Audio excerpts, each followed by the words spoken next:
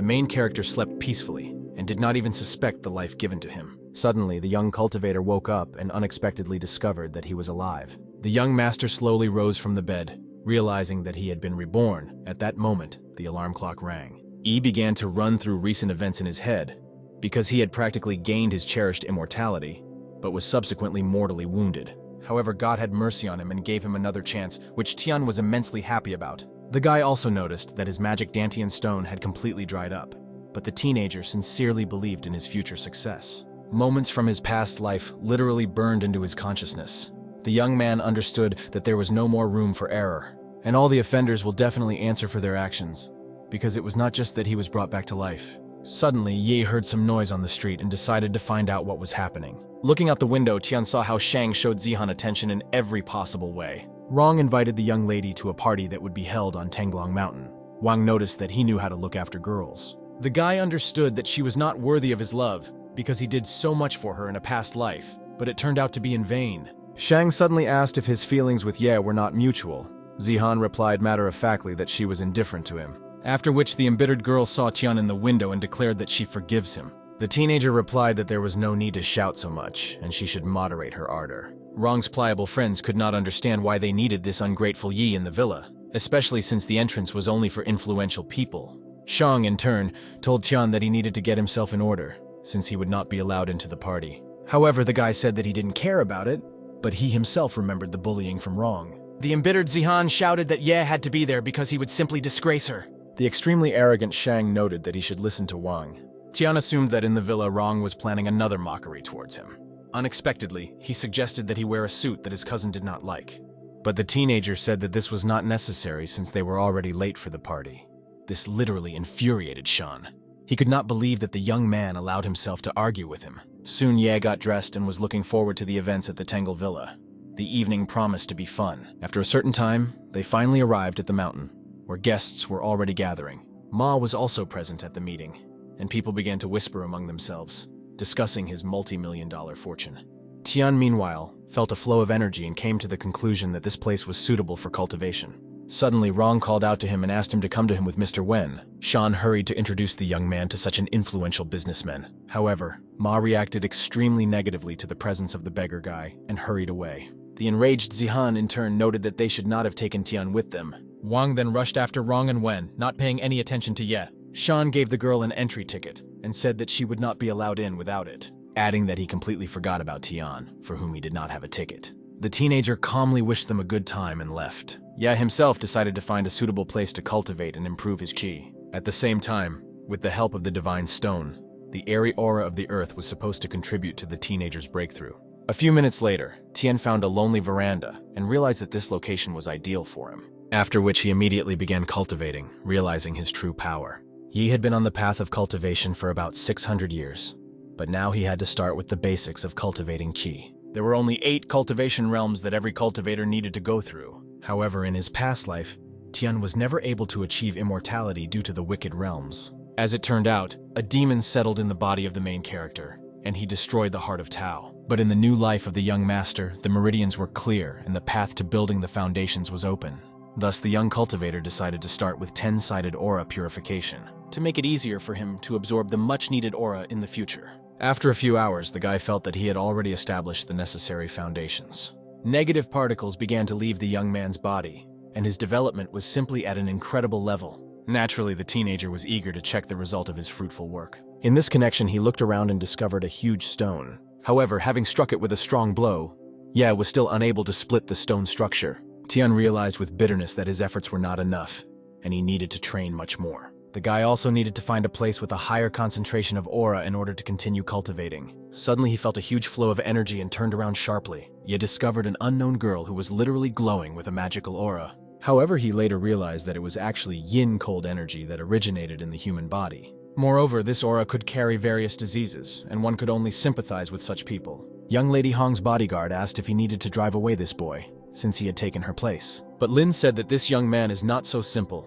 Shan decided to prove his loyalty to her. After which Yue approached Ye, and in a commanding tone demanded that he stand up. Security guard Hong suddenly invited him to spar, realizing that the teenager was clearly not a beginner in martial arts. The self-confident Tian in turn agreed to the fight, which he stated, Lin urged them to simply exchange experiences and in no case overstep the boundaries of what is permissible. An extremely confident Shan asked her not to worry and watch his quick victory. He approached him absolutely naturally and told him what he should do and not talk idle talk. Soon a fight began between them. Tian, in his past life, regularly put such upstarts in their place. However, the fight as such did not happen, because the young man knocked out Yue with just one blow. The stunned Shan flew to the side, and those present were also in bewilderment. Hong was shocked that he managed to defeat him with just one blow. Yue would have been no less stunned by this outcome, but his main concern was that he had disgraced himself in front of Lin. Shan's friends immediately ran up to him and offered to call an ambulance. However, the guy not only refused, but also did not admit his defeat, which greatly surprised Yi, who was already rushing to finish him off so that Yue would no longer have a chance of success in the battle. But at that moment, a huge flow of energy began to emanate from the young master. A strong wind rose. None of those present could understand what was happening. Soon everything stopped and only leaves torn from the trees swirled in the air. The main character realized that he had entered the middle period of Qi cultivation, but eventually an aura leak occurred. Naturally, everyone was asking only one question. What happened to this young man? Shan in turn realized how big the difference in strength between them and the teenager was. Suddenly, they all bowed low to Tian and asked for forgiveness for angering him. Hong-er noticed that the power of Xiaoqian had awakened in him, and he had the right to be called a master. The young cultivator was extremely surprised by what was happening and asked what this Xiaoqian meant. Lin replied that this is the peak of human perfection and to gain such power is a great achievement. However, Ye was well aware that he had a long journey ahead of him to reach his true peak. Hong thought about the fact that usually people who have this power are quite cruel and domineering. Tian thought about everything for a long time and looked at the strangers, which confused them because they did not know what he was planning. After which he finally thanked them for the information and said that he needed to think it over carefully. Everyone breathed a sigh of relief, and Lin decided to give him a small gift. As a result, the girl handed Yi a VIP client card. The young man asked what it was. Hong-er happily said that this was a platinum card for a party at Tenglong Villa. The guy realized that she was an influential figure in the circles of Shan, who would soon be very surprised when he saw his platinum pass. Tian thanked her and asked her name. The young lady repeated her name and asked what else she could do. He looked at her once again and asked if her aura was cold poison. Lin's face instantly changed, and at first she didn't know what to answer. Shocked, Shan assumed that he was talking about her cold energy. Smiling, Hong asked in response what his name was, because such a master should not be ignored. The teenager replied that his name was Tian. At that moment, a strong wind rose again, after which the guy talked about his ancestor, who suffered from the same illness as her, caused by cold poison. Linger suddenly burst into tears. The young master didn't know how to react to this. Then, extremely alarmed, she asked him if there was a way to cure this disease. He replied that since he was able to identify this illness, it means he could heal her. Hong said that if Ye really helps her, then she will do for him whatever he asks. Shan, stunned by such a statement, tried to object, but the girl quickly made it clear that this did not concern him. The main character, in turn, paid attention to her appearance and realized that she was not his type.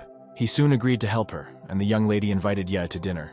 But Tian refused as his classmates were waiting for him. Lin then asked him to leave his phone number so that she could contact him soon.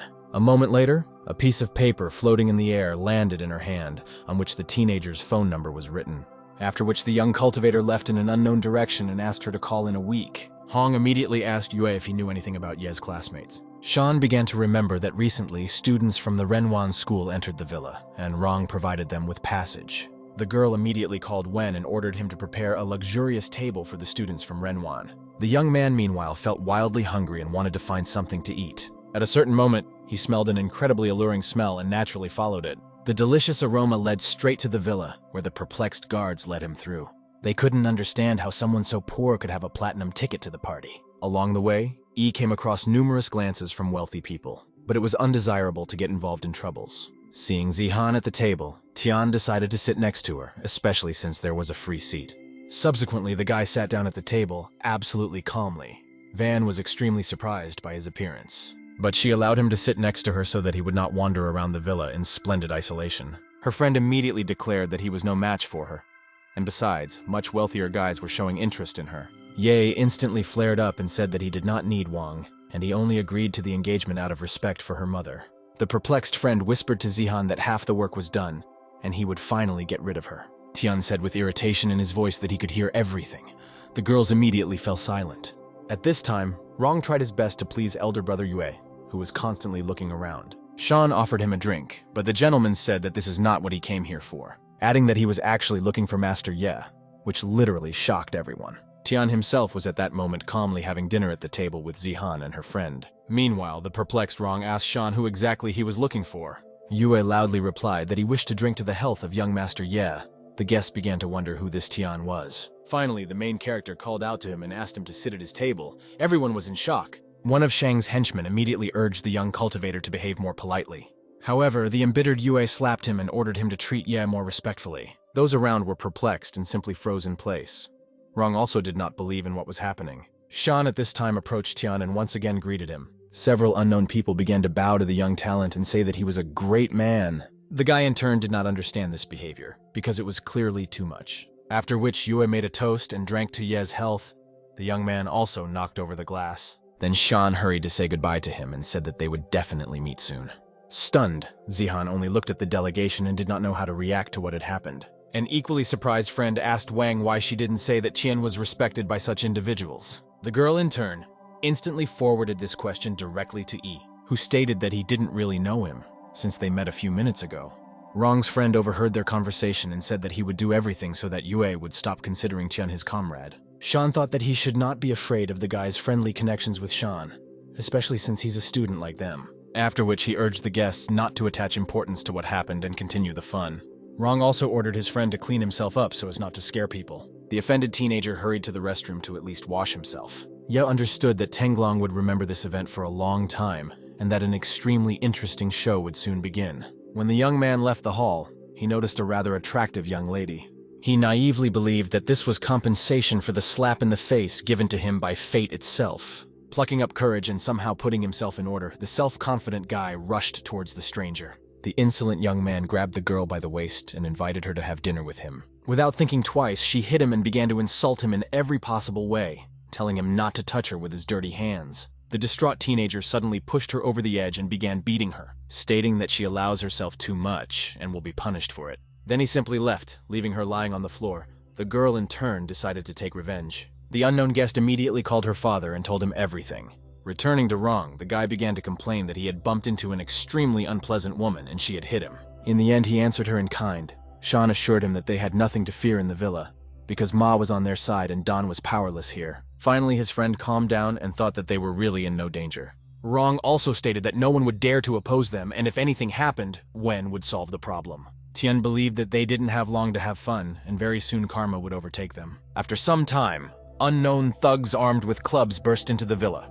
An enraged Shan said that this was a private party and they should leave this location. But one of the thugs ordered him to get out of the way, threatening him with physical harm. Meanwhile, Wang's friend was captured by two bandits, and he began to ask Shang for help. But he could only begin a verbal altercation with them, demanding that his friend be released immediately.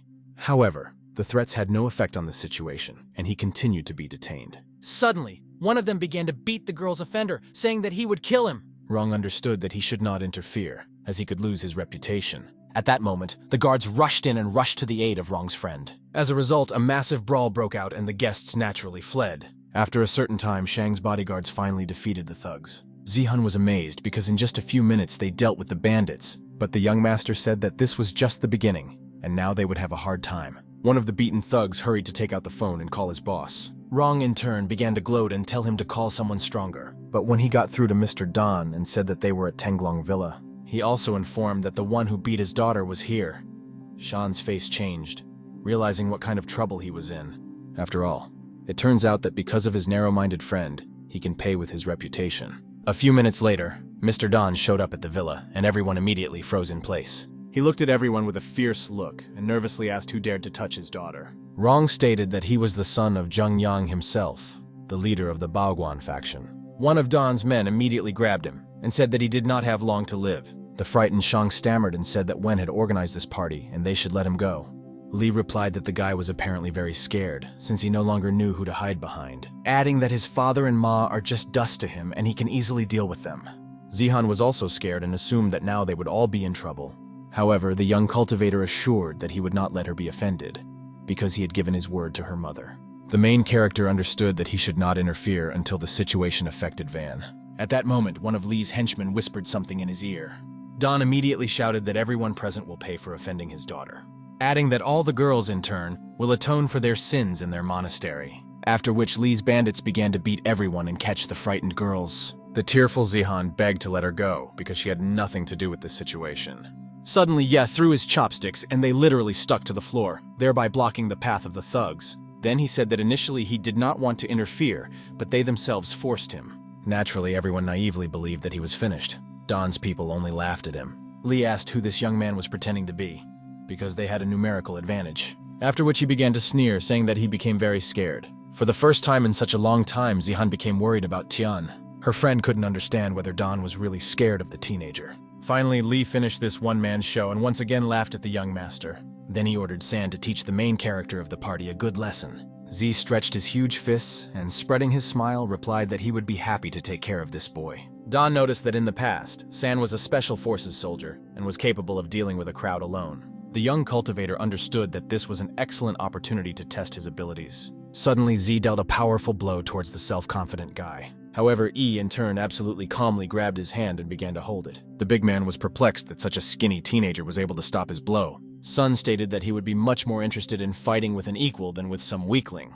A moment later, he took a knife from his pocket and rushed towards the calm young man. Tian realized that he had overestimated him, and the fun would end before it even began. In this connection, I wondered if Z really believed that he would stop him with his toothpick. The enraged thug immediately attacked him, saying that soon he would not be so verbose. He still looked calmly into the eyes of danger. It seemed there was no fear in him at all. Zihan couldn't bear to look at it and turned away, closing her eyes, believing that he was finished. Shan and his friends, like most of those present, thought the same. However, after a couple of seconds, San flew to the side and knocked over a nearby chair. The stunned Don also asked his subordinate if everything was okay with him. The bloodied Z hurried to his feet and declared that he was fine. The embittered Lee instantly ordered everyone to attack the teenager together.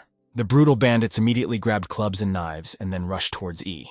Tian noticed that it was low to attack in a crowd, but by doing so, they would save him time. Moments later, the young master broke the arm of one of the attackers, who screamed in pain like a child. The main character understood that thanks to his true ki, his skin became stronger than steel. Don was shocked by what was happening and did not know what to do with such a strong teenager. At this time, the young cultivator continued to deliver lightning strikes to the thugs. An angry Lee shouted angrily that Ye must understand one thing: he is not the one who can challenge him. After which he could not stand it and called on Tian to fight him, saying that he would personally disfigure him.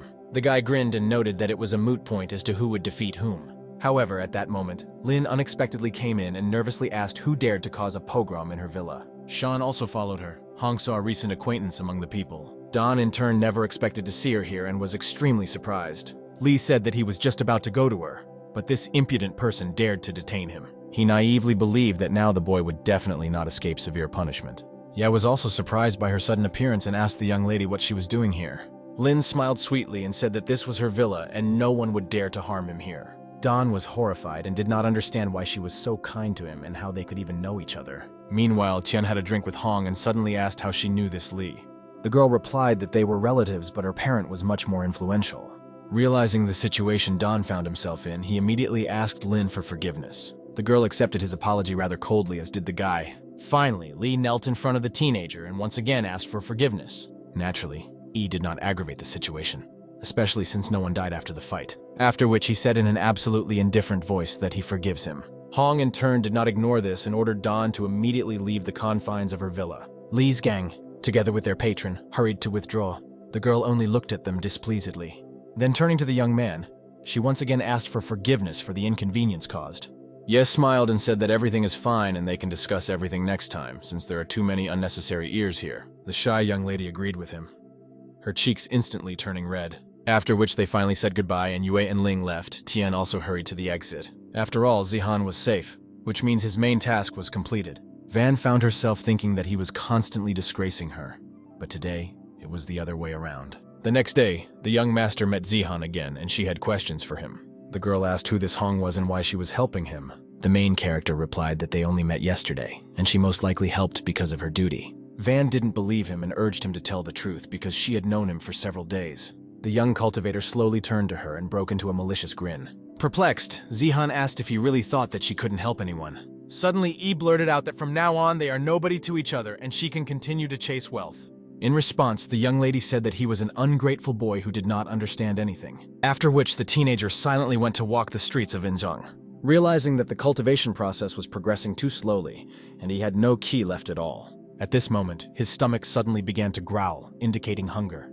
And until he learned to feed on external energy, it was necessary to have a good meal. Tian immediately began to rummage through his pockets, but found only a few yuan. Yi urgently needed to eat before he died of hunger, but suddenly he remembered Lin, which he promised to heal, and therefore, lunch faded into the background and the young man went to the pharmacy for medicine.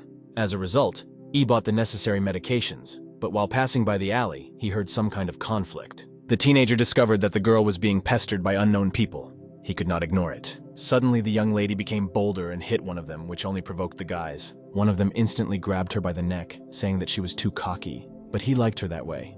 Out of despair, the defenseless girl began to call for help in a strangled voice. At this time, Tian approached the bandits and ordered them to leave her alone immediately, adding that if they didn't let her go now, he would have to teach them some manners. The thug in turn pushed the girl and said that this did not concern him. Then, all three big men took out knives and called on the guy to show what he was capable of. The girl started screaming for the teenager to run away because he couldn't handle it alone.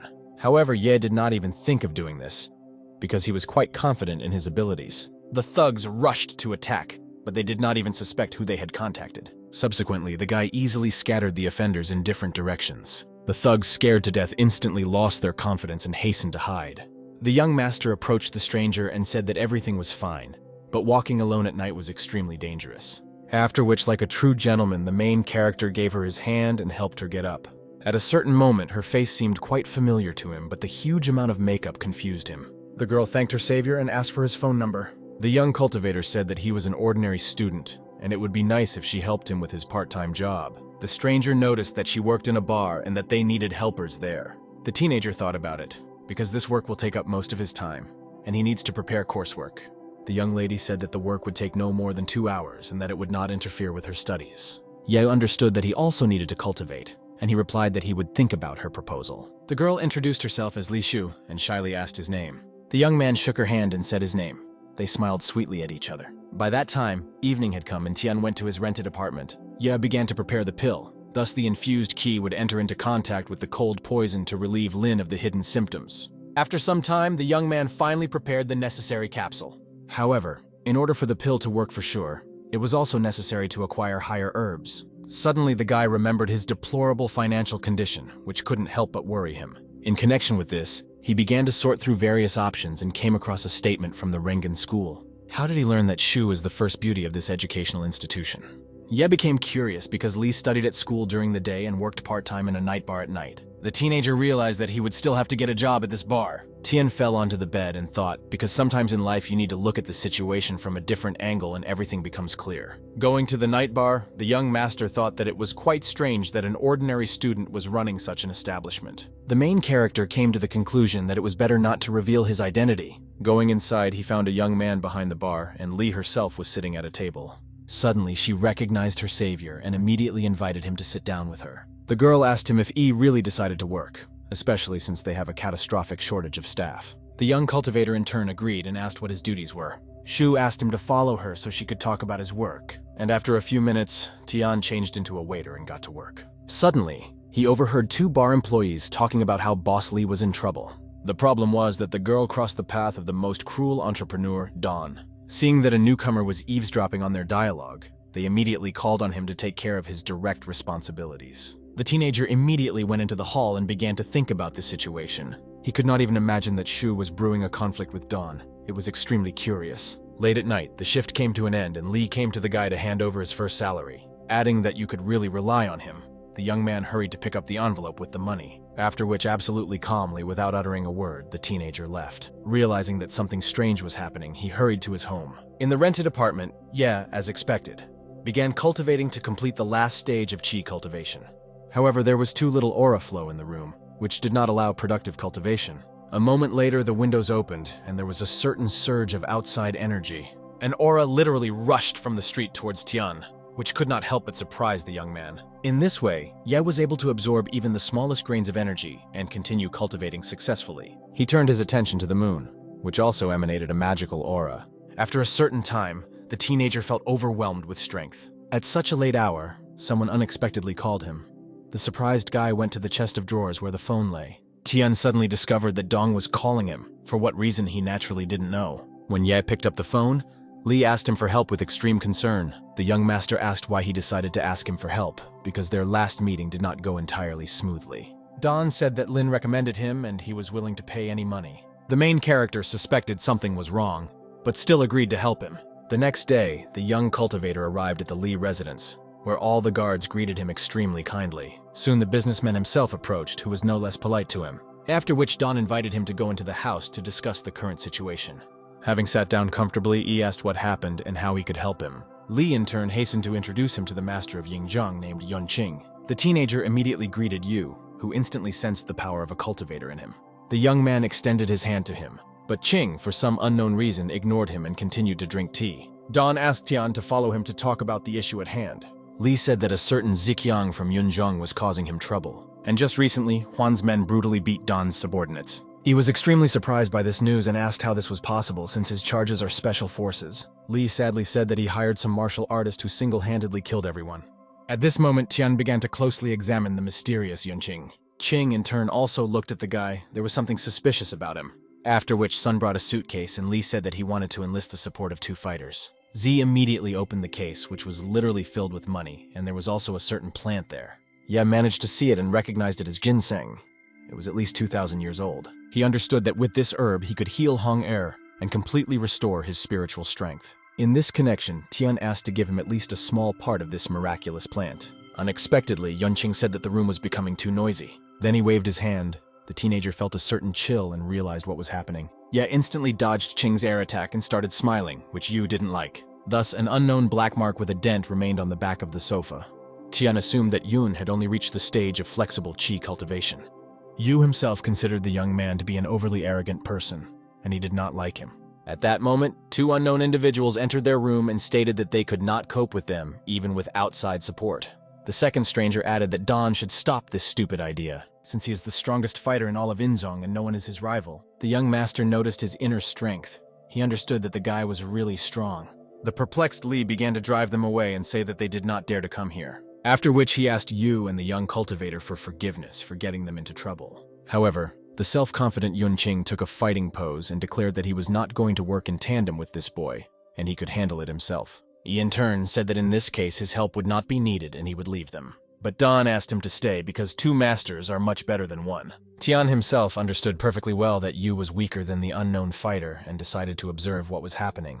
The martial artist at this time approached Qing and urged him to attack first. Don began to encourage Yun in every possible way and said that he must win. And only Ye realized what was about to happen and how bad it would be for such an arrogant Yu, who meanwhile rushed to attack from behind, once again saying that he would win without a doubt. However, at the very last moment, Song jumped aside and noticed that he was too slow. After which he shouted loudly, which put Qing into a rather strange state. As a result, Yu covered his ears with his hands and then completely collapsed on the floor. He couldn't believe what had happened because Song had defeated him using non-contact techniques. The martial arts master himself broke into a malicious grin, feeling his superiority. Finally, Yunqing realized that he had underestimated him and that he really could not win this fight. Concerned, Don wanted to say something to Tian, but Comrade Song interrupted him, who at that moment began to applaud his friend and say how much he admired his work, adding that no one from Inzong will ever be able to compare with their skill. After which he approached Don and said that they were all weaklings who should be afraid of them. He absolutely calmly objected to him, saying that he did not agree with his opinion. The stunned young man asked the teenager what he wanted to say. However, without waiting for an answer, he immediately ordered Song to teach this upstart a lesson. A moment later, the martial artist rushed towards the guy and tried to strike. But at a certain moment, he felt the incredible power of Yi and stopped abruptly. He was terrified and did not understand where such unimaginable energy came from in this boy. Tian, in turn, did not stand on ceremony with him and grabbed him by the throat. Song could not get out. Then he lifted him up and said that martial cultivators should not waste their time on scum like him. After which he was thrown to the side like a toy and subsequently landed rather painfully. Even the tile under him cracked, writhing in pain. Song said that the guy had made a terrible mistake.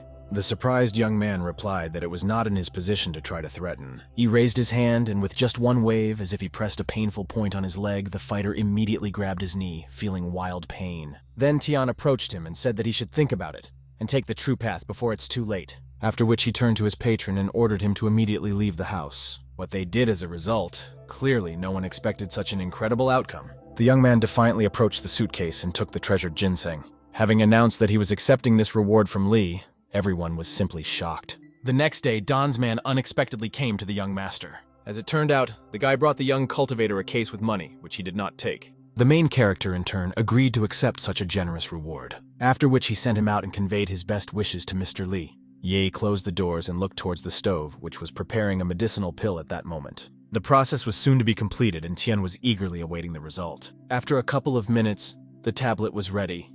Its bright color and powerful waves indicated that it was of good quality. But the ginseng energy was not enough for a further breakthrough, and it was necessary to build a key formation. And since making capsules is quite an expensive business, a suitcase with money came in handy. In this connection, the guy went to an antique street in southern China. It was an extremely hot day, but the teenager decided to look for something interesting. On the way, he encountered a young man who rushed to his counter. Ye at this time felt the energy of qi and began to look around. Seeing how the seller was organizing his goods, Tian came up to look at the assortment. The flow of the aura began to increase. The teenager noticed jade in good condition, but the most important thing was inside it.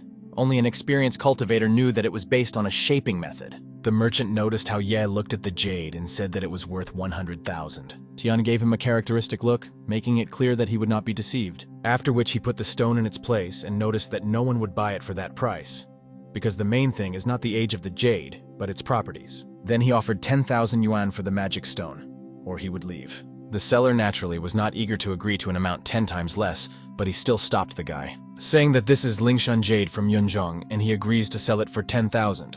Satisfied with himself, Ye gave the required amount and took the jade.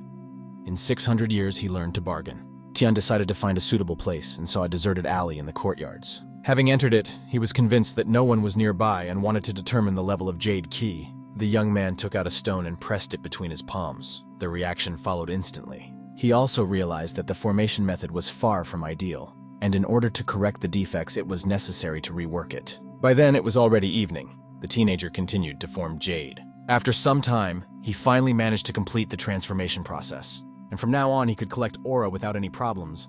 The stone immediately began to absorb energy. Suddenly, his phone rang, and the guy discovered that it was Shu calling him. He picked up the phone, and the girl said that they were in big trouble, asking him to come quickly. After a certain time, the young master arrived at the bar and began to inspect it from the outside. After making sure that the establishment was closed and there were no visitors, the main character became wary. The young cultivator did not hesitate and entered the bar, where a worried Li saw him. Shu said that it was very opportune for him to come, since they had new problems. Ye asked what exactly happened and why she was so worried. The girl replied that those who had recently attacked her reappeared, and she sent her people. At that moment, an unknown guy appeared and asked who she had brought. Without waiting for an answer, Mo began to say that they would certainly punish Li's offenders, after which he hurried to introduce Tian to his friends who were sitting on the sofa. One of them, smiling, asked if Sha really hoped to gain Shu's favor in this way. The young man began to deny it, saying that he just wanted to help the poor girl. Suddenly, 3 unknown guys entered the establishment and began insulting those present from the threshold. Mo objected and urged him to watch his words, threatening physical violence. Extremely surprised, Zhang asked if he really didn't know who he was. Sha finally realized that this is Lin Yin from the Hong family, and his wife is Dong's sister.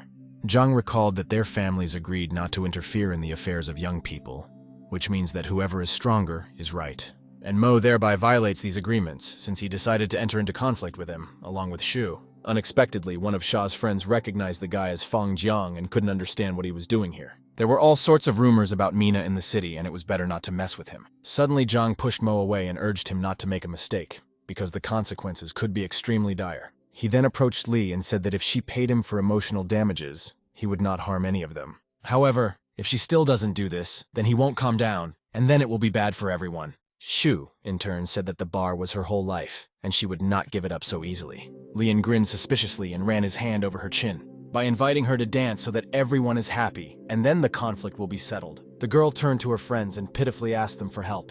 But Sha urged her to listen to Zhang in order to avoid dire consequences. Suddenly, Lian saw Ya and literally flew into a rage, saying that he should not be here. Then he said that if she gave this man to him, she might not even dance.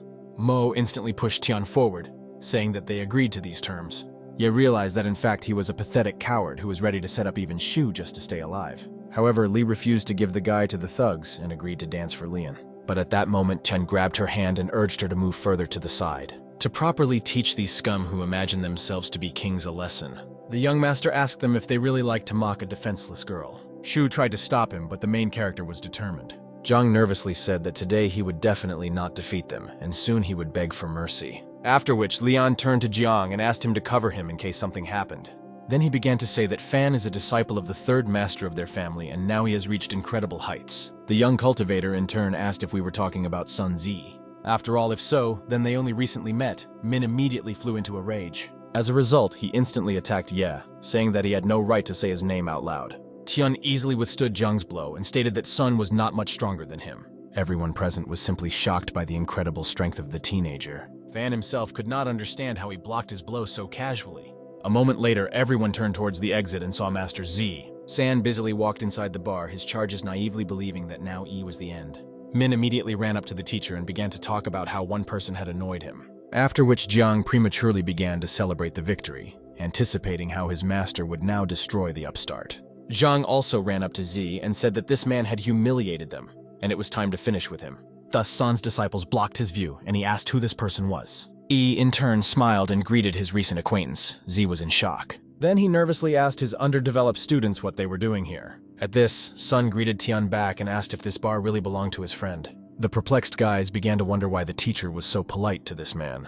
Z became furious and began to shout that initially they needed to find out who they were going to conflict with. Shocked, Fang pointed his finger at Ye and asked if he was not an ordinary person. Tian, in turn, noted that San's student is not bad, but he still has some work to do. After which Z urged Ming to ask the Great Master for forgiveness, but the extremely stubborn young man said that he would not do this and was able to defeat him in a duel. Tian noticed that the boy has a lot of pride, and if he wants it that way, then everything can be resolved here and now. Without standing on ceremony with them for long, the young man put an end to this issue.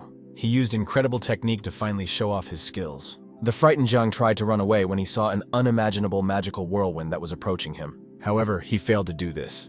After a couple of seconds, Lin Yin was already lying on the ground. Jiang was also stunned by Ye's abilities because he had never seen anything like it. Suddenly, an old man approached him and said that this aerial technology was only available to high-ranking masters. Tian was surprised that it only took him a couple of seconds to identify his skill. In connection with this, he became extremely curious about who this grandfather was, and suddenly he himself approached him. Introducing himself as Chang Bai, the old man handed him a ticket to a private auction that would be held on the antique street and invited him to visit him. Zhang suddenly wondered if his conflict with Ye had finally been resolved. The young master himself noticed that Ying was dressed like an ordinary person and realized that he did not like to stand out. The main character nevertheless decided to take the chance and accepted the ticket, saying that he just needed some things. At that moment, San approached the young cultivator with a glass of wine and noticed that he was generous as always. After which Z handed the wine to Ming and called on him to drink to Mr. Tian's health. The rest followed them, and as a result they celebrated this event in a friendly group. Zhang still couldn't believe that Ye was better than him and even his teacher. It seemed unthinkable to him. Ma in turn felt ashamed, because he not only did not protect Shu, but also betrayed her. Li approached the guy and thanked him for his help, saying that she couldn't have done it on her own. The young man said very confidently that this was his job, because she hired him herself. The girl replied that he was helping her once again, and she didn't know how to thank him. Suddenly she decided that he would become the owner of half the shares of her bar. The waiters began to make fun of her, saying that their hostess apparently fell in love. Naturally, Shu reacted negatively to such a statement. The teenager watched what was happening with emotion. Then Ye said that he did not need any shares, but if she needed his help, then he was always ready to meet halfway. Tian also decided to clean up the establishment a little so as not to scare away all the customers. Unexpectedly, Sun ordered Fan to help the master clean up. Min was shocked. At the same time, Yi noted that Z needed to be more vigilant and not throw his name around. After some time, they cleaned up the bar and Tian hurried to say goodbye to everyone. Li looked after him and realized that she was not mistaken about him, because he was truly a good person. However, it was at that moment that Zihan entered the establishment with her friend Hui. Van said that this is a pretty exciting place and there is good music. Hearing the familiar voice, Ye turned around and saw Zihan in front of him. The girl was also surprised. Li Hui instantly began to thank him for saving them at Tenglong Villa. The guy smiled and replied that for him it was a mere trifle, and she shouldn't react like that. Indignant, Wang asked him since when he became so arrogant. Li urged him not to pay attention to her statements, because she was always distinguished by her sparkling humor. After which Hui suddenly invited Tian to the school festival, where she would perform. But Zihan once again began to object, and asked her friend why she invited him. The young lady decided to remind her that it was he who pulled them out of trouble, and they should be grateful to him. However, Wang said that she had known him for several days, and that in fact he was a non-entity. She suddenly grabbed her friend's hand and pulled her out, saying that she had already lost her mood.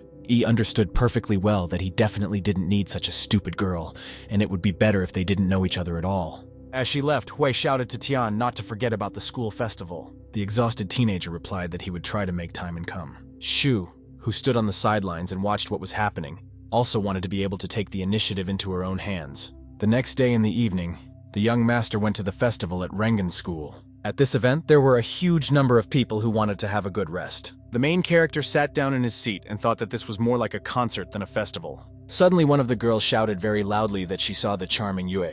The scream was so piercing that the young cultivator almost went deaf. Meanwhile, Shan walked past them with Rong and Ma. The girls literally went crazy. Ye had never thought that Yue had such a high status, because even if he cured Ling, he could not bypass him. A couple of minutes later, the festival host came on stage and greeted everyone present. Tian was shocked. Since it turned out to be Shu, he could not understand why she did not tell him anything. One of the guys suddenly shouted out that he was in love with Li and she was his goddess, which once again hurt the ears of Ye, who already wanted to leave the event. But still, the teenager found a way out of the situation and hurried to put on earplugs. At this moment, Shu invited Hui to the stage with a song, of course, about love. Everyone froze in anticipation, and a second later Li came out to them, after which she began to sing. Sha at this time tried in every possible way to make amends to Shu, and offered her water. However, the girl did not want to listen to him, and therefore she refused, saying that she was not thirsty. Finally, Hui finished her amateur performance and said that she dedicates this song to her beloved. Li was furious because she assumed she was going to confess her feelings on stage. And the next moment the young lady did it anyway, saying that she loved Ye. Everyone was shocked by this confession, but few understood who they were talking about. But Tian was wearing earplugs and therefore did not hear this. He calmly stood up and headed towards the exit. When Hui saw her love leaving her, the girl's heart began to beat faster. Ye himself did not understand what was so special about these festivals because it was a waste of time. While the upset Li didn't know where to go on stage, she almost burst into tears. Suddenly, Shu came out to her and called on everyone to applaud the talented Hui for her incredible performance. In fact, she was sincerely happy with this result, because Tian did not reciprocate her feelings. The next morning, the young master began cultivating diligently again. Meanwhile, Xiu wrote to him and invited him to the Imperial Bar, but Ye did not see her messages. After all, the main character was busy processing the aura into ki energy, and all he had to do was absorb it. Moreover, with ginseng and the miracle pill, this process was much more effective. Mineral cultivation is a technique based on 10-sided aura cleansing. What the young cultivator was working so hard on, he literally lost 7 sweats. But the result was worth it. After a certain time, Tian finally completed the procedure. The teenager felt a surge of strength and admired the work done. He also did not forget about Lin, who needed to be cured as soon as possible. And the very next day, with everything he needed, the guy went to Hong Er's house, where Shan joyfully greeted him and said that Lin had asked him to accompany him. Soon they went inside through a beautiful courtyard, and the young man began to think. After all, in this location there was a good concentration of aura. But this had a negative effect on the carrier of cold poison. At the entrance to the mansion, an extremely suspicious man came out to them and asked if he really was Yi. Tian responded in surprise that he had come to relieve Miss Hong of her illness. The guy asked to follow him, but was extremely skeptical of the young man. Before reaching the stairs, the head of the family noticed them and asked who Li had brought. It was the famous Wen Chang, who represented the Hong family. The servant said that Miss Lin invited this young master. Ven replied that the master could not be so young and she should not have trusted everyone she met. After which Chan, in an insolent manner, drove the teenager away and told him not to appear here again. At that moment, a girl ran out of her room and called on them to calm down. She ignored her father's objections and ran up to Ye, saying that she was glad to see him. An enraged Wen ordered her to behave like a girl, then asked Li to send the boy out. Lin continued to ignore the instructions of the head of the family and continued to be nice to Tian. The teenager took out the medicine and noticed that she would soon get better and the cold poison would recede. However, at this time, an unknown young man came down to them and began to object. He said that he would not allow this, and the guy had better leave their house as soon as possible. The perplexed young master asked why they were so negative. The young man busily stated that Yi had no right to ask him such questions, after which he came close to the main character and looked at him for a long time. Chan hastened to say that he had specifically called the real cultivator Fen. The teenager felt faint energy and dark waves from Xian. Then the extremely self-confident man said that Hong was very sick, and only he could cure her. Soon they went into the living room, and the head of the Chan family tried in every possible way to please the pseudo-healer. Wen served him Dahong tea, which was quite difficult to get in their area. Fen took a couple of sips and spat out the tea, declaring that it was simply disgusting. Lin's father noticed that this was a matter of taste, and immediately moved directly to his daughter's illness. The self-confident Xian said that he could easily rid her body of the cold poison. The girl, in turn, felt uncomfortable being next to him, as if she felt something. Yi also didn't trust him because even he couldn't extract cold poison from the body, which means Fen was up to something. Suddenly, Xian asked to send Tian out, but Lin objected since he was her friend. The guy approached her and asked if she was ready to start treatment. Qian asked in surprise if he really didn't need to prepare properly. Feng ignored his question. Xian asked the young lady to close her eyes and not open them until he said. The girl extremely reluctantly followed his instructions and finally closed her eyes. After which, the young doctor began to disperse the dark aura in the room. Suddenly, Hong opened her eyes and looked at him, but she felt nothing. Yi understood perfectly well that in fact Fen was not even trying to heal her. Suddenly, Lin threw her head back and Wen asked Xian what was going on. The pseudo-healer continued to ignore the head of the family and cast some spells. However, nothing happened. The girl looked at him with a puzzled look. Tian realized that he had placed a sealing mark on her, and only villains use this method. The bodyguards instantly rushed towards Fen. Chan repeated his question of what he did with his daughter. Xian put his hand forward and said that they couldn't stop him and they didn't even have to try. At that moment, they all, together with Ven, flew into the air, never getting close to the insolent one. Ye didn't hesitate and approached Fen, saying that he wouldn't get away with it like that, adding that he cannot escape and now he will see the true power that he never knew about. Xian smiled and said that he could not surprise him, because he simply did not have enough strength. The young master in turn replied that he had treated Lin very meanly and would have to pay for it. But suddenly Chan's father came out to them and urged the young cultivator not to interfere, since their family was able to deal with Fen, adding that other families would laugh at them if they knew how they failed to stand up for themselves. Wen tried to calm his father down, but the main character did not understand how this old man could resist Xian. After which the grandfather began to scold Fen, because they had pinned their hopes on him, and he wants to ruin their reputation. It's also unclear what he did with his granddaughter and is going to kidnap the girl. Xian immediately pushed Lin aside and stated that he did not have to answer the old man. Tian in turn urged his grandfather to be careful with this man. Fen immediately began attacking and neutralized several guards with the help of his dark magic. He then grabbed the old man and lifted him into the air, squeezing his body with his black hand. An angry Ven urged him to stop immediately, because they were extremely kind to him, and he reciprocated with such ignorance. However, the arrogant Xian again repeated that they were no one to even say his name out loud, adding that he had absolutely no time for idle chatter. At this moment, Fen began to concentrate his magic. As a result, a moment later, the old man collapsed to the ground. The alarmed Chan immediately rushed to his father to help. The distraught Xian, in turn, did not stop attacking them with dark magic. Wen could not even think that today the Hong clan could cease to exist. But at the most crucial moment, Ye blocked Fen's attempts and came to the defense of their family. He urged everyone to stay away from this scoundrel and he himself began to confront him. Xian noticed that he was too arrogant and would face an extremely disastrous end. After which, he once again directed his attack at the guy, but the young man managed to block the blow. Fen stated that he would not be able to hold back his magic for long and would eventually say goodbye to his life. The teenager said that he had the devil's techniques, but he would win this fight. But a true cultivator should not take the path of a demon. Besides, evil always loses. Chan realized with horror that he should have listened to his daughter and trusted this man. And now, the fate of the entire Hong family lies precisely in the hands of Tian, who continued to oppose Xian. Meanwhile, Feng was still unable to break through Ye's protective barrier, but he had no intention of giving up. At a certain moment, their forces met again and an explosion occurred. Concerned, Wen asked the master if everything was okay with him. In the dissipating smoke, Chan saw the young master who declared that he was fine. The shocked Xian, in turn, lost his strength and asked the main character what he had done to him, adding that if his teacher finds out about what happened, then he will be in trouble because the meridians were also clogged. Unexpectedly, the young cultivator asked the young man to borrow his shirt. The perplexed guy took off the clothes and handed them to him. Fen repeated his question and wanted to know what else this man was capable of. Ye ignored him and put the shirt on Xian, saying that it suited him. The stunned master did not understand what was happening and demanded an explanation from Yi. But the teenager only poured tea on his head and noted that he was called by that name, because they believed he would take the true path. But instead, he went the wrong way. The enraged but exhausted Fen declared that Tian did not know the meaning of this name. The guy in turn called on him to return to the teacher and say that he would kill everyone like him. Chan, who was watching what was happening, sighed with relief and realized that Ye was a real cultivator.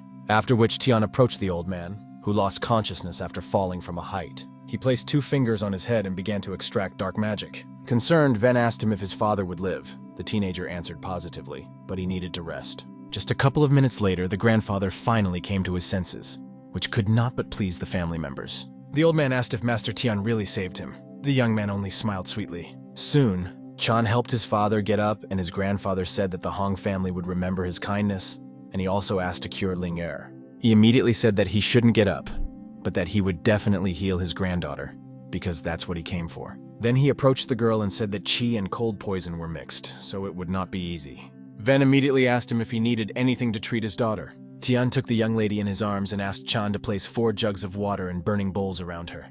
A few minutes later, everything was ready, and Yi began the treatment directly. He also asked only relatives to stay in the room, and those who were very interested in this process should move away. The teenager then put a pill in her mouth, and the reaction was immediate. Dark magic began to emanate from her body, and Lin Yin herself began to sweat profusely. After which, with the help of his abilities, Tian began treatment. Suddenly, the girl's body began to lift off the ground. He continued to cast some healing spells, which took a lot of his strength. But the main thing is that a huge flow of negative energy began to leave Hun's body. The bowls and jugs were emptied, which indicated that everything had worked out. And a few minutes later, the girl finally woke up and saw her savior in front of her. One of the maids helped her get up, and Lin herself asked what happened. And only those around him joyfully realized how great a man the young master was. Chan, in turn, began to thank the main character for saving his daughter. The old man joined him and noticed that the young cultivator not only healed her, but also helped her deal with Fen, adding that if he needs their help, he can always call them. Naturally, as a true gentleman, Tian refused any reward. However, grandfather still ordered Li to bring the documents to the Flaming Maple Villa, after which the servant gave the necessary papers to the guy, and said that the Hong family always generously thanks their friends. But Lin suddenly said that the villa was too small and she should be his reward. He was simply shocked by the girl's decision and did not know how to react to it. But the old man understood perfectly well that she was not worthy of such a man, and urged her not to talk nonsense. Tian in turn agreed to the villa and thanked him for such a generous gift. The upset girl asked to take the young man to his new place of residence. After all, the guards only allow members of the Hong family to go there. The guy kindly agreed. You notice that this house is ideal for cultivation, because there is a high concentration of aura there. Lin hastened to warn all the servants and bodyguards that Tian is the new owner of the villa, and they must obey him. But the teenager hurried to make some adjustments and turned to the servants. He suggested that they return to their old owners and come to the villa a couple of times a week for cleaning. The surprised young lady noted that this was not the best solution, but Ye said that he loved being alone, which extremely upset her because the girl assumed that he didn't like her at all. With the arrival of the full moon, Tian began cultivating again, because it was at this time that the concentration of aura reaches its peak. It was also necessary to restore the mineral structure, since the battle with Xian practically destroyed it. It is worth noting that the absorption of qi consisted of 3 stages: counteraction and protection with synthesis. Thus, countering with defense can stop the attacker. After the procedure was completed, Yi proceeded directly to the synthesis stage. However, at a certain moment something went wrong and the capsule exploded. As a result, a mark was left on the floor. Tian could not understand why this happened. Suddenly, someone wrote him a message asking if he knew where he could buy a gemstone. Meanwhile, at the auction house, Huo decided to make an expensive gift for Li. His friends started asking about the bracelet. The guy was modest and said that it would look good on her wrist. One of his comrades thought that he decided to propose marriage to her, because the accessory was from the Qianlong era. However, Ni stated that it was just a trinket and was clearly not enough for such an event. The indignant Shu said that she did not need any gifts from him, but the self-confident young man said that they would soon get married and she would have to accept his gifts. The girl, in turn, thought only about whether her beloved Yi would come. After some time, a young master arrived at the auction with Ling Yin. They hurried to the event as it was about to start soon. Hong noticed that according to Chiang, the mineral Tian needed should be located here. At the entrance, Huo and Shu saw the young cultivator with Ling and greeted them. The main character said that he needed 1 valuable mineral, which should be here. Li didn't like the way Hong looked at the teenager. She was literally torn with jealousy. Suddenly, Lin took him by the arm and urged him to go to their seats to see the items on display in person. Tian, in turn, kindly agreed. Shu just looked at them with a dissatisfied look. She realized with bitterness that Hong was a rich and spoiled girl with whom she could not compare. Huo noticed what was happening and couldn't figure out who this person was. In this connection, Ni immediately ordered his people to find out who came in Lin's company. A few minutes later, the auction finally began and everyone was eagerly awaiting the antiques that had been prepared for them. After which the presenter came out and, asking for forgiveness for the delay, hurried to present the first lot. It was a Ming Dynasty bronze horse sculpture whose starting price was 10 million. Bidding immediately began and people began to actively compete with each other, measuring their financial situation. He was shocked by such prices and realized that he would not be able to save money. As a result, the sculpture was sold for 18 million. Tian, in turn, was thinking about where he could earn money in order to easily acquire cultivation items. Finally, it was the turn of 7 minerals, and their price started at 50 million. Ye was the very first to raise the price to 55 million, because the young man understood that with these minerals, he would complete the formation of qi. There was talk among the visitors that he was from the Hong family, and it was probably better not to mess with him. The girl counted to 2, and it seemed that the teenager would acquire the much-needed capsules. However, at the very last moment, Huo deliberately raised the price to 80 million. Thus, Ne purchased this lot, even though he did not need the minerals. The upset young master, in turn, headed towards the exit. Everyone began to discuss that apparently he was not from the Hong family. Suddenly, the main character was caught up by a worried Lin and asked why he didn't ask her for money for minerals.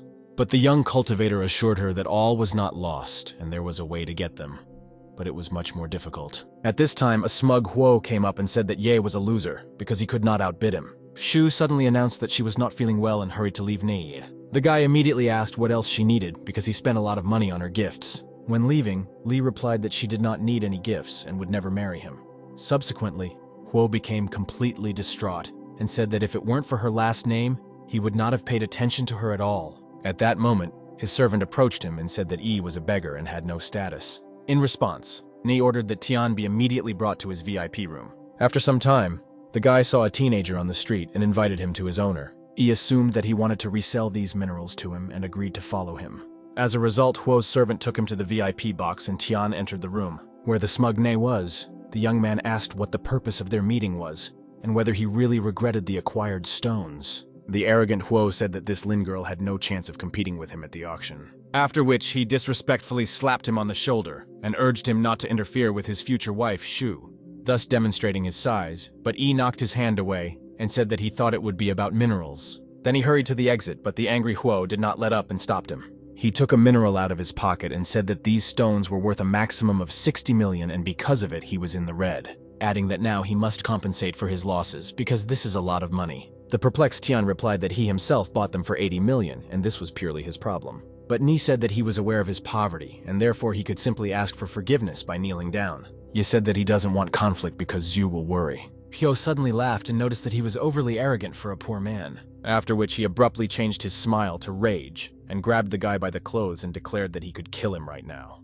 Without thinking twice, Tian dealt him a crushing blow, causing Ne to fly to the side. Thus, the mineral that Huo was holding in his hand ended up crushed in the teenager's palm. Then the young man pointedly shook off the stone, which had turned to dust from his hand. Ne was shocked. Finally, the self-confident entrepreneur realized that it was better not to anger this man. Yi himself warned him that if he quieted his tongue, the same thing would happen to him. After which he left the room, Tian unexpectedly met Shu and Lin in the corridor. Meanwhile, Chiang met his ward and asked whether the young master had received his minerals. But the employee said that Huo bought them out and as a result, Ye was left without stones. Adding that he did not bargain with Ne and went to his VIP room. Extremely dissatisfied, Bai went to Huo to find out why he got involved in this matter in the first place. At this time, a worried Lin asked the main character what happened. The young cultivator replied that he was simply teaching this ignorant person a lesson. Hong, in turn, was angry at Ne's outburst and was not going to leave it like that. At that moment, Huo came out of the VIP box and asked Xu who this guy was. The angry girl reacted nervously to his question and said that she would not answer him. The embittered young man said that he was not going to tolerate her antics forever. Ni also wanted to hire people to finally deal with this upstart. Suddenly, Ying approached him and asked if he really bought these minerals for such a price. Surprised, Huo asked a counter-question why he was so concerned about this situation. Chiang said that he wants to buy back these gems and that is why he is here. After all, he initially held this lot for Master Ye and did not think that Ne would be interested in the minerals. Then he offered to buy them back. Huo was shocked by the fact that the old man was on Tian's side and came to defend his interests, while he called him a runt, which Bai didn't like very much, and he urged the guy not to insult the master. The arrogant young man replied that although Ye is familiar with martial arts, he has no right to be called a master. After these words, Ying literally went mad and attacked Ne with insults. Horrified, Huo asked why he was reacting this way and what made him so angry. Subsequently, Chiang drove him out of the auction house and declared that the Ni family would not appear here again. Meanwhile, an enraged Don ran through the corridors in search of Old Man Bai. Suddenly, an indignant Huo came out to meet him, saying that Ying and this scum had no right to talk to him like that. Li saw the insolent representative of the Ni family and could not restrain himself. As a result, he hit the young man and literally knocked him down. Huo was shocked. Don said that the teenager did not dare to insult Master Ye, since he was the greatest person. Stunned, Ne asked him for forgiveness, because he did not know that Tian was his friend. After which Li grabbed him and said furiously that if this happened again, he would be in trouble. Huo almost burst into tears and once again apologized, asking Don to let him go home. The businessman immediately gave him a check for 100 million and calmly took the minerals, to soon hand them over to Ye. Thus the conflict was settled and Li let the guy go. The next day, Dawn and Xiang went to Flaming Maple Villa to give Tian the stones. Bai was shocked when he saw the magical light emanating from the young master's house. Suddenly, the flow of energy began to increase, and Li, in turn, was afraid of this. Even Ying moved away and covered his eyes with his hands, as the light literally blinded him. The main character himself continued to calmly cultivate in his room. Even though the divine stone exuded pure energy, Ye could not completely absorb it. After all, without a stable key structure, the absorption process will be unstable. Unexpectedly, Dawn and Ying came into his room and they asked what kind of magic it was. Tian asked for forgiveness and said that he was just cultivating and didn't want to scare them. After which the teenager asked why they actually came. Li replied that he learned that the young man was unable to obtain the necessary minerals and found the same ones. Ye took the box of magic stones and realized that Dong had taken them from Huo. It was also obvious that they didn't just come for this and the guy asked what they needed. Li sighed heavily and noted that it was really impossible to hide anything from him, and he needed help. He said that there was a martial arts tournament next week and they needed a master to represent Yingzhong. Tian asked in surprise why San would not take part in this competition. Don sadly said that in the past Z was a first-class fighter, but not now, and therefore they need a worthy master. In addition, in the tournament, you can lose your entire fortune and family, but Ye, as the strongest cultivator, is able to win. But the teenager noticed that he had no intention of leaving anywhere. Li immediately said that it was in Minzhong. As soon as Tian heard about Minzhong, he instantly remembered one scoundrel named Hao. The memories suddenly faded in his head, because Van had once crossed the line. Subsequently, he lost his father, and from that day the young man dreamed of retribution. He was so immersed in memories that he didn't even notice how hatred filled him. As a result, he almost broke the armrest of the chair. Don did not understand what was wrong. Unexpectedly, Tian agreed to go to Minzhong for the competition, but on one condition. Asking Li to find out as much information as possible about the Wang family in the city. A few days later, they arrived in Minzhong, where preparations for the tournament were already underway. The Don asked the young master to sit more comfortably, but the young cultivator had other concerns. The main character was almost sure that Hao would not miss the opportunity and would definitely come to the competition. Yi also felt incredible energy from every second person passing by and realized that everyone here was a cultivator. Meanwhile, an unknown little girl was running away from her bodyguard. Subsequently, he did not notice and crashed into Tian, who did not notice her. The dissatisfied girl began to be rude to the guy and tell him to look around. The young man in turn was dumbfounded, because such a little girl was already a cultivator. Don asked her not to be rude to the guest whom he had specially brought to the tournament. However, the young lady suddenly became offended, and the perplexed Ye asked if she was also participating. Li stated that she was looking for her master and was Huan Shi's daughter, so she could not participate. Suddenly, Tian felt a fairly strong flow of qi and turned around. He saw a huge man in front of him, who asked if his name was Yi. Song immediately approached them and Li asked why he came here. Yu Feng, in turn, asked if this boy had recently encroached on the life of his son. However, the guy asked his father not to start a fight ahead of time, because the tournament would start soon. As Song Sr. left, he noted that he was lucky, because they were not in the arena, where he would not even live to see the second round. Dong asked Ye not to pay attention to these upstarts, but Tian was worried about the lack of Mingzhou representatives. Li noticed that Wang had not arrived yet, and that the American Azure group was usually the first to arrive, adding that Feng Xian, who tried to kidnap Lin, was from this group. At that moment, little girls ran behind them and talked about how the battle between Yunzhong and Mingzhou would soon begin. Don and Tian sat down comfortably to watch the upcoming confrontation. At that moment, Song Yu entered the arena and stated that apparently the Mingzhou representatives were scared. However, a moment later, someone turned into a hurricane and said that Fen was talking too much. It turned out to be one of the representatives of Mingzhou, who began to demonstrate his skills. He did not give Song a chance to attack and attacked first, delivering a crushing blow. As a result, Yu Feng flew to the edge of the arena and began to writhe in wild pain. Tian immediately jumped up and declared that he uses the same techniques as Xian, which means they are in cahoots. Thus, he easily defeated Song, and suddenly Ye called out to him and said that he was ready to fight him. Naturally, the cultivator agreed to engage in a duel to the death with the young master. The main character entered the arena and confidently said his name. The guy was surprised. After all, Xian told him about him, after which the fighter began to provoke Ye in every possible way. Tian began to ask what the Azure Group's goal was and what the Wang family was planning. The self-confident master replied that he was not going to talk to him about it and that he did not need it. Seeing the black smoke, Ye understood that he had many lives, and he, like Fen, also turned away from the true path. The cultivator did not want to talk to him anymore and instantly attacked with dark magic. However, the teenager promptly activated the protective barrier and stopped his attempts. The fighter noticed that Hao told him that today's tournament brought together a much larger number of worthy opponents. Tian once again urged him to say how Wang was related to the Azure Group and what they were up to. The master still did not make contact and stated that the dead man had no need to know this. After which he again rushed to attack. The magic blades immediately flew towards E. However, the teenager destroyed all the swords using absorbing energy, which literally discouraged the cultivator, and he began to take it seriously, stating that Hao would soon return from the Tang family and he would present him with the boy's head. This information shocked Tian because he assumed that Wang was dating Shu. The master once again tried his luck and rushed towards E, but he did not even suspect what awaited him. As a result of their collision, an explosion occurred. All spectators were stunned by this outcome. Dan, in turn, became worried about Tian and was about to run out into the arena. But when he saw the guy standing over the defeated fighter, Li calmed down. The young man still asked him about Wang's plans and the Azure group, but the cultivator himself did not believe that he had lost. Ye pressed his foot on the wound and asked where their meeting would be held. The master said in a choked voice that they went to the Imperial Hotel. Finally, the teenager calmed down and left the arena. The audience never ceased to be amazed at his strength. Dan himself could not believe what had happened because Tian had defeated such a strong fighter with such ease. After which Ye apologized to Li, as he urgently needed to leave on business. The young man intended to end the Wang family once and for all, while saving Tang Shu. Qin looked at him enthusiastically and thought that it would be nice if he became her teacher. After some time, the young master reached Shiyu's house, which was full of guards. Ye heard one of them tell someone on the phone that she was not here. Concerned bodyguards immediately went in search of her. The main character knew that she always avoided meeting with other families. At the same time, the girl escaped in the same way, jumping out the window. It was at this moment that the young cultivator discovered Shu crawling out through the window. Tian also understood that his guard should not know about this, and needed to figure out how to distract the Dongman.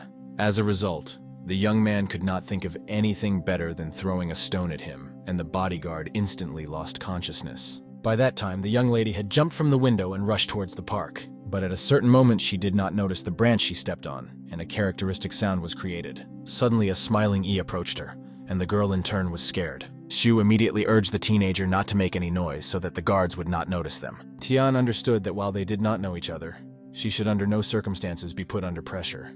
One of the bodyguards, as it turned out, nevertheless heard the crunch of a broken branch and sent a couple of people towards the park. Noticing this, the girl literally began to beg E to help her because she did not want to go back. Naturally, he agreed and asked where they would go to hide. Without explaining anything, Shu grabbed his hand with lightning speed and dragged him along. Running away from the bodyguards, she had a strong feeling that she and the young man already knew each other.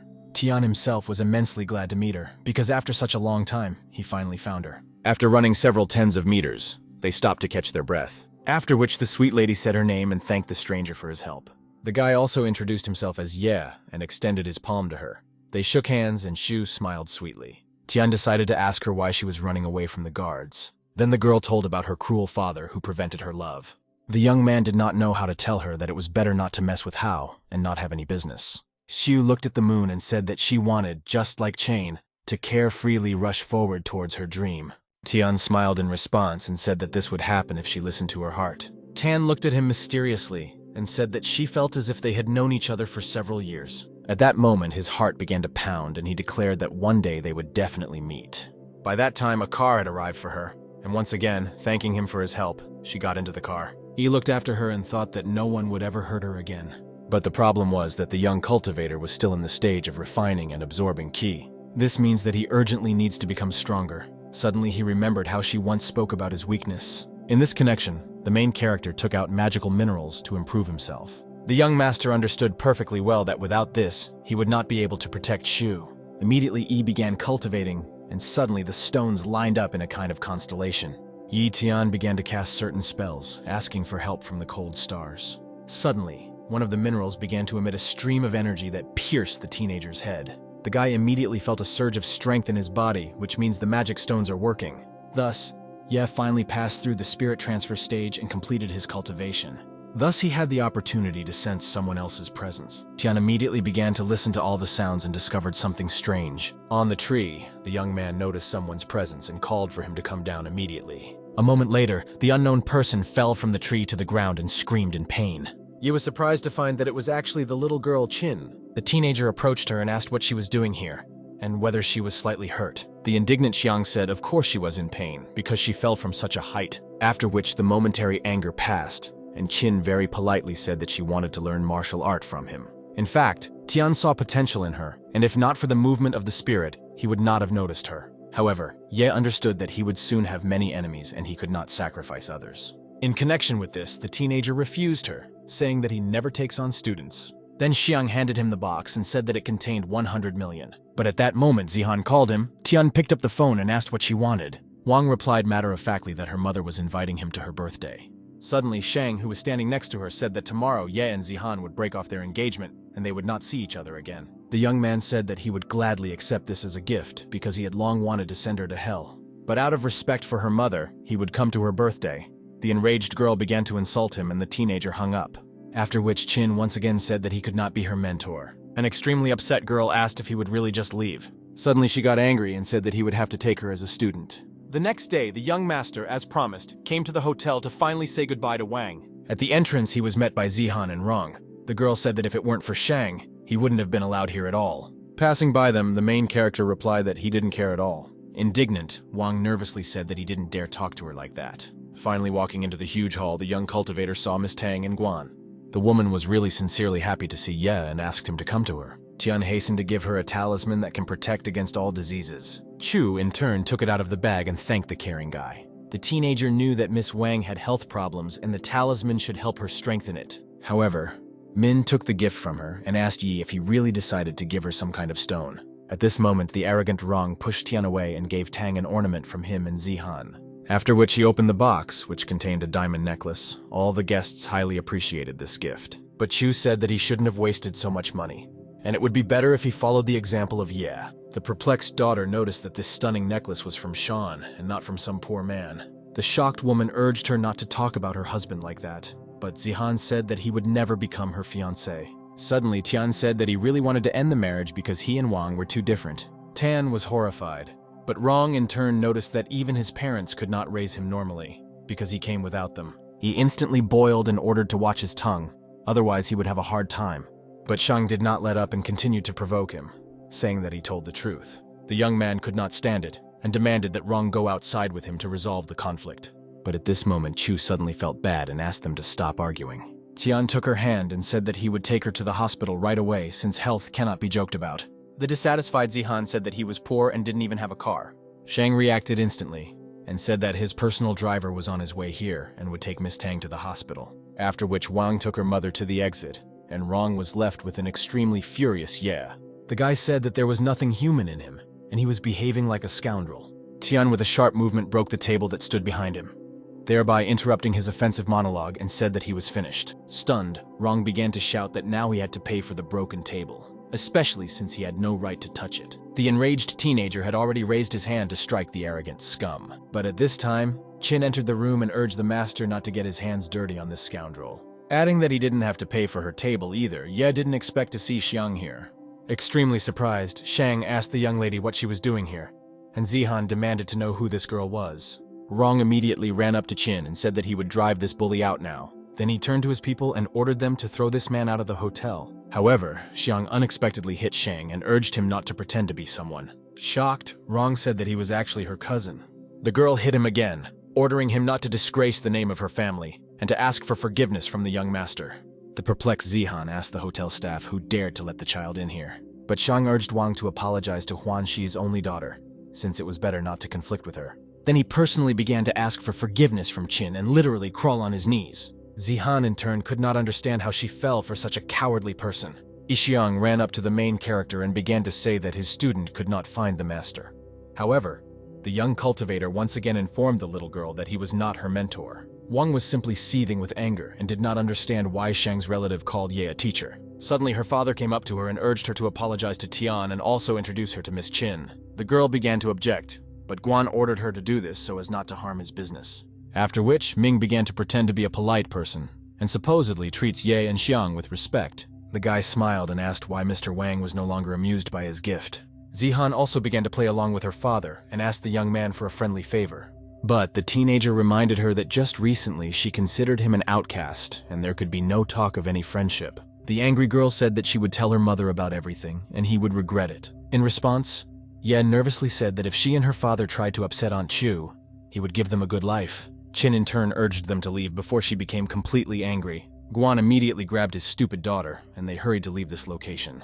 At the same time, Ming ordered Shan to get up from his knees and follow them. Tian also decided to leave and headed towards the exit. Once on the street, he began to think. But suddenly he felt bad, because without the seventh mineral, Qi disappeared quite quickly. Qin, who came out after him, noticed that Fida is like the Taoist spirit star because they complement each other, and without the latter, efforts are in vain. Extremely surprised, Ye asked how the little girl knew this. Xiang said that she had seen his training, and they seemed familiar to her, so she began to look through her grandfather's records. Tian realized that there were some useful cultivation methods left in her family. The girl added that if he agreed to become her master, she would help find a replacement for the seventh mineral. However, the guy said that he needed to think about it carefully. The surprised young lady asked what anyone could be thinking about here. The young master replied that she could deceive him, and therefore this was not a simple question. Qin sighed heavily and said that she thought he was much simpler. After which Xiang showed the young cultivator something similar to a petal. The main character was shocked, because in fact it was the spirit of the beast, which is quite difficult to get.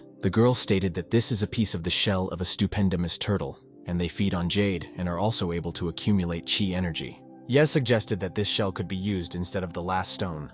Qin, in turn, broke into a smile and asked the teacher if he was pleased with such a find. Tian urged her not to call him master and said that he needed this turtle. The girl instantly grabbed his finger with her little finger and joyfully said that together they would definitely catch Stupendimus. He once again repeated that they are not a team, and he is not its teacher. At that moment, a little boy drove up to them in a car and introduced himself as her cousin. Tian looked at him and assumed that he was a distant relative of Shang. But at the same time, the boy seemed quite purposeful. Qin noticed that he was just in time, since they needed to get to the Lake of Anxiety. Ming smiled and said that he would be happy to take them and help them catch Stupendimus. However, Shang said that he just needed to deliver them to the indicated place, and teacher Ye would find the turtle. The boy was surprised that at such a young age, Tian was already a master. The guy replied that he was simply spending all his energy on self-improvement and cultivation. On the way to the lake, Ming said that in a couple of years the business would pass into the hands of Qin, and she should not forget about him. The girl urged Yi to gain strength because the lake was still very far away. Shang thought if Xiang is so polite to him, then he is really strong in cultivation. But on the other hand, he was not dealing with such people either. Min tried in every possible way to gather his strength. After a certain time, late night came and they finally reached the Lake of Anxiety. As a friendly team, they got out of the car and pointing to the lake, Qin said that it was there that she found that piece of shell. Since it was huge in size, Tian urged them to split up to ensure success. Thus, the children went in one direction and Yi rushed in the other direction. Ming hurried to find out from Xiang why she even called this man, because he himself could catch the turtle. Qin replied that Tian is her teacher, and if he can really catch Stupendimus, then he needs to get down to business. Shang decided to put a piece of jade in Ye's pocket so that the turtle would attack him later. After all, even if he dies, it will only benefit Min. It seemed like he had the perfect plan. After some time, Stupendimus swam to the shore of the lake, where Shang and Shan were walking. Suddenly, a huge turtle jumped out of the water, and Qin, in turn, managed to jump back. The girl called out to Ming and called on him to catch the sea beast. The boy instantly rushed to her aid, having said that it is best to attack from the back. At this time, Stupendimus waved his tail, but the boy managed to jump away. He understood that he was really lucky, because otherwise his plan would have collapsed like a house of cards. Xiang threw magic ropes around the monster's neck, and Shang tied up the hind limbs. Qin immediately asked him to call Ye for help. The boy, in turn, ran after the young master, anticipating the consequences of catching Stupendimus. After a couple of seconds, he ran to the main character and said that they had caught a turtle. The worried young cultivator asked where Xiang was, and Ming replied that she was holding the beast. Naturally, Tian instantly followed him to help the little girl. Getting closer to the teenager, Shan threw jade into his pocket. Finally, running to the huge turtle, Yi noticed that such strong creatures are very rarely found on Earth. Ming urged Qin to rest, since he and the master could deal with Stupendimus themselves. Soon Shang again rushed his ropes, and Shang shouted to the teacher to attack the monster. Coming closer to the turtle, Tian noticed that it was not exactly a water elemental. However, for some unknown reason, Stupendimus became angry and literally went berserk. The beast in turn hit Yi, thereby throwing him high into the air. Shang immediately directed his attack towards him, saying that he would help him. Tian noticed that the child was aiming straight at him, but he managed to dodge his fiery arrow. When the young man finally landed, Stupendimus released some kind of magical wave at him. He once again dodged and went behind the turtle's back, but it didn't end there, because the sea beast instantly struck him with a powerful blow with its tail. As a result, Tian literally flew his whole body into a tree and the jade fell out of his pocket. Soon Stupendimus calmed down and the guy realized that it was because of him that the monster got angry. The young man picked up a crumbled piece of stone and wondered where he could have gotten it from. He soon realized that in fact, these were all the tricks of an extremely vile kid. In this connection, Yen nervously said that Min would answer for this because he had angered the Immortal. Shang began to pretend that he did not understand what the young master was talking about. Then the main character showed him a piece of jade and asked how he got this stone in his pocket. The boy continued to claim with a surprised face that he didn't know and Yi was mistaken. Suddenly, Xiang said that she saw Ming at the auction and he was really going to frame Tian. Shan began to say something indistinctly and subsequently his hand caught fire. The boy immediately attacked the young cultivator, declaring that Stupendemis should go to him. The teenager easily blocked his attempts and noticed that the kid had a lot of courage. After which he threw a piece of jade at him and said that it was better for him not to cross the road. Thus, the stone literally stuck into Ming's clothes and the turtle was already targeting him. A moment later, Stupendemis rushed into battle and Shan tried to tie him up with a magical rope. However, the enraged beast could no longer be restrained. Ye said that now it was the end for him. At that moment, the turtle dealt an extremely painful blow to Min and he backed away. The boy in turn suggested that he would have a better chance of surviving in the water. In this connection, Shan instantly jumped into the lake and tried to swim as far as possible. Naturally, Stupendemis followed him, intending to feast on jade. Embittered Qin could not understand how such a loser could be born into her family. She immediately rushed after him. But Tian urged her to stop, because he was going to demonstrate his abilities to her. After which the guy cast a certain spell and a huge blade appeared above his head. The girl, in turn, was shocked by such incredible strength of the teacher, who meanwhile dealt a crushing blow with his sword straight into the lake. A couple of seconds later, the defeated Stupendemis floated to the surface, and the exhausted Shan lay on his shell. Finally, Ming admitted defeat and said now Tian can do whatever he wants with him. He jumped onto the shell of a dead turtle and noticed that even killing him was not enough. Although this would have been an ideal solution, it resulted in the young man having his body pierced with magical lightning. But still, he decided to leave him alive, inflicting only a few wounds so that he would definitely not escape. Urging Xiang to deal with the Shang family, Qin stated that the teacher was extremely generous. The girl showed a magic pill and said that with this she could become his best student. At this time, the wounded Min began to ask her for mercy, reminding her how he always helped her as a child. However, the rather cruel young lady said that the young master did everything right. After which she offered two options for the development of events. Either she tells everything to her father. Suddenly, Shan interrupted her and immediately chose the second one. Qin noted that in this case, from now on he does not belong to any of the families and can die peacefully. The main character supported her and finally agreed to become her mentor. Xiang was sincerely happy with this decision and began to joyfully shout that she was now a student of Ye himself. The girl instantly grabbed his hand and urged him to hurry up to choose the time for classes. Suddenly, the young cultivator remembered Shu and wondered how she was doing now. The next day, Tian brought Qin to his flaming maple villa. As soon as they got out of the car, a worried Ling Yin ran up to them and asked where he was. Surprised, Xiang asked in response what she was doing near her teacher's house. The girls literally incinerated each other with a hateful look. Yi just watched what was happening. Unexpectedly, Qin showed her Stupendemis core, and stated that she was now Tian's disciple, and was not pursuing him like her. The guy hurried to take the core from her, and noted that they would discuss their training after he finished with cultivation. Stunned, Hong asked if he really took this vile girl as a student. He replied that she did not give him any way and showered him with gifts, so he had no choice. Suddenly, Lin asked him if she could also become his student. The young man was surprised. Xiang immediately began to object and say that he should not agree to this. Hong said that in fact she had wanted to study with him for a long time, from the moment Tian healed her. After which the girls again began to sort things out for a long time. Qin accused her of just wanting to butter him up, adding that, unlike her, she obtained the core of Stupendemis for her training. Then Lin told Ye that she had some information about Wang, whom Tian had been looking for so long. The guy in turn immediately changed his face and urged her to talk about him. After all, as soon as the conversation turned to how the young man remembered Tang, her image literally flashed before his eyes. Hong said her grandfather found out that Wang was planning to marry Shu to take over her assets. The young master said nervously that this Hao was an incredible scumbag. Xiang in turn could not understand why he suddenly became so angry.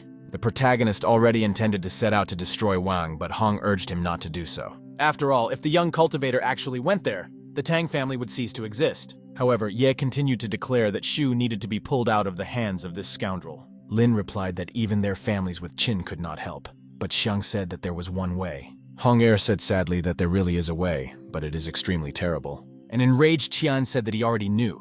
He just needed to protect the Tang family. After all, even if it is mortally dangerous, he cannot just take it and retreat. Lin soon brought him to the office of Director Tang, who was looking for bodyguards, and she recommended Ye to him. But since this location was swarming with Wang's spies, Hong hurried to hide. Tian thanked her for her help and headed to the office. The security guard led the young man to the director and said that the man Lin had recommended had arrived.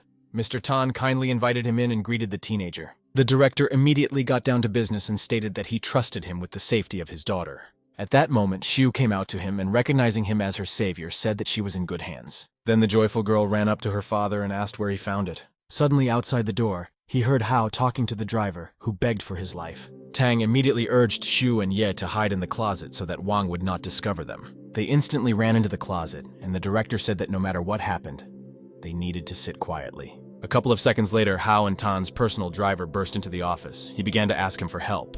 The head of the corporation worriedly asked what happened to his children. Wang smiled and replied that they had fallen into the hands of the Azure Group and were now helping with cultivation. Tian tried to reassure his driver, saying that he would do everything possible to free them. At this time, the arrogant cultivator called someone and announced that he had a child. The shocked Liu said that Hao promised to let his poor children go, but Vian stated that in fact he had deceived him and these were empty words. Xiu could not stand it and began to say that this was bullying, and she also wanted to get out of the closet. But Tian instantly covered her mouth with his hands and urged her to sit quietly, because this was for her own safety. Then he hugged her and said that everything would be fine and he would definitely protect her. The young master continued to hold her back and try to explain that Hao should not find out about them.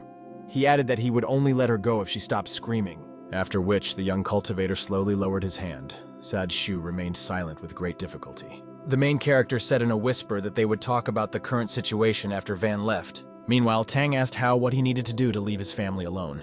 The arrogant master confidently stated that he never leaves what he wants. Therefore, he needs his daughter along with the director's company and all the staff. Tang sadly said that in this case he would have to kill him. Wang only smiled in response. After which he said indifferently that his life was not at all interesting to him. Suddenly, an unknown person entered the office and said that the Azure Group was waiting for Mr. Hao and asked him to follow her. The guy started flirting with her and noticed that with such a beauty he was ready to go to the moon. Van headed for the exit and stated that he was not going to wait long for his decision, so he had a month to think about it, adding that if Tang does not make the right decision, Hao will destroy his entire family. After Van finally left the room, the old man became suddenly ill. At that moment, Shu ran out and said that for their safety, she was ready to become Hao's wife. But the father replied that if she did this, then this demon would not give her life. The girl sadly said that otherwise he would kill them all. After all, they should not forget the people who helped them reach such heights, and she cannot sacrifice them for her own good. Yi, in turn, was angry that at such a crucial moment he did not have enough strength to change everything. In this connection, Tian asked for forgiveness from them and said that unfortunately he was too weak and would not be able to help them. The director replied that apparently this was their fate, and he was ready to accept it. And he also thanked the young man for his efforts. The guy said that the best solution was to get Miss Shu out of here. But since she also wants to save the employees, it will be quite difficult. He approached the girl and said bitterly that at the moment he could not fight with Van. The young lady lowered her eyes and replied that there was no need to worry so much, and they were grateful to him anyway. Suddenly, Ye felt the presence of about 50 cultivators on all 30 floors. Tian immediately reported this to Tang and offered to hide Shu from Hao's spies. The teenager pointed his hand at her and said that no one would be able to find her for a month. The extremely alarmed old man, in turn, asked what would happen next. He answered quite confidently that he would definitely gain strength and save them. Meanwhile, Xiang and Ling Er were waiting for the young master to arrive at the Flaming Maple Villa. Qin suddenly asked her if the young cultivator would meet Wang. Hong replied that anything was possible. Then she asked in response why she calls him her teacher. The girl said that he promised to teach her martial arts, but he has been gone for several days. And it was at that moment that the extremely upset main character came into their room. Yes said from the door that they needed to urgently go to Yingzhou. Xiang instantly jumped up and asked if he had really decided to start a war with Hao. Lin also let slip that his family owns numerous assets in Mingzhou, and they cannot compare with them. Then Tian said that he would need to enlist someone's support in order to finally defeat him. Qin noticed that her father had recently talked about the arrival of the dragon catchers. The young man asked if it was possible to cooperate with them, and whether they were strong warriors. Xiang replied that they are the strongest in the country, and the Azure Group is their only competition. They also need a mentor and she could recommend him. The guy was surprised. After which he thought that this could be a good chance for success, to become their ally and resist Hao. Yeah, in turn agreed, and the joyful Qin said that she would do everything in the best possible way. After some time, they found themselves near a building, and the girl said that the dragon catchers were here. Tian saw 2 guards at the entrance and was surprised, since their ki was quite strong. Xiang instantly grabbed his hand and dragged him to his father to tell him that she had found the master. One of the bodyguards joyfully greeted the girl and said that the boss was worried about her. Qin immediately ordered him to immediately take the guy to the dragon catchers. Soon they entered the room and headed down a long corridor. Yi discovered that behind the wall there were a considerable number of those same cultivators. Approaching the door, Tian's heart began to beat wildly for some unknown reason. he suddenly discovered a bright mark and began to carefully examine it. Suddenly it dawned on him that these were 6 starburst lights. Yi wondered who these catchers were, but as soon as Tian tried to go inside, the symbol began to fall apart. As a result, a huge number of magic swords flew at the teenager. The young master instantly realized that these were not the most benevolent people. In this regard, the young cultivator immediately used his abilities. The main character also drew attention to the chaotic formation, which indicated the strength of the enemy. Ye promptly activated a protective barrier, which easily absorbed the attack, after which an unknown girl came out and said that Shan was not mistaken about this person.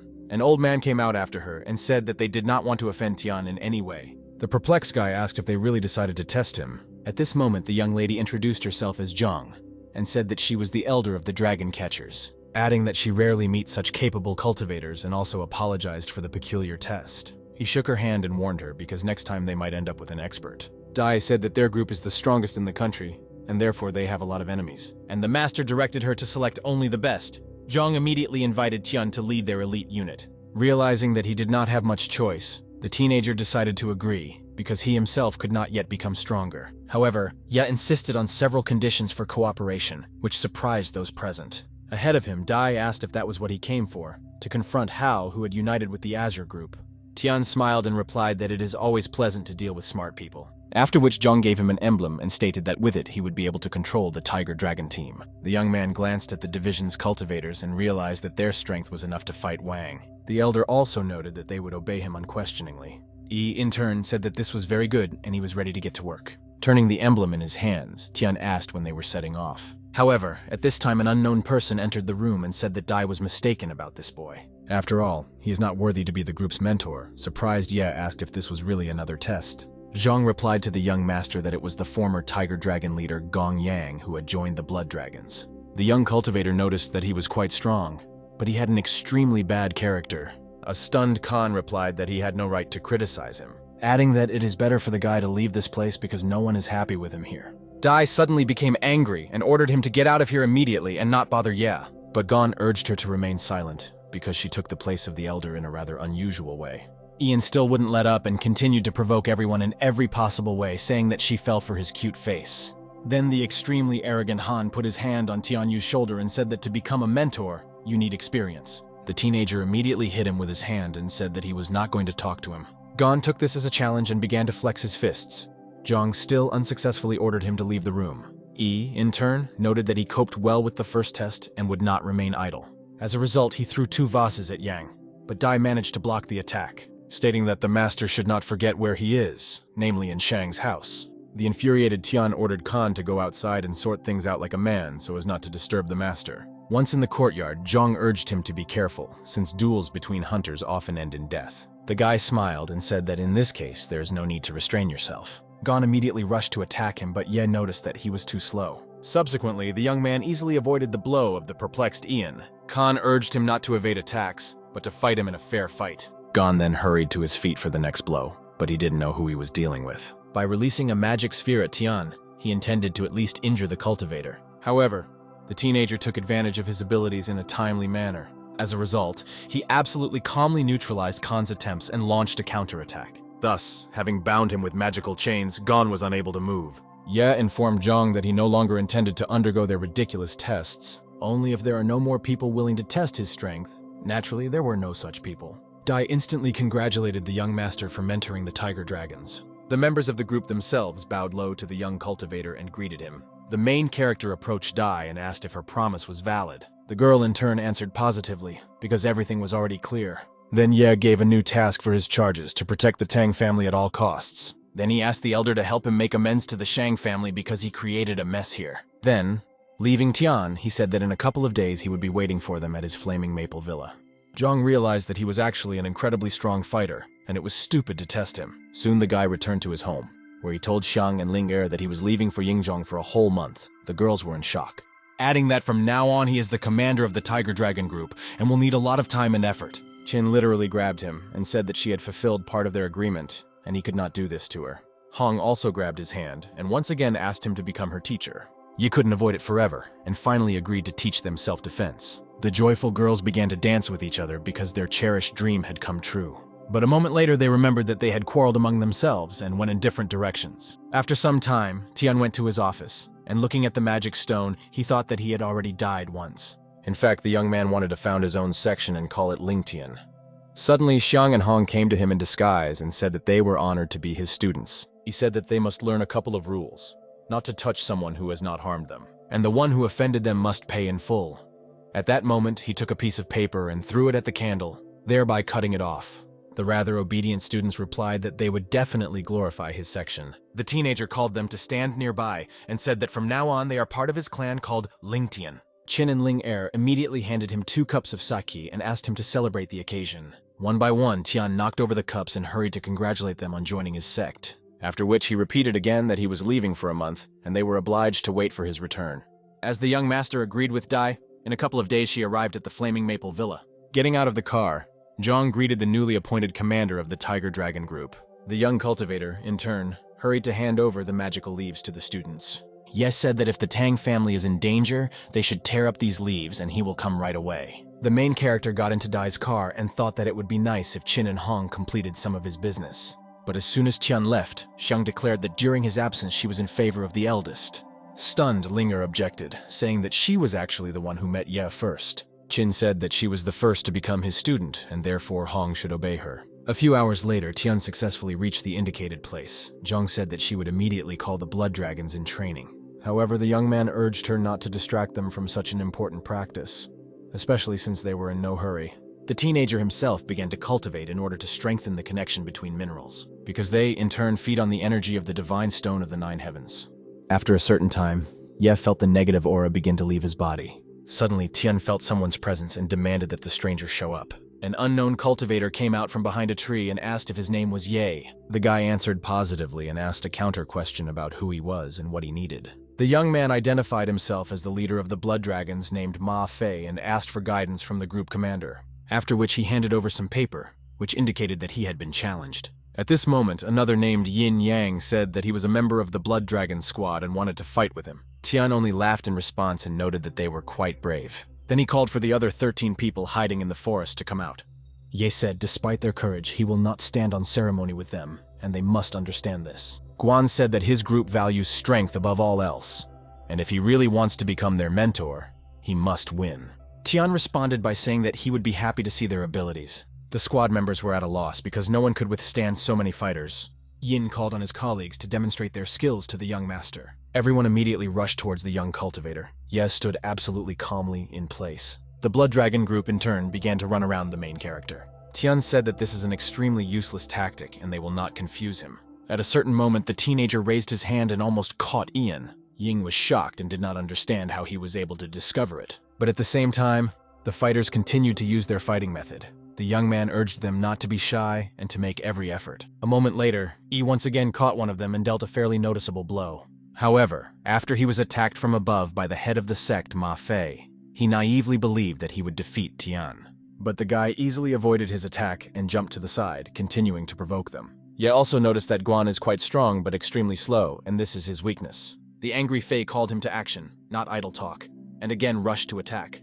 Tian parried his blows again and again, expending only a small part of his energy. Then he stated that this blow was much faster than the previous one, but weak. Defiantly shaking the dust off his shoulder, the smug commander of the Tiger Dragons urged them to continue. But this was enough for the masters to understand how powerful he really was, and Ma said that they wanted to become his students. He praised the sect members and assured them that he could make them much stronger. Tian suggested that it would be best to start with their weaknesses, which meant trying energy-clearing tactics. However, one of them asked in surprise and extreme displeasure whether that was all. Then the upset young man set off in an unknown direction, which greatly surprised Yi. In this connection, the teenager asked Guan if this boy was from their squad. Ma Fei replied that Yue Shangyun is the younger brother of the strongest in the Hua Kingdom, Shang He. Tian was surprised because he had never heard this name and knew nothing about it. Soon, Ye gathered everyone and announced that he had created an individual improvement plan for everyone and would change their skills. Some of the group members did not even know that this was possible and began to actively discuss it among themselves. But Yue objected to the commander, saying that even his brother was not capable of doing this. The perplexed young master asked in response whether he was really so sure of this. However, Shan continued to pretend to be a smart guy and asked the main character if he knew what the consequences could be. The young cultivator in turn was interested and assumed that the boy was hiding something. In this regard, Ye earnestly asked him to share such important information. Yun replied that their abilities are the result of long training and changing them will not lead to anything good. After all, even God himself is not immune from failure, and they simply risk losing their energy. Adding that in his youth, his brother did this and acted as a guide, trying to change the skills of his friends. But it all ended with the fact that the comrade's energy flow could not escape. This led to the accumulation of the aura inside the body, and he died. The squad members were horrified by the story, because they could not even think about such consequences. Yun continued to say that after this incident, his brother forbade changing skills, and Ye was no one to break this rule. Tian agreed that this process was extremely dangerous, but the matter was completely different. Shang snapped again, saying that he had no right to doubt his brother's abilities. Unexpectedly, Ma Fei supported the boy and noticed that this was indeed practically impossible and dangerous. The rest of the soldiers also expressed solidarity with Yun and called on the commander to listen to him. Yue once again asked the master not to waste time on this venture for the sake of their common good. But Ye insisted, because if they don't change their abilities, they won't be able to improve. The angry boy nervously asked him if Tian realized that this was a threat to their lives. Finally, the guy realized that until they themselves know the truth, they will not understand anything. He stood silently and thoughtfully for a long time. Yun thought that Tian was simply scared, which is what he asked him about. In fact, Ye discovered that Shang was literally burning from the inside out from the fire attribute. Tian approached him and said that now he would show him something special. After which, as if the flame had been taken away from him and his hand ignited, the stunned Yue asked what he was doing. The young man said that in fact, strong energy only brings chaos. Although it suits him, he has poor control over it, and because of this, the fire can leave his body. However, Shang did not believe him, and began to behave even more aggressively, ordering him to shut up. But the commander still told him that if he didn't change his abilities, he risked ending up as his brother's friend. Yun at that moment went completely mad and rushed towards Ye, intending to kill him. Tian, in turn, realized that it was most likely too late to explain this to him. As a result, Shang, having lost all control, entered into a fight with the young master. The young cultivator couldn't understand why his speed suddenly increased. Shocked by this outcome, Ma Fei immediately ordered everyone to grab Yue as he was distraught. Yin decided to distract him so that the others could stop the boy. However, Yun was not himself and began to attack his own brothers, which no one expected. Yang managed to block Shan's blow. The main character urged them to be careful, because he is really strong. But at a certain moment, Yue brought down Yin's protective barrier and thereby injured him. Yun urged them not to block his path and declared that Yi could not be trusted, because he was a deceiver. Guan ordered everyone to attack him at the same time and finally stop him. However, this did not end in success either. Suddenly, Shang completely ignited. His eyes also glowed with fire, and he said that they all had to believe him and his brother. After which he unleashed a series of crushing attacks on the squad, after which everything around was covered in flames.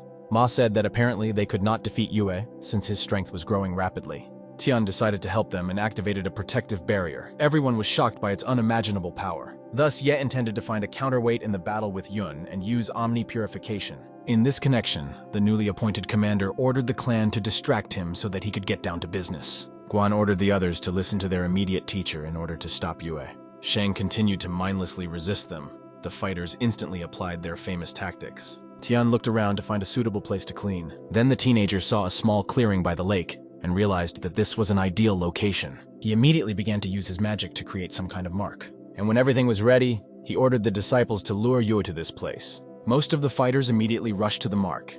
Naturally, Yun followed them. However, he couldn't understand why they suddenly started running away, which made him even more angry. Gradually, Shang approached the right place, and Tian began to complete the job. A moment later, a huge water dragon flew out of the mark. Yue had no way to avoid colliding with it. As a result, the snake literally swallowed him, and the guy felt wild pain in his body. A black aura began to emerge from him. Yun finally realized that he could not escape. After some time, the exhausted Shan tried to get up and did not understand what was happening. He continued to behave inappropriately, and asked the young master why his powers had disappeared. The protagonist replied that he freed Yue from chaos and temporarily sealed his energy. After which the young cultivator gave him a pill and said that he would never be the same, but he could be healed. Finally, Yun came to his senses and thanked the commander, saying that it was as if something was tearing him apart from the inside, and he could not control it. Ye replied that his powers were imperfect, but the reason for such a reaction lay elsewhere. The perplexed Shan in turn asked what really happened to him. Then Tian showed him the bracelet that flew off his hand, and noted that perhaps this happened because of him. The shocked young man said that this was the Green Guild, but he did not understand how he ended up with this item, adding that he once met with them, and the black fog is saturated with their energy. Suddenly, he remembered that his brother received this bracelet when he won the royal tournament. Ye suggested that the Green Guild had already infiltrated the kingdom, and from now on, they should be on their guard. Guan said sadly that he knew it and the situation was much worse than he could have imagined. Tian decided to help Shang restore his spiritual strength in order to finally heal the boy. Yu once again asked for forgiveness for his behavior, and said that he was ready to change his skills. Fei joined him and also asked the commander to teach them how to change abilities. The guy said that if they work hard, they will finish it in a month. You really wanted to teach them everything they needed so that they could fight together against Hao. A few days later, Tian led the squad to the waterfall and said that he had adjusted their skills, and now a turning point was coming, adding since now their element is water, it is best to train at a waterfall. After which he called on everyone to sit around him and begin teaching the 7 stars technique. Yi felt his energy spreading evenly throughout his body, so contact with other fighters helped him stabilize it. After a certain time, the joyful students informed the teacher that they felt changes in their bodies. Tian understood that he couldn't stop there and needed to continue cultivating. Thus, they absorbed more and more much-needed energy. And after a few days, the young man finally broke through to the next stage of development, which was called the Wisdom of Clear Honor. This was an incredible result for the young master who had been working toward this for so long. The entire Blood Dragon clan began to congratulate the teacher on his breakthrough to a new level. The main character immediately began to improve the effectiveness of training and his charges. Yin did not fully understand what exactly this technique would consist of, but it was extremely interesting. Most of them respected the young cultivator, because he possessed an impressive number of different techniques. At the end of the hardest training, Guan ordered everyone to thank Ye. At that moment, Zhang suddenly approached Tian and said that with his help they had become stronger. The guy, in turn, asked what she was doing here and why she decided to come. Dai stated that she needed to discuss a couple of issues with him regarding the upcoming exam. The extremely surprised young man asked what exactly she wanted to talk about. The girl said that well-coordinated teamwork is important for the dragon catchers, and that's why they organize group battles. After which Zhang gave him the necessary documents, and Ye finally understood why they all attacked him together.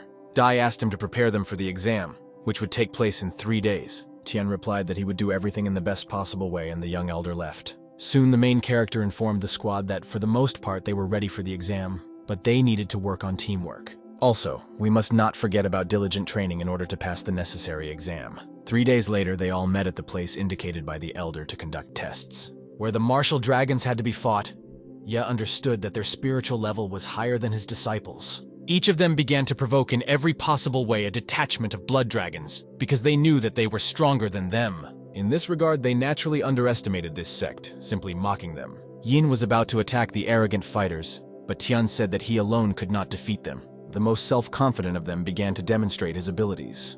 But the young cultivator's sect followed his instructions, and they all attacked them together. Yin was looking forward to a good slaughter and declared that nothing could save them. The leader of the fighting dragons grinned maliciously. He habitually cracked his knuckles, declaring that blood dragons were nothing. The young man made a rapid dash forward, throwing out his fist. A powerful stream of wind rushed towards his rivals. Ma Fei Guang just smiled and blocked the blow with his elbow. A huge ball with a fiery hue grew between him and the enemy. A strong surge of energy and a blindingly bright glow forced the leader of the battle dragons to retreat back. Yue Shangyun laughed and exclaimed that the guy was completely helpless. He could not do anything with them. The man glared angrily. He never forgave such insults to anyone. The leader shouted that the blood dragons asked for it. Quickly throwing both fists forward, he summoned a large fire dragon. The beast opened its mouth predatorily, revealing sharp fangs. Yet Tian immediately calculated the battle dragon's strategy. He shouted to Fei Guang that the earthly spirit must be destroyed first. The young man exclaimed that they could handle it themselves. Together with Yin Yang and Shang Yun, the fighters created a protective purple circle with a 6-pointed star. Even the leader of the fighting dragons couldn't handle it. A strong flow of air from the spirit of the 7 stars threw the man high into the sky. His partner cried out in amazement, turning pale. The man angrily declared that the dragon catchers would pay for this. The leader of the fighting dragons stood up from the ground with displeasure, exclaiming that this should have been done a long time ago. He demanded to attack the enemy. The 5 fighters put their index and middle fingers together. They summoned a purple circle with a 6-pointed star. The leader gloatingly stated that the fighting dragons are stronger than the other dragon catchers. They cannot lose to the blood dragons. Ye Tian looked at the enemy hexagram with alarm. He immediately realized that it contained the black mist and the skeleton's shackles. The leader of the fighting dragons soared into the air with the help of purple wings. Below him, a dark funnel was spinning in the middle of a purple mist. Ye Tian excitedly asked Ma Fei Guang to pay closer attention to the black fog. "This thing is more dangerous than it looks." The guy replied that there was no need to worry. This time his help will not be needed. Together with Shan, they ran forward. The fighters from the Blood Dragon faction stood up with their hands raised. They stood in a circle and projected a white disc in the sky. The fighting dragons soared upward with the help of purple wings. Having prepared purple clots of energy, they circled over their opponents. Seeing the leader of the fighting dragons approaching faster and faster, Ma Feiguang almost begged the heavenly portal to activate. The fighters of the battle dragons felt their victory, and as they approached, they slowed down, raising their hands with clots of energy. Fortunately, at this moment, the hands of the blood dragons glowed with a bluish light. The portal began to activate. A thick pillar of energy pierced the heavens. It seemed that it was entirely created from electrical discharges. Outbreaks occurred in different places. A minute later, all that was left of the fighting dragons were scraps that slowly descended to the ground. The blood dragons joyfully celebrated their victory. Tian clapped his group. They did a great job. The young man was a little worried that the Green Guild was becoming more and more influential. The elder of the Dragon Catcher group, Zhang Dai, approached the young man. She said that she received information about the Tang family. Tian shuddered, realizing that the Tang family was in danger. He worriedly asked to tell what happened. The girl thoughtfully said that all the protectors of the family had disappeared. She herself suspects that Wang Hao is involved in this. The master folded his arms across his chest. He said that the Azure group is getting stronger. Most likely, Wang Hao will also compete at the next tournament. Tian looked at the joyful dragon catchers celebrating their victory. He asked permission to go about his business. The guys were already strong enough. The man walked up to his charges and slammed his fist into his palm. He declared that it was time to say goodbye. Turning around, Tian headed in the other direction. The hem of his white cloak fluttered as he walked quickly. Feng Guang asked him not to leave. The master did not turn around. He admitted that he managed to get close to the students in 20 days, but he could not stay. This way, he will put them in danger. Ma Fengguang bowed and exclaimed that the blood dragons were ready to follow the teacher. Shang Yun stated that they vow to help until their death. The young man could not believe that they trusted him so much. Tian turned to the students and announced that they were heading to Yangzhou. The students joyfully exclaimed in one voice that they agreed to follow their mentor even to the ends of the earth. Zhang Dai looked thoughtfully at the dragon catchers. She had to admit that Ye Wutian was truly a master. He was able to gain respect in a short time. The young man returned to Tang Shu Er's office, whose entire facade was made of glass. There was a huge red vase at the entrance. A little closer to the door, there were flower pots with strange green plants. The young man frowned. This reminded him of something. Inside, there was a framed picture hanging on the wall. Tian saw its contents as blurry, so he assumed that the Tang family had invited the master. The young man smiled faintly. He had dealt with such formations more than once in the past, so he could handle it here too. As soon as the guy decided that he would do this a little later, the painting completely disappeared from the wall. The room became gray. He walked slowly down the corridor, still thinking about the gaps in his memory. Tian was lost in thought and did not see Shu Er behind him. The girl was wearing a red dress today. She was very glad that the master had finally returned. They had a lot to discuss. The young man smiled and said that he arrived a few days ago. He himself was very glad to see that everything was fine with the girl. Tang Shu Er smiled shyly. She quietly said that she could only feel so good thanks to the help of Tian's friends. The guy immediately felt an alarming note in the hostess's voice. The young man demanded to know what happened. He would help sort out the problems. Shu Er could no longer hold back and roared. Sobbing, the girl admitted that she saw her father for the last time 3 days ago. She wiped away her tears with her fist and reminded her that Wang Hao had given her a week to think about it. The father disappeared that same day along with the guards. Gently touching his interlocutor's face with his finger, Tian said that tears do not make Shu Er more beautiful. She should not cry so much. The beauty saw a blue glow above the guy's nail. Continuing to sob, the girl asked with interest what it was. The man looked closely into Tang Shu Er's eyes. He said there was no time for explanations. She must trust the master. The girl looked at her interlocutor with perplexed eyes. Tian asked to trust him to save his father. Tang Shu Er wiped away a tear with a handkerchief with purple and red spots. She sincerely thanked the master for his help. Suddenly, Tian was surprised to notice that the beauty's eyes had closed and she had lost consciousness.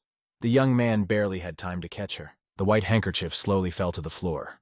From under it, a column of black particles slowly rose into the air. The guy couldn't figure out what it was. Seeing that they were standing on the red hexagram, Tian began to guess. It was very similar to the soul purification formation. The young man frowned. Now he realized that everything was even worse than it seemed. The spell affected the entire Tang family. Tian turned to the side and called the blood dragons to him. All his students ran out from around the corner. They were ready to carry out any order. The master pointed at the fiery red hexagram, demanding that the disciples destroy the formation immediately. As soon as the young people approached the protective circle, they were immediately thrown aside by a strong release of energy. Several people appeared in the room. 2 tall bodyguards wearing sunglasses led him into Director Tang's room. The dark cap on one of the men also seemed familiar to the young man. He suspected that he was dealing with representatives of the Azure Group. Tang Shu-er roared as soon as she saw her father. She begged to return her father and was ready to agree to any conditions of the kidnappers. Wang Hao grinned. He hinted to Yang Shang that they now have a powerful weapon in their hands. They need to use the yin-yang body. Yet Tian began to understand a little. The yin-yang body energy is needed to create a dark type of formations. They need a girl precisely for this. The young man angrily turned his head in denial.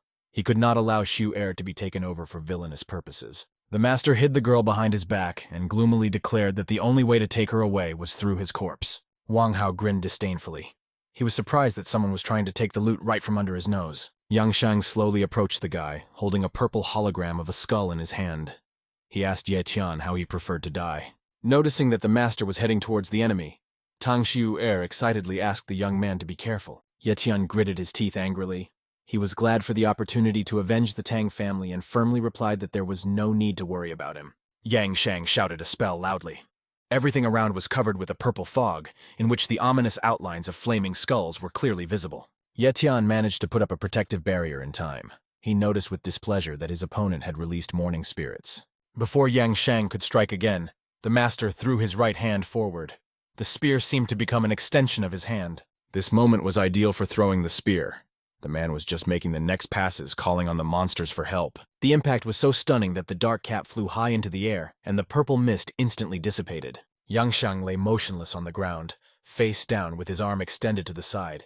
Ye Tian was surprised to see purple mist coming off of him.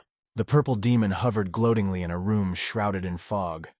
The young man realized that the enemy had taken on a new appearance. The humanoid demon rushed towards the master, extending gnarled fingers with sharp claws, declaring that it would devour him. Ye Tian managed to jump back. The enemy's powerful paw whistled in the air, describing a semicircle. The demon growled angrily. Watching his opponent creep up, the young man thought that he could defeat the evil spirit if he turned his energy into divine energy. The master quickly raised his hand up, activating a star breakthrough. A violet disk of 21 elements hovered above his outstretched fingers. As soon as the demon went on the offensive, Ye Tian attacked him. The disk crumbled. All the elements flew towards Yang Shang. The evil spirit could not fight off many elements.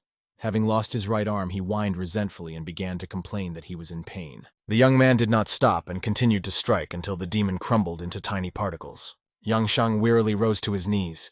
He realized that in the human body, he would find and be able to absorb even more souls. Wang Hao extended his hand to his partner, creating a clot of energy. He angrily stated that the Wang family had no intention of supporting him. Yang Shang realized that this was the end and began to beg for mercy. A beam of energy instantly pierced his body, and the entire room was covered in red fog. Ye Tian saw that under Tang Shu-er's feet, there was a red circle created by a negative formation. He asked worriedly how the girl was feeling. Wang Hao gloatingly raised his index and middle fingers up, ordering the bleeding to begin immediately. He angrily added that now he would have to finish the matter for Yang Shang and lowered his hand down. Red streams of energy flowed into the palm. Ye Tian realized that he was a little late. Wang Hao had already activated the formation. He jumped into the air towards the red circle. The dragon catchers and Tang Shu-er couldn't even move. Their spiritual energy quickly moved towards Wang Hao. The young man realized that first of all he needed to get rid of those flows. He flew up to the place where they branched and hit with a beam of energy. Shu-er fell to her knees and grabbed her throat.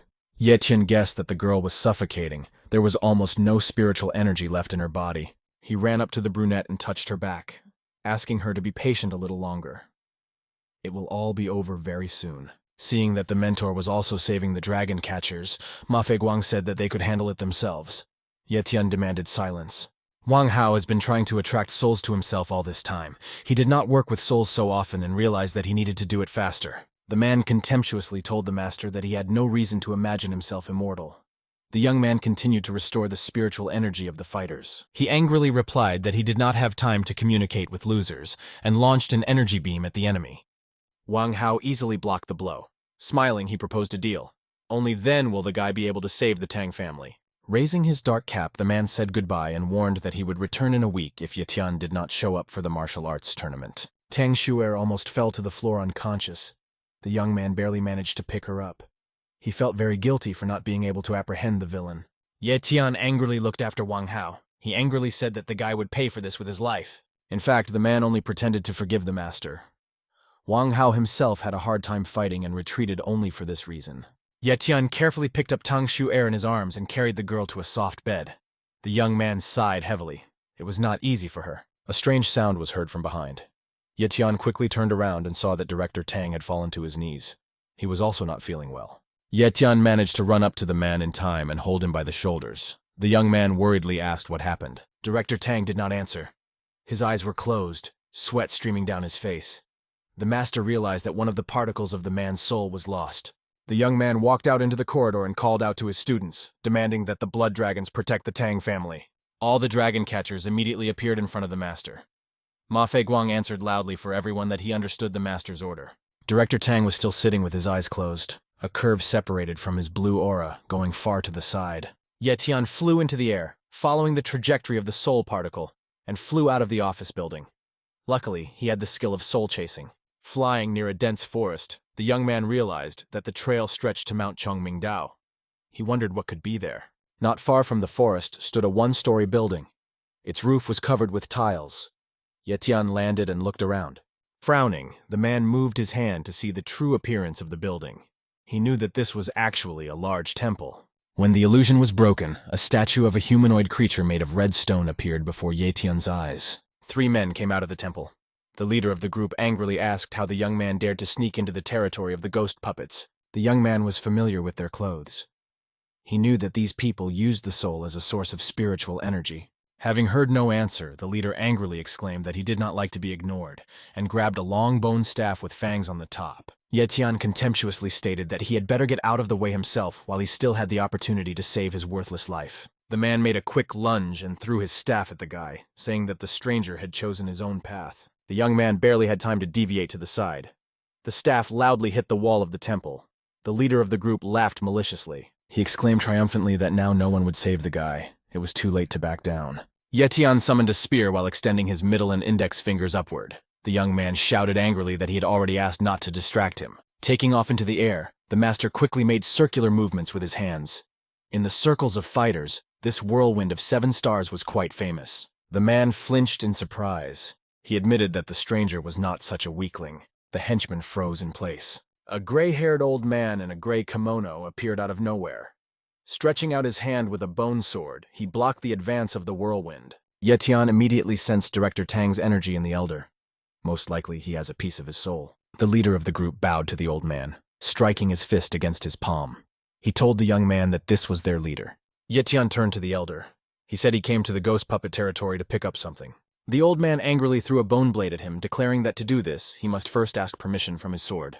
During the flight, the bone sword was modified. Several fangs were added to it, and the blade itself resembled a spear. After dodging the blow, Ye Tian looked at the old man's weapon with interest. This sword appears to transform on command. The blade crashed into the floorboards with a creak, and a web of various cracks immediately spread across them. There was no time to examine the enemy's sword. It flew towards the young man again, yet Tian easily jumped up, avoiding the blow. The leader of the group smiled faintly.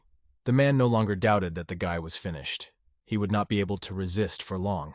The elder chose a new tactic this time.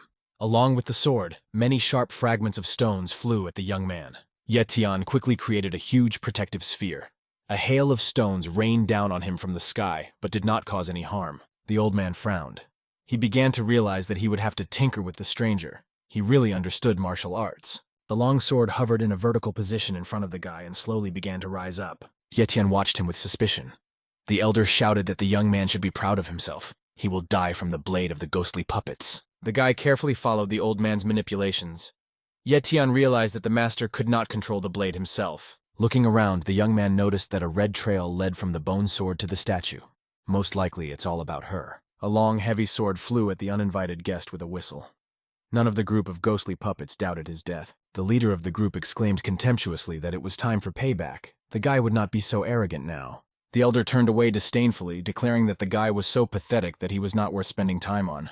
The giant sword crashed into the place where the young man stood.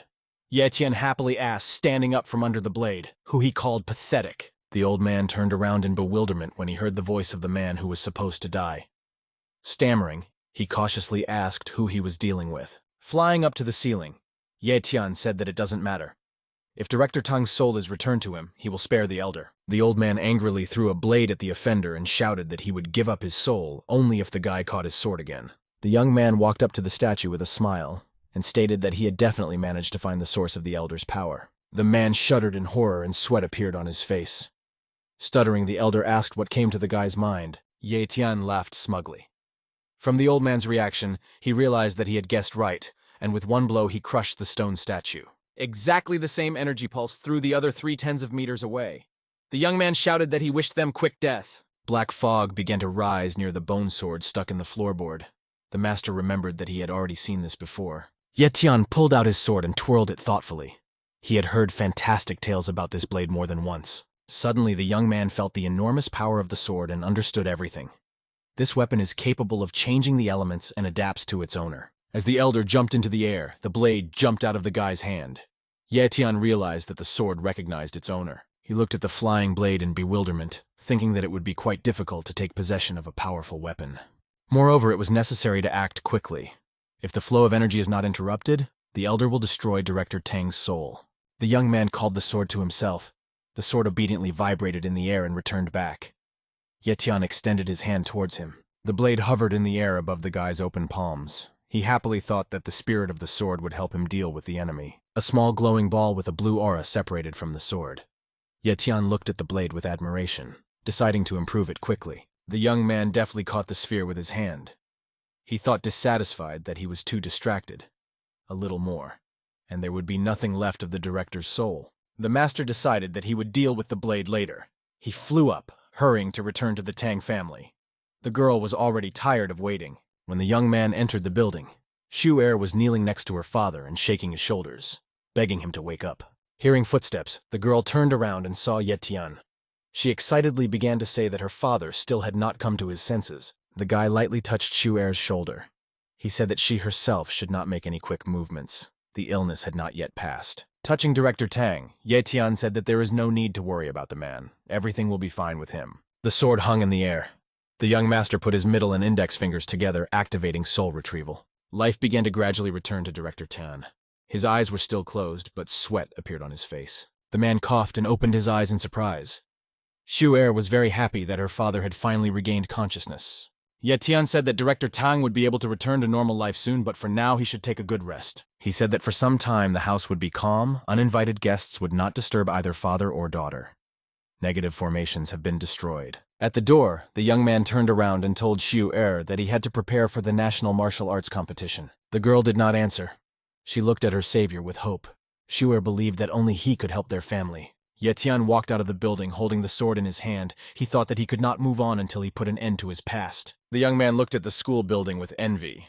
Unfortunately, he will not be able to study calmly like all students. Unlike the students who walked around the school grounds with backpacks, Tian was not an ordinary mortal. He raised his head to the heavens and mentally greeted the cultivators, declaring that their immortal mentor was returning. Suddenly, the young man heard a familiar ringing voice behind him.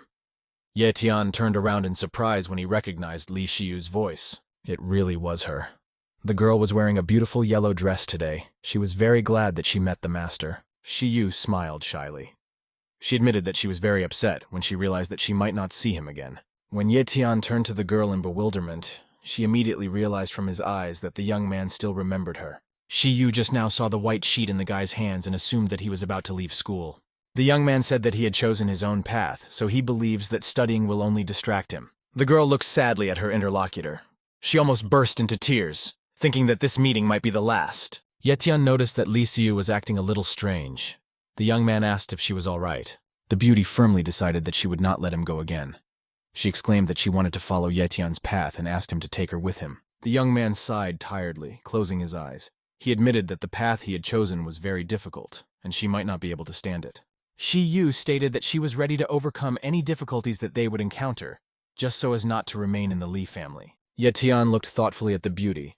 Guessing about the relationship in the family, he suggested that the father did not respect the girl. Shi Yu could not stand it and burst into tears, admitting that she had no freedom. In her own family, she feels like just a pawn. Wiping her tears with her fist, the girl exclaimed that she was already tired of this. She wants to make her own decisions. Stuttering, Shi-Yu admitted that she was still burdened by the unknown. She doesn't know what awaits her ahead. It's scary. The young man remembered the previous death of his body and frowned. The girl is right. The heavens cannot determine fate. Yet Tian said out loud that he agreed with Shi-Yu.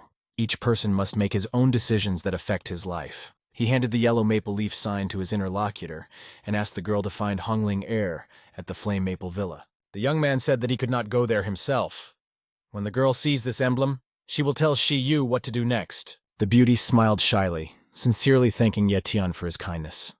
Finally, she can start a new life. The master turned away and looked thoughtfully at the school. Shi-Yu made a wish. She wanted him to do well. Ye Tian hurriedly walked down the street, clutching the sword in his hand. The tournament will start very soon, so it doesn't hurt to get there early. Suddenly, Ma Fei Guang and Yin Yang jumped from the roof in front of him. Landing on their knees, the guys in black suits greeted their mentor. The young man was surprised by their appearance and assumed that the dragon catchers were now carrying out solo missions. Fei Guang said that he learned from Elder Zhang about the upcoming tournament and therefore came to warn the mentor. Ye Tian laughed as he crossed his arms. He is grateful for the students' concern, but the tournament is not dangerous. Fei Guang came closer and quietly said that he would like to whisper something. It seems to him that this year it will be much more difficult to win the tournament. The mentor asked the guy in surprise what he was hinting at. He winked conspiratorially and came even closer. It turned out that, under the guise of a tournament, the 7 strongest sections nominated the best fighters who would compete for primacy in the world of cultivators. Ye Tian scratched his chin with a smile.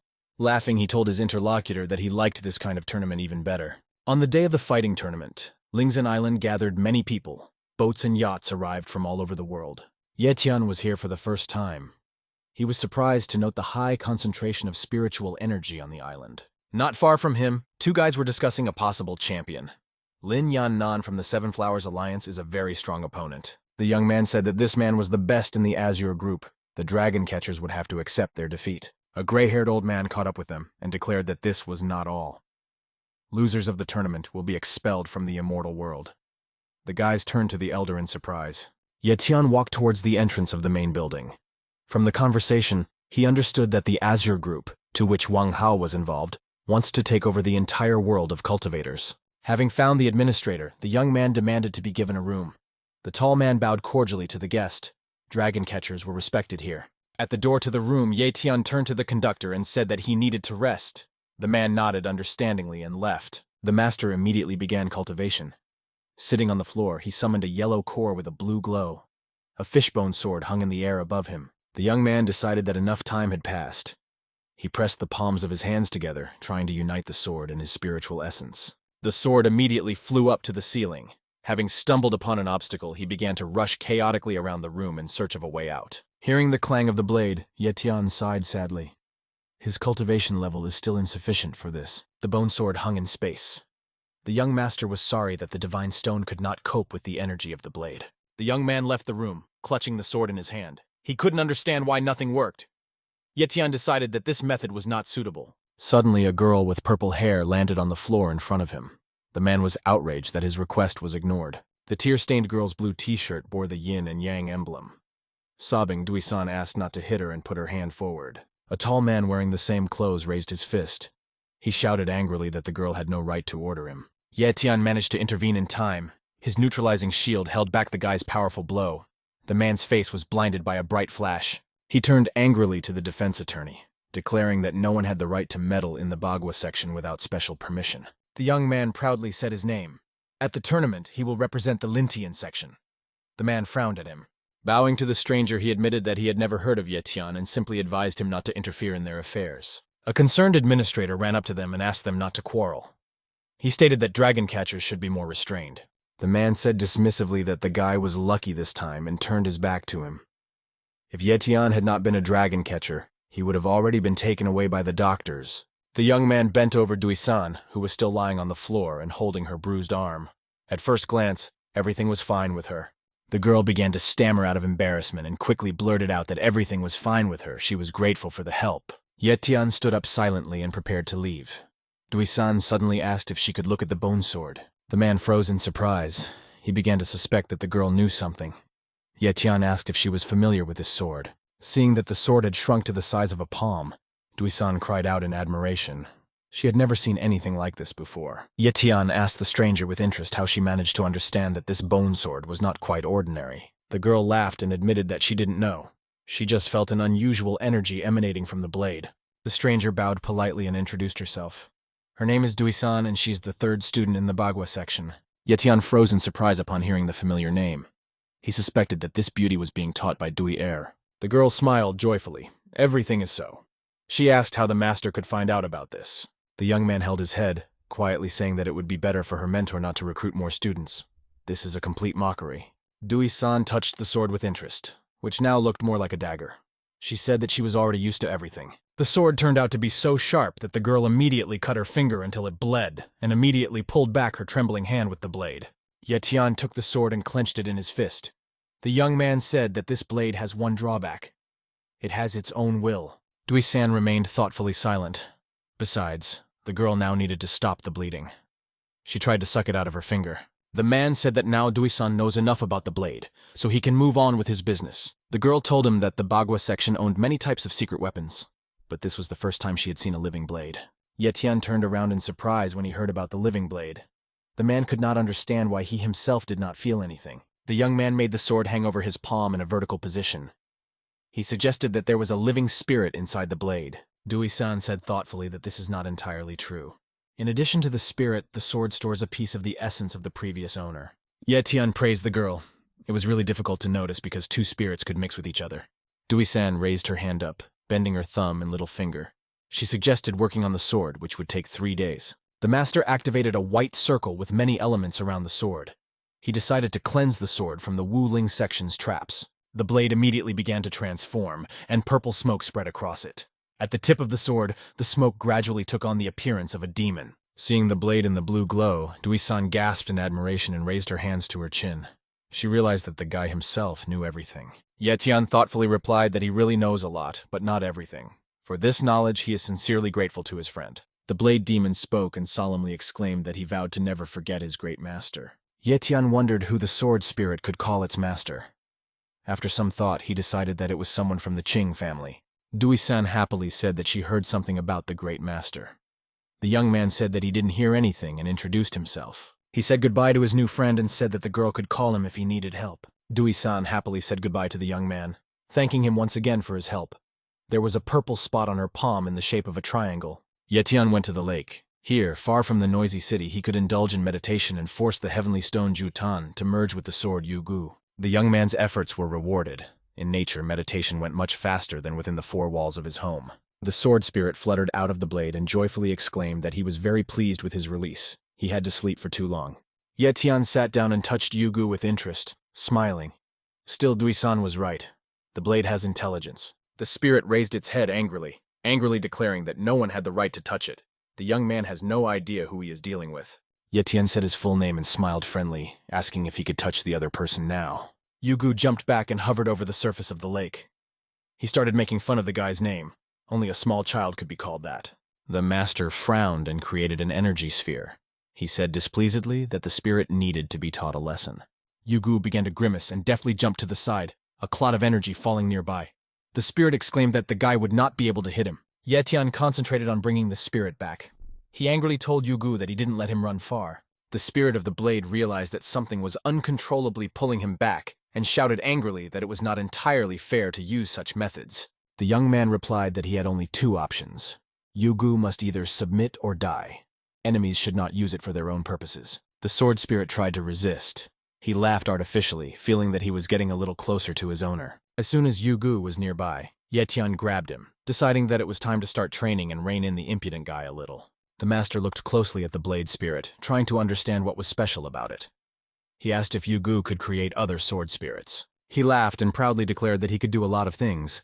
If the young man wants, he can even now show his abilities. Without waiting for an answer, the blade spirit enlarged its sword to the size of a large spear and hovered in the air. He cheerfully asked the guy to follow him. Tian had no intention of running after the sword and simply jumped on it. The young man himself became interested in what the spirit was up to. Yugu immediately warned his passenger that the trip would be difficult. He should be well prepared for it. The travelers flew through the portal and found themselves on the lawn. Tian looked around and realized that they had passed through time. Boasting of its strength, The sword lifted the nearest rock and proudly called out to the young man, asking for his opinion. The master had no time for this. He pulled Jutan out of his pocket. The spirit offendedly asked why he was not praised and became interested in the heavenly stone. Blue streams of energy spilled out from the yellow stone suspended in the air. Yugu said admiringly that he had great strength. When the streams reached the sword, the spirit cried out for joy. Now he himself felt the spiritual energy. Yugu was very pleased with this trip. His mood immediately lifted. The spirit suggested that the yellow emblem on the sword was the owner's personal mark. Tian was also glad that everything worked out. He managed to improve the characteristics of the sword, and the cultivation capsule is always in his pocket. The young man smiled faintly. He scratched his chin, looking intently at the sword.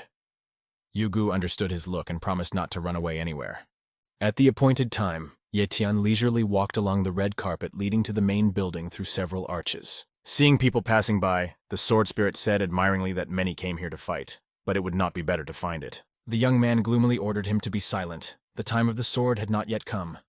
Yugu hid back behind the guy, offended. Dui-san was also here. She immediately recognized her savior and screamed with delight, greeting the man. The tournament manager struck the gong, calling the crowd to silence.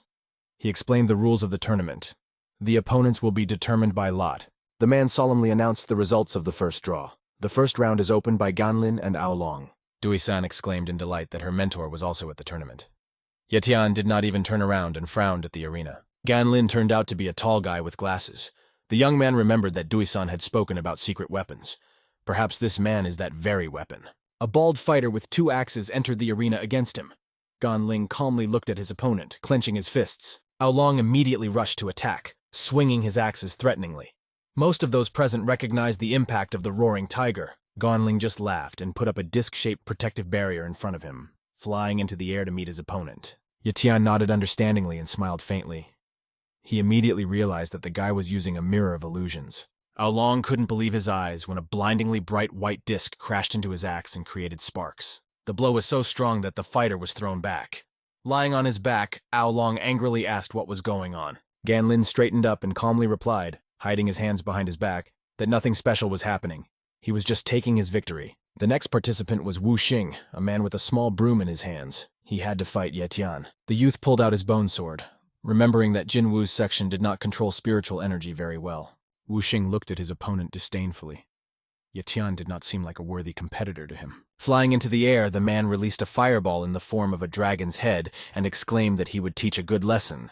Tian prepared for the fight. Yugu licked his lips happily. That sphere must definitely be delicious. Wu Xing smiled triumphantly, mentally celebrating his victory. He told the enemy that the sword would instantly turn to ashes. The fire dragon was approaching faster and faster.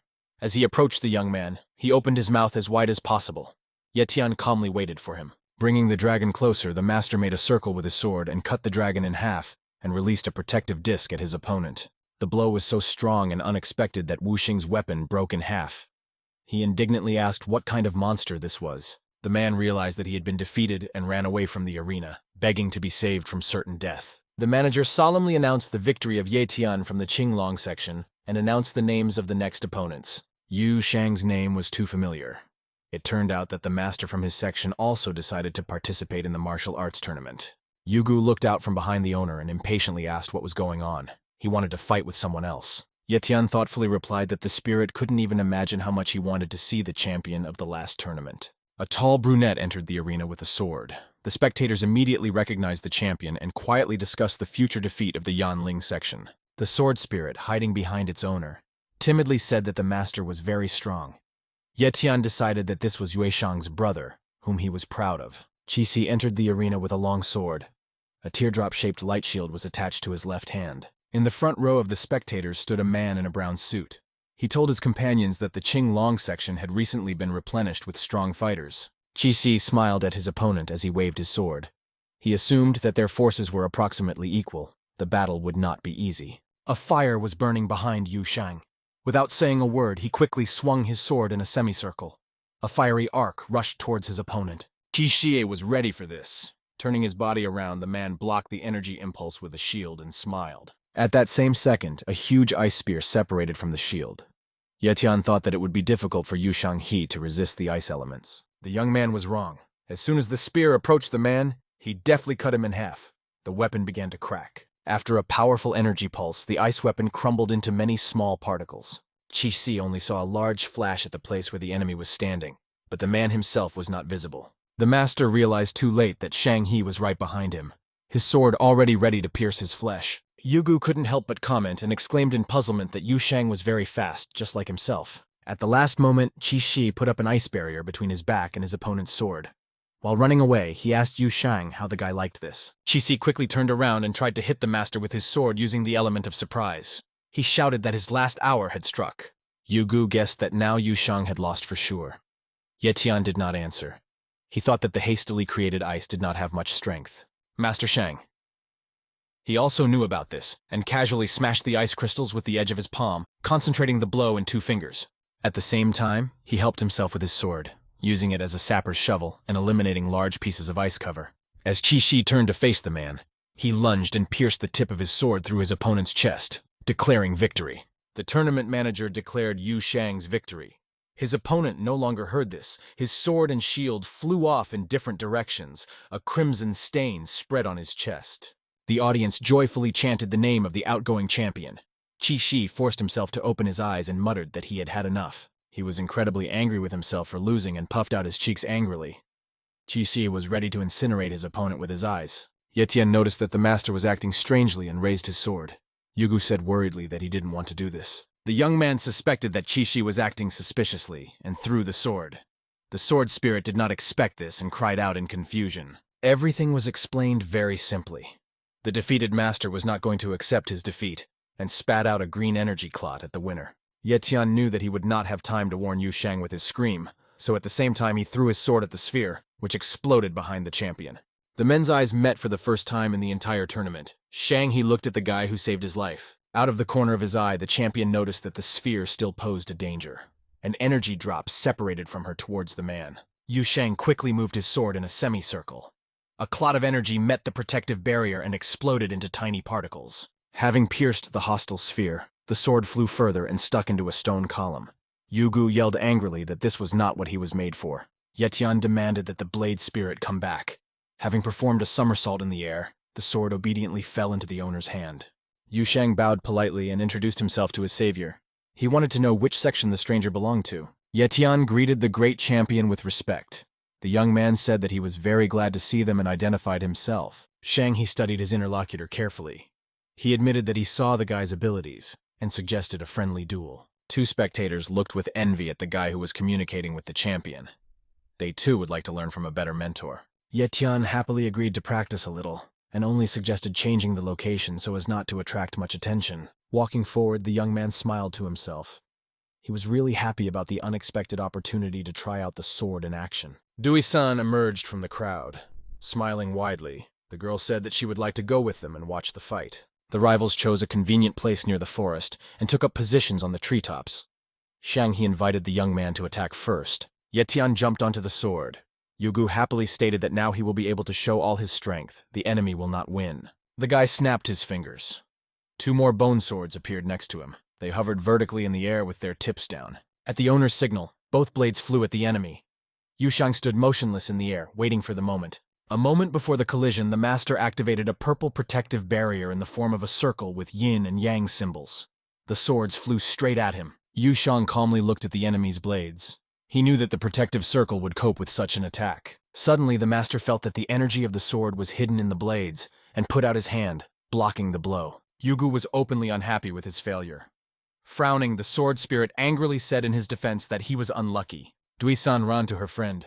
She had been watching them all this time and realized that Yugu's spirit was barely hanging on in the air. The girl shouted that the young man should be more careful.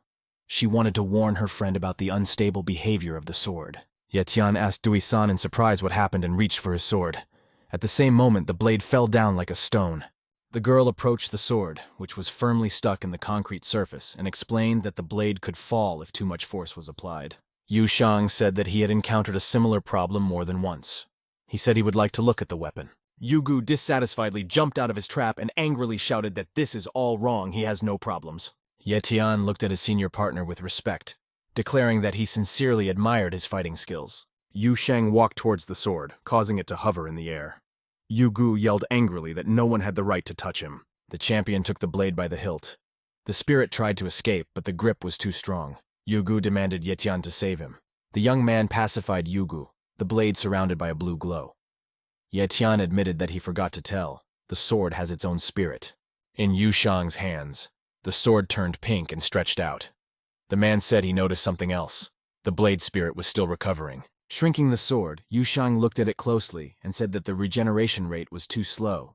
The body of the spirit must be created anew. Dui-san was happy to help her new friend.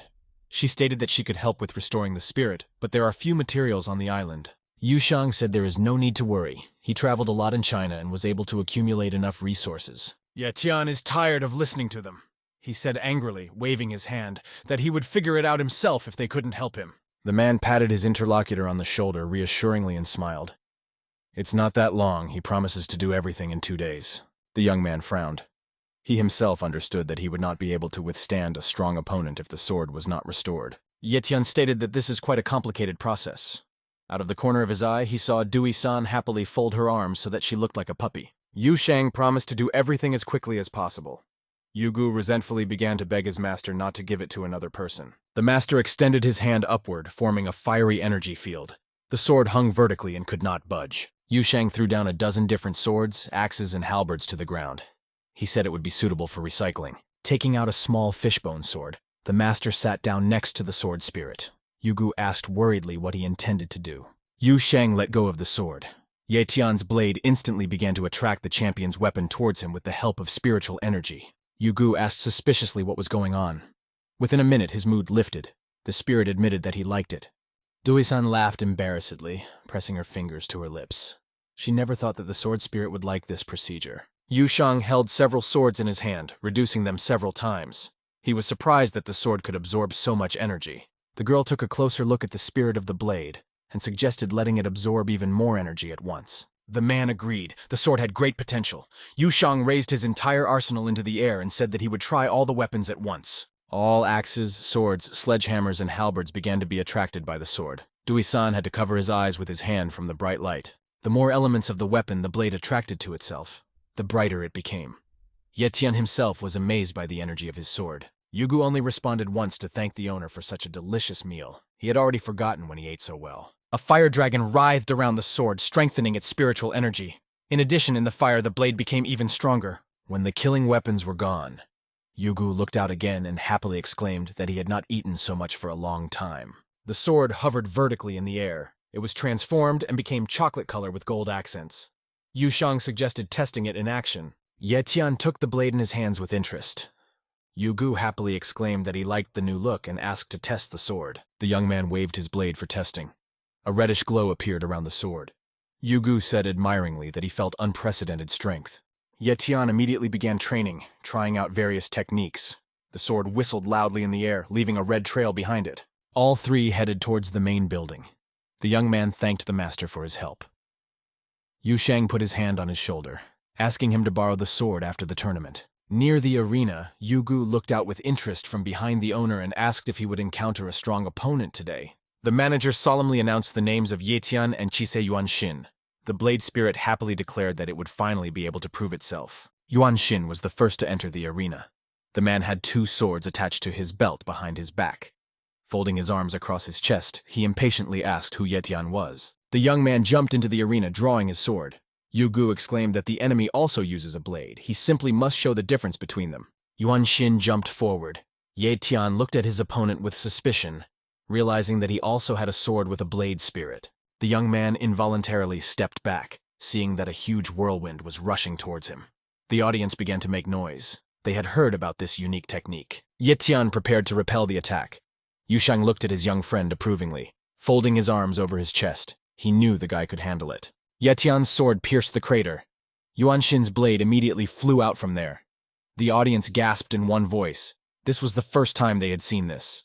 Yuanshin froze in surprise. The loss of the sword made him turn pale. The man exclaimed that this was impossible. Ye Tian laughed and turned his head towards his opponent, condescendingly noting that he was just very slow. Yuanshin stuck the blade into his chest a little above his heart. Blood gushed out. His face began to transform. His eyes became red. The man turned into a giant. All his clothes were torn. The tracksuit turned into shorts. The spectators stuttered and shouted that a monster had appeared in the arena. Those who were in the front rows backed away in fear. Dui-san asked her friend to be more careful with that guy. Yushang frowned. He hoped that Ye Tian could win. An enraged Yuan-shin jumped high into the air and dove at his opponent. The young man calmly waited for the right moment. When Ye Tian hit his opponent, he roared in pain and shouted that it was very mean, but it would not save him. The young man was surprised to notice that Yuan-shin had become even larger. He suspected that the man had absorbed the spirit of the sword to do this. Gritting his teeth in anger, Yuan-shin struck fiercely. Ye Tian barely had time to dodge them while jumping around the arena. He sensibly reasoned that he could not attack the enemy head-on. Now it is better to retreat and wait for a more convenient moment. The young man knew that the power of the spirit could be released through the joint efforts of the master and the spirit of the blade. His sword was framed with a bluish glow. Quickly extending his hand with the blade upward, Ye Tian summoned lightning. An electrical discharge shot upward from the tip of the sword. The huge 5-meter-long sword was like a natural extension of Yuan-shin's hand. The young man rushed forward and stopped the giant's onslaught with his blade. The release of energy was so powerful that Yuan-shin flew high into the air and turned back into an ordinary man. The audience applauded the young man with all his might. Hearing of his victory from the master, Ye Tian left the arena with his hands in his pockets. Yu Gu immediately poked his head out from behind and boastfully declared that he was good in battle, although the guy had a different opinion about him. Ye Tian dissatisfiedly brushed him off his shoulder, admitting that he was wrong. The sword truly turned out to be an excellent weapon. Dui-san also ran up to congratulate the young man on his victory and joyfully exclaimed that he turned out to be very strong. Ye Tian shrugged it off, saying that he didn't do anything special. The man could not understand why even this schoolgirl was trying to mock him. Yu Shang continued to applaud the young master. He admitted that he actually could not defeat Ye Tian in a fair fight. The young man waved his hands displeasedly, asking him to stop making fun. He was defeated, losing to the 7th League. Yu Shang asked the guy to be careful with his opponents. He heard that the 7th and Youth Leagues had recently merged. Ye Tian looked at his interlocutor in confusion.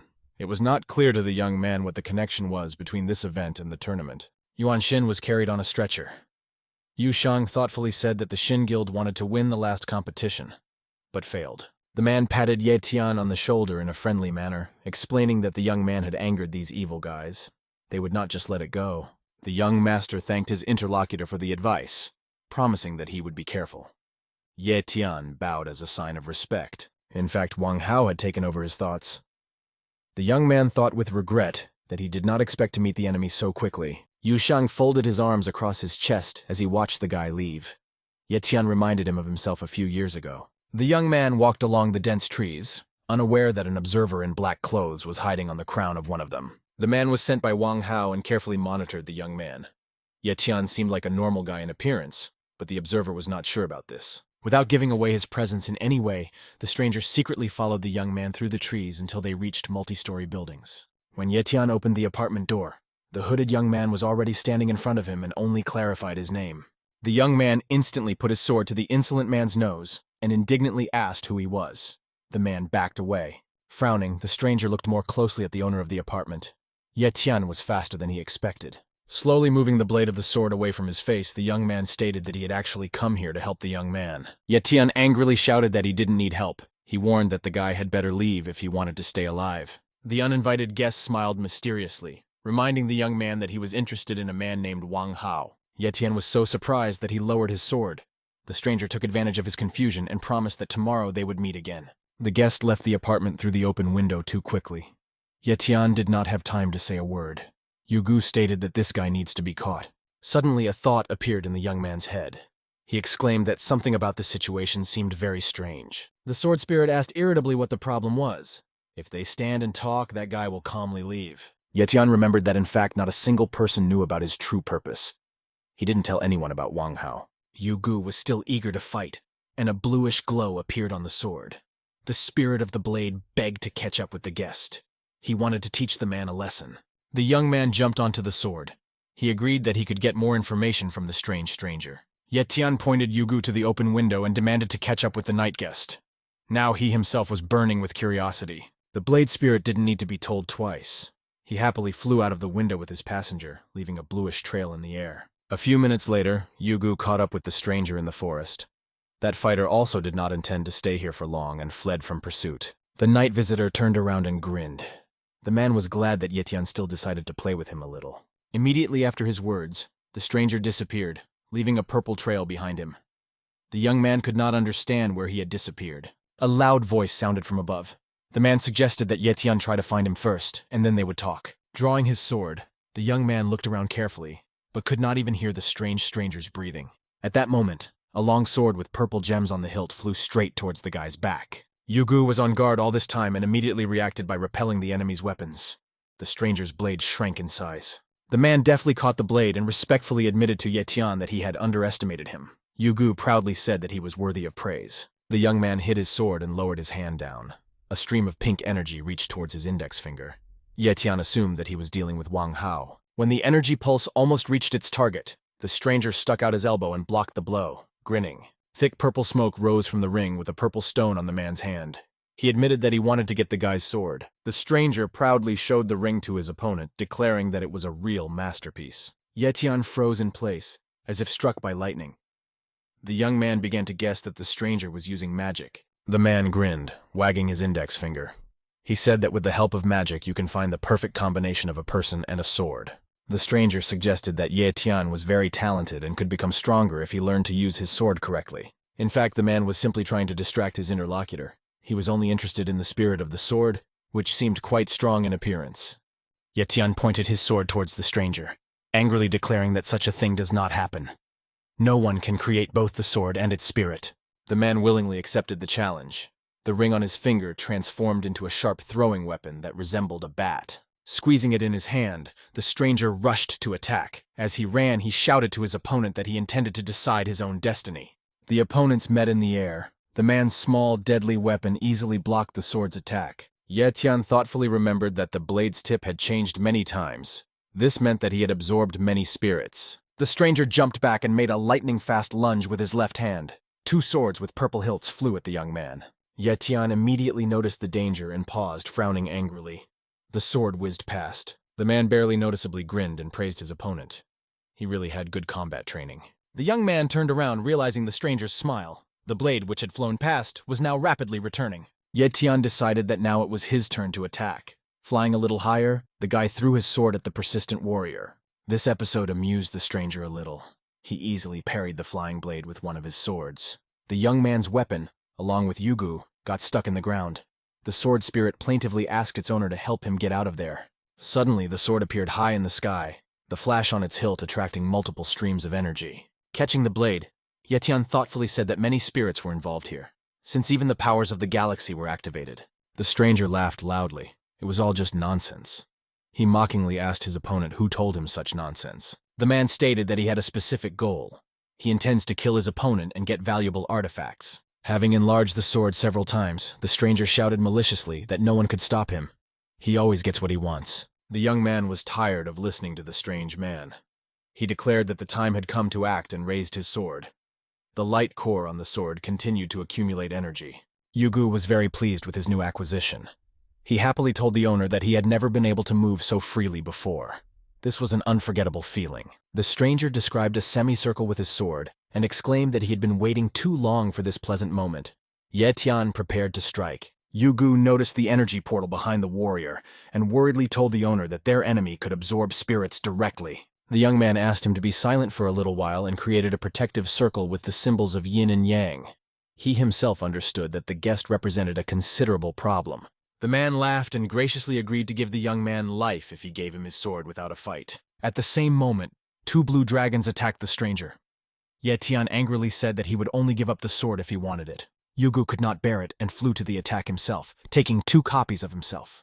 He wanted to show that he could do better than the 2 dragons. The man shouted that in this case, this sword would also be consumed. Lunging forward, he activated a dark blue tornado. The funnel was approaching the young man at great speed. Tian thoughtfully said that he would even agree to help the enemy. Yugu slammed into the man's sword at full speed and triumphantly exclaimed that he was finished. A bright yellow-white flash appeared at the sight of their collision. The young man's blade actually turned out to be stronger. After a strong blow to the stranger's sword, a crack appeared from the tip. Tian jumped forward, intending to finish off the enemy. He said that was the last swing of that flawed blade. The man froze, feeling the cold steel of the sword on his throat. The young man pressed him lightly, declaring that the fighter was now caught. Tian moved the blade a few centimeters. The stranger frowned at the deadly blade, not understanding how this could happen. The young man himself had something to think about. First of all, It was necessary to eliminate the shortcomings of the sword as quickly as possible.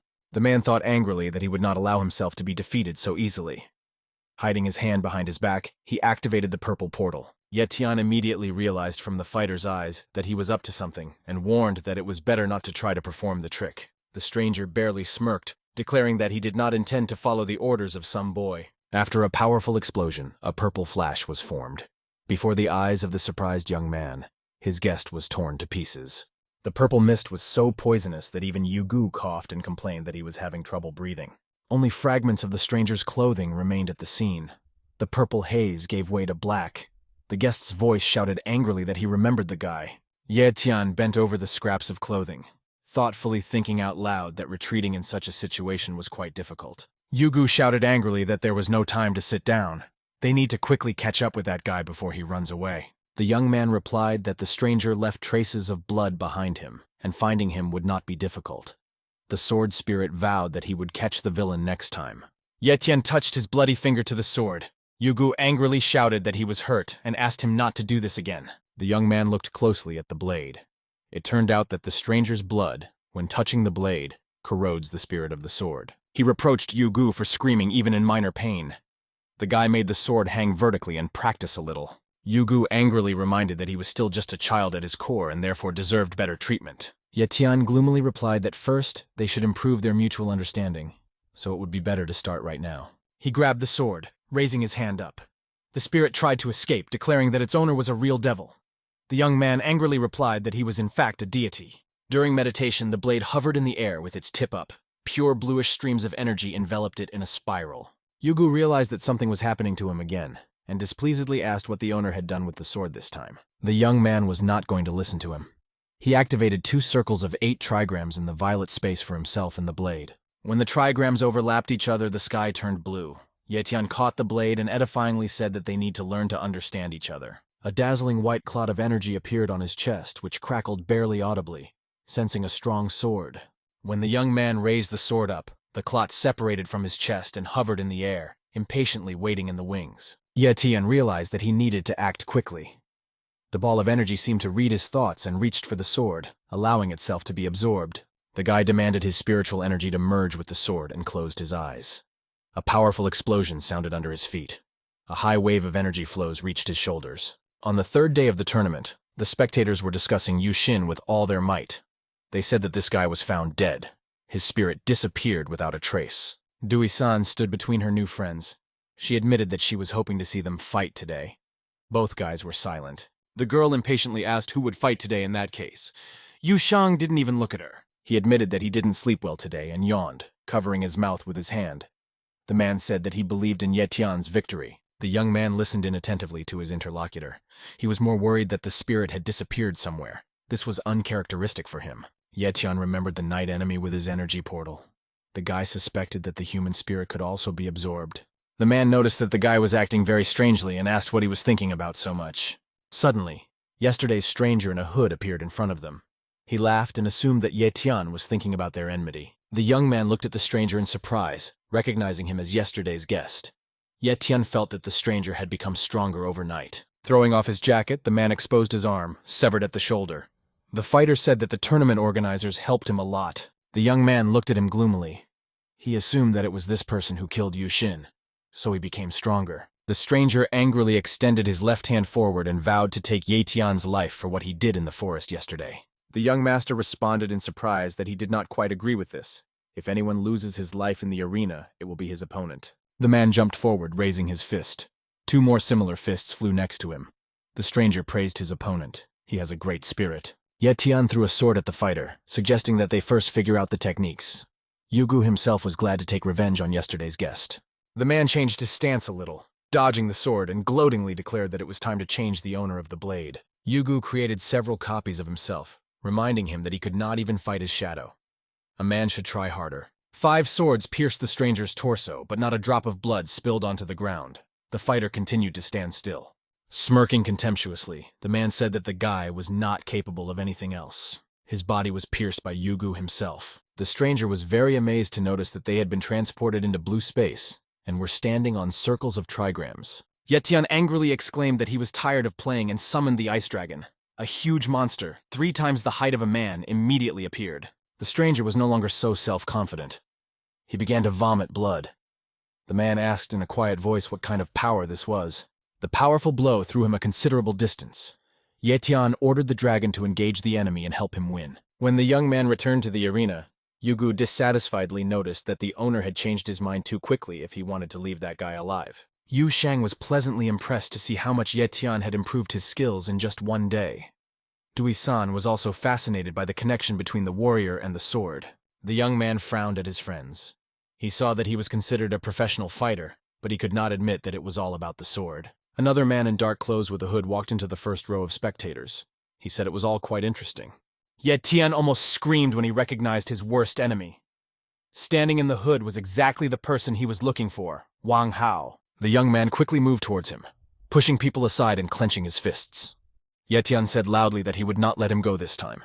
Yugu flew into the air and exclaimed that he was ready to fight. The man looked at his sword in bewilderment. He was there just in time. Tian instantly jumped on the sword in order to catch up with that guy in the black hood. He needs to be taught a lesson. Yu Shang couldn't believe his eyes.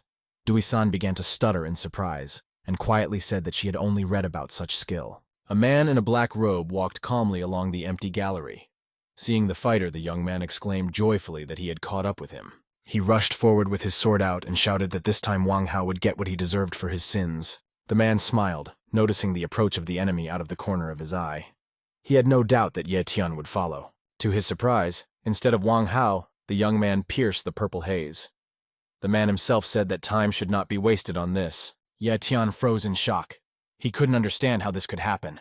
He quickly swooped down and pierced the enemy. Turning around, the dissatisfied young man noticed the unharmed Wang Hao, who stood aside and chuckled. He exclaimed that this does not happen. The man laughed maliciously, turning his face towards him. He only has a voice, and his body serves as bait for Tian. Wang Hao suggested not to waste time in vain, and asked if the young man would like to come over to his side. Tian frowned. He shouted, waving his sword, that he only wanted Wang Hao to die.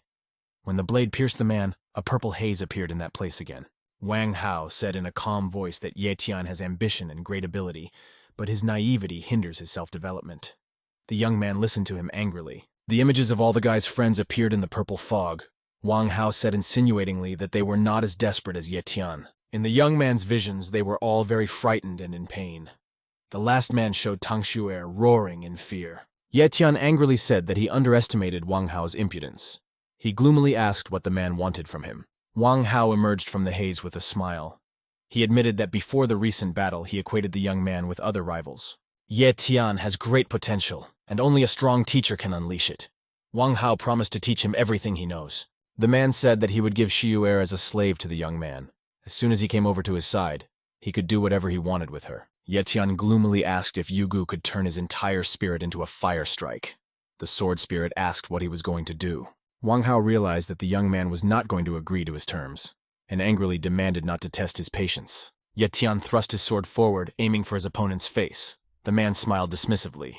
He realized that it was useless to persuade the guy. The young man summoned a fire dragon. A large golden monster appeared next to him, bloodthirstily baring its fangs. The monster plunged into the purple fog, which immediately turned black. Wang Hao said wearily that everything would end soon. A strong explosion was heard at the place where the man was standing. Tian said victoriously that he burned the enemy to ashes. The golden monster slowly dissipated into the air. The young man turned in the other direction, exclaiming that he had 1,000 more ways to kill. An enraged Wang Hao returned home with clenched fists and changed into a white suit. He was angry with Tian. The boy turned out to be not so simple. An attendant in black livery entered the room and reported to the boss that distinguished guests had already arrived at the house. The man turned around dissatisfied and asked the footman whether Lin Yin had arrived from the island with the delegation. Guests kept arriving at the Wang family's 3-story mansion, but the owner still did not show his face.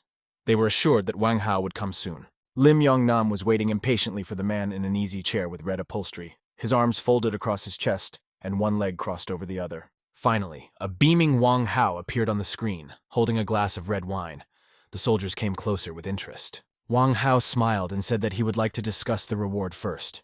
He knows that everyone would like to help the Wang family. The man in the suit looked older than the rest of the guests. He made his way closer to the screen and said that he was interested in listening to the proposal. Wang Hao solemnly announced that he was offering a reward of $500 million and a talisman for Tian's head. Lim Yong said dissatisfiedly that this was too generous a reward. If he were Wang Hao, he would prefer to do everything personally. He answered in surprise that this is the advantage of wealth. Thanks to the reward, he can avoid staining his hands with the guy's blood. Lim Yong said that he considers Wang Hao to be an independent person.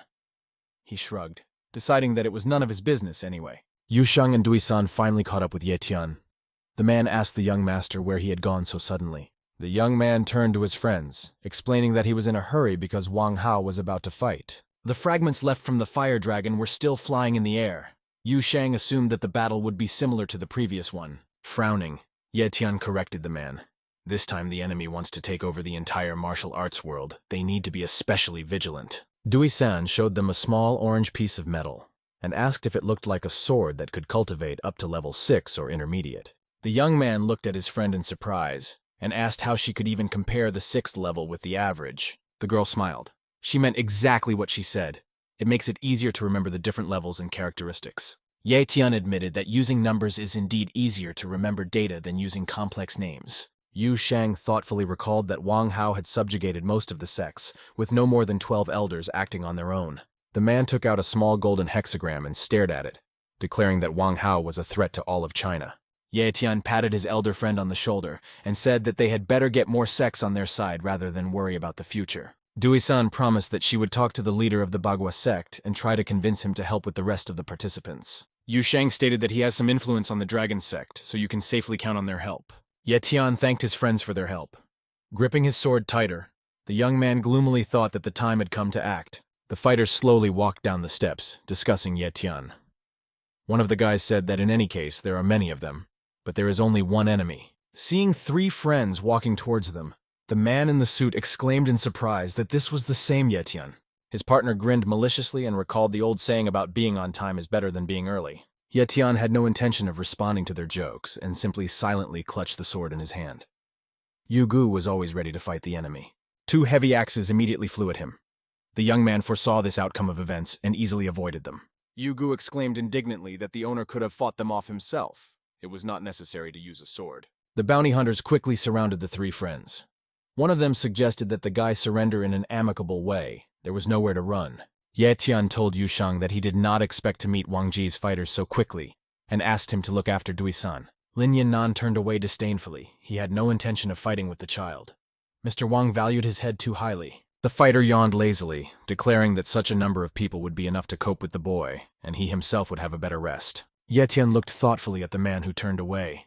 Here only he posed a danger. The rest were no higher than 4th rank. The young man firmly told Yu Sheng that he would deal with the ill-wishers himself, and asked him to take the girl to a safe place. The man worriedly said that he did not doubt his strength, but still he should not take too many risks. Ye Tian created a protective field and loudly exclaimed that the fighters had come for his head, so it was time to have some fun. The bald warrior with an axe was the first to jump towards the enemy, smiling maliciously. He himself didn't understand why the boy's head was valued so highly. Not even a minute passed before the brave man was given over to the fire dragon. Ye Tian gloomily stated that he was ready to fight the next hunter. The opponents froze in place. The man in the black suit said that there was no need to be afraid. They just needed to attack all together. Several axes and swords flew into the young man's back. Ye Tian turned his head towards them and said in disappointment that he expected more. He lazily fought off the attack, drawing an arc with his sword, and displeasedly declared that the fighters were as annoying as small mosquitoes. In fact, the young man understood that his opponents had put in a lot of effort. He even had to create a protective barrier. In addition, the fight took a lot of spiritual energy. So it's time to move on to trump cards. The young master jumped onto his sword and flew up. There was a deafening explosion below. Everything was shrouded in a thick black cloud of smoke. Ye Tian couldn't see anything. He peered into the cloud in surprise, still not believing that his enemies were dealt with so quickly. The fighters, one after another, flew out of the thick cloud with terrible screams and groans. Some of them vomited blood. The student apologized for being late. Ye Tian was not mistaken. It was indeed his disciple Hongling Er. The girl said that they would do the rest themselves. Shang Qingqing smiled. A man with an axe jumped at the girls from the side, shouting that he would kill them, but the students did not even turn in his direction. Qingqing seemed to accidentally hit him with her elbow while making an arc with her sword. The enemy flew back screaming. The blow to the solar plexus was so strong that the pain forced him to close his eyes and a blood clot escaped from his mouth. Ling didn't waste any time either. Running up to her opponents, the girl described a circle with her blade and knocked out 2 fighters at once. Yu Gu asked the owner with interest who these beauties were and why they decided to help.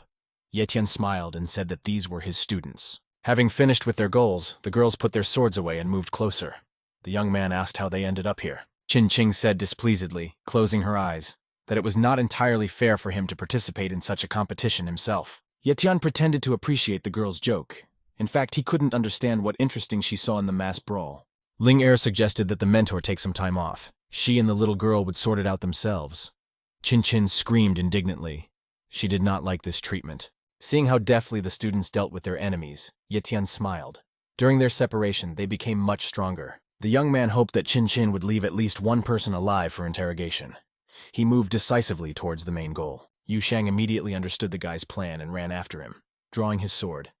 The man said that he would be glad to help his friend. Tian created a power circle with yin and yang symbolism, asking the female students to share spiritual energy with him. The young man raised his hand up, activating the 5 Yue mountain power. 5 mountain peaks rose into the air along with the sword. Yu Gu saw that the sword was framed with a golden spiral, and asked in surprise why he had never seen such a technique before. Tian mysteriously said that the sun and moon shine very brightly, but the 5 peaks are unique in their uniqueness. The young man brought his meditation to its peak and loudly cast a spell. Now he looked like an ancient shaman and simply looked in front of him. A huge pillar of fire pierced the thick black clouds. In the place where the shockwave passed, the sky brightened. Tian's opponents noticed the danger from the sky too late and screamed in horror. The mountains fell right on top of them. Yu Shang was more and more amazed at the guy's talents. Every time they met, the man was convinced of the enormous strength of his friend. Yu Gu praised the master holding the sword in his hand and said that Tian is very strong. The young man looked away gloomily. Descending from the sky, the guy looked at the cloud of dust that had not yet settled. Yu Shang and the girls also praised him with all their might. Lin Yin watched his charges all this time. He lazily tossed 2 green balls and caught them, angrily saying that he was dealing with fools. Now the Hua state seemed less boring to the man. He realized that he could really have some fun with Tian. Seeing the true strength of the young man, the fighter said that 5 billion was not enough for his head. In any case, he came here for a reason. Tian looked at Yu Shang with displeasure. He didn't expect that they would come to his aid so quickly. He needed to finish quickly. The students smiled at the master. Qin said that they would immediately come to help if needed. Ling Er's green eyes lit up with a mischievous sparkle. She admitted that she and Qin had not played enough yet. Tian gloomily stated that there is nothing like a game here. Wang Hao is a very strong opponent, they better go back. Yu Shang said quietly that now is the time to accept the support of friends. You should not refuse help in difficult times. Qin recalled how they dealt with all the hunters. Ling Er added that they all belonged to the Lin Tian sect. The young man was tired of arguing with them. He turned away from the girls and asked his friend to look after them. He could not get out of his head that strange man who immediately left the rest of the hunters. At this time, Lin Yin stopped in front of a pack of wolves in the dense forest, continuing to toss the balls carefree. The man suddenly extended his hand upward, and the dark balls flew high, emitting many shades of purple radiance. The rays that hit the wolves made them petrify forever. The animals now looked like elaborate statues. Lin Yin sensed the presence of fighters from the 5 Elements sect, and said with a smile that they could come out. 5 people came out to him. Violet rays and strong wind emanating from the magic balls destroyed the stone wolves. Their fragments scattered throughout the forest. The gloomy sky turned purple. Lin Nan loudly exclaimed that soon the entire Hua state would belong only to him. A new day has arrived for the fighting tournament. The audience was animatedly discussing the fact that the dragon catchers had only entered 1 person into the group competition. The manager loudly struck the gong, calling everyone to silence. He solemnly announced the start of the competition in the state of Hua. Tian entered the arena against 5 fighters from the 5 Elements sect. The young people couldn't believe it was that guy again. Dui-san worriedly told her neighbor that Yu Shang had done wrong by allowing the young man to fight such a strong opponent alone. One of the men jumped forward with his palm outstretched. A huge, growling brown bear appeared behind him. Tian jumped to the side. In the place where he stood, there was a deep human-sized paw print. When the young man moved forward, he felt that the enemy was running after him, swinging his left hand. The fist crashed into the ground. Tian managed to jump onto the sword. He was surprised to realize that the spiritual powers of the fighters were greatly inhibited. Yu Gu asked to be released to the ground. He couldn't wait to fight the fighters. The owner replied that these were not quite ordinary people. The young man turned out to be right. A roar of thunder was heard in the skies. All 5 fighters spread their red wings that grew from their shoulder blades. Tian took a closer look at his opponents. He didn't see such energy often. These guys had the power of 10,000 animals forcefully put into them. The opponents surrounded the young master in the air. The young man only worriedly turned his head around, trying to find a weak spot. Dui-san saw that the opponents were getting closer, and the three of them were trying to attack Ye Tian. She shouted at him to be more careful. The girl screamed in fear that she wouldn't survive if something happened to him, and asked Ye Tian to fight less riskily. The young man activated a protective field around himself. Having stumbled upon him, the opponents flew back several meters. Ye Tian looked at the opponents in surprise. They stood like idols and seemed insensitive. The spiritual energy could not be felt at all. One of the men flew a little higher. A black haze appeared on his hands, which ended in long claws on his fingers. The young man looked thoughtfully at the fighter. These creatures cannot even be called people. They are clearly controlled by someone. Ye Tian soared high up like a rocket. All 5 fighters rushed after the guy, trying to catch up and grab him. The young man raised his sword high, declaring that the dark side would never defeat the light side, no matter their techniques. Yugu looked with admiration at the clots of energy rushing past, and asked what this new technique was. A bright fiery glow formed around the sword. A powerful beam of energy flew at the opponents from the tip of the sword. Several clots attacked the fighters simultaneously. The orderly detachment of warriors scattered. They flew away in different directions, dodging the attack with energy clots. Yugu noted displeasedly that the owner would never cope with the enemy if he attacked him so slowly. Ye Tian grinned maliciously, his eyes shining with joy. The young man replied that he was not satisfied with the quick reprisal. Yugu exclaimed angrily that he himself was disgusted to watch such a slow battle. They just need to be eliminated. Yet Tian said that these are not ordinary people. They are almost immortal. Most likely they were sent here specifically for his death. The sword spirit could not believe that such people even existed. He asked worriedly if they really couldn't be killed. The young man said that it was a little difficult to understand. He had better see for himself. Ye Tian pulled his sword forward. There were so many energy clots that the fighters could not dodge and disintegrated into fragments when colliding with them. Yugu asked the owner in confusion what was going on, turning to him. The young man himself said that they have an immortal body. The guy smiled. If he understood correctly, these fighters have some kind of restriction on the use of spiritual energy. The sword spirit finally understood the guy's plan. He wants to stall for as long as possible, and then the warriors will not be able to do anything to him. All 5 men lay immobilized on the ground. Ye Tian happily said that all that remained was to find the puppeteer who controlled the puppets. The young man extended his hand with the sword upward, activating spiritual energy. A golden glow appeared around the opponents' bodies. After a deafening explosion, many black crystals flew out from each fighter, controlling their consciousness. Ye Tian took one crystal in his hands and smiled, inviting the puppeteer to finally stop hiding and come out to fight. Lim Yong quickly turned away. He was forced to admit that it was not for nothing that Wang Hao had placed such a high reward on the guy's head. Throwing 2 black balls into the air, the man grinned. He was glad that he had finally met a worthy opponent. Ye Tian discovered that Dui-san was unconscious. He picked her up and gave her to one of the spectators, asking him to take care of the girl. The young man angrily turned to Lin Yin, angrily exclaiming that in the state of Hua, all people are friendly. There is no point in hiding behind other people's backs. The man laughed and created a purple portal. He invited the enemy to accept the battle on his terms. Ye Tian told his friends that he had to go away for a while.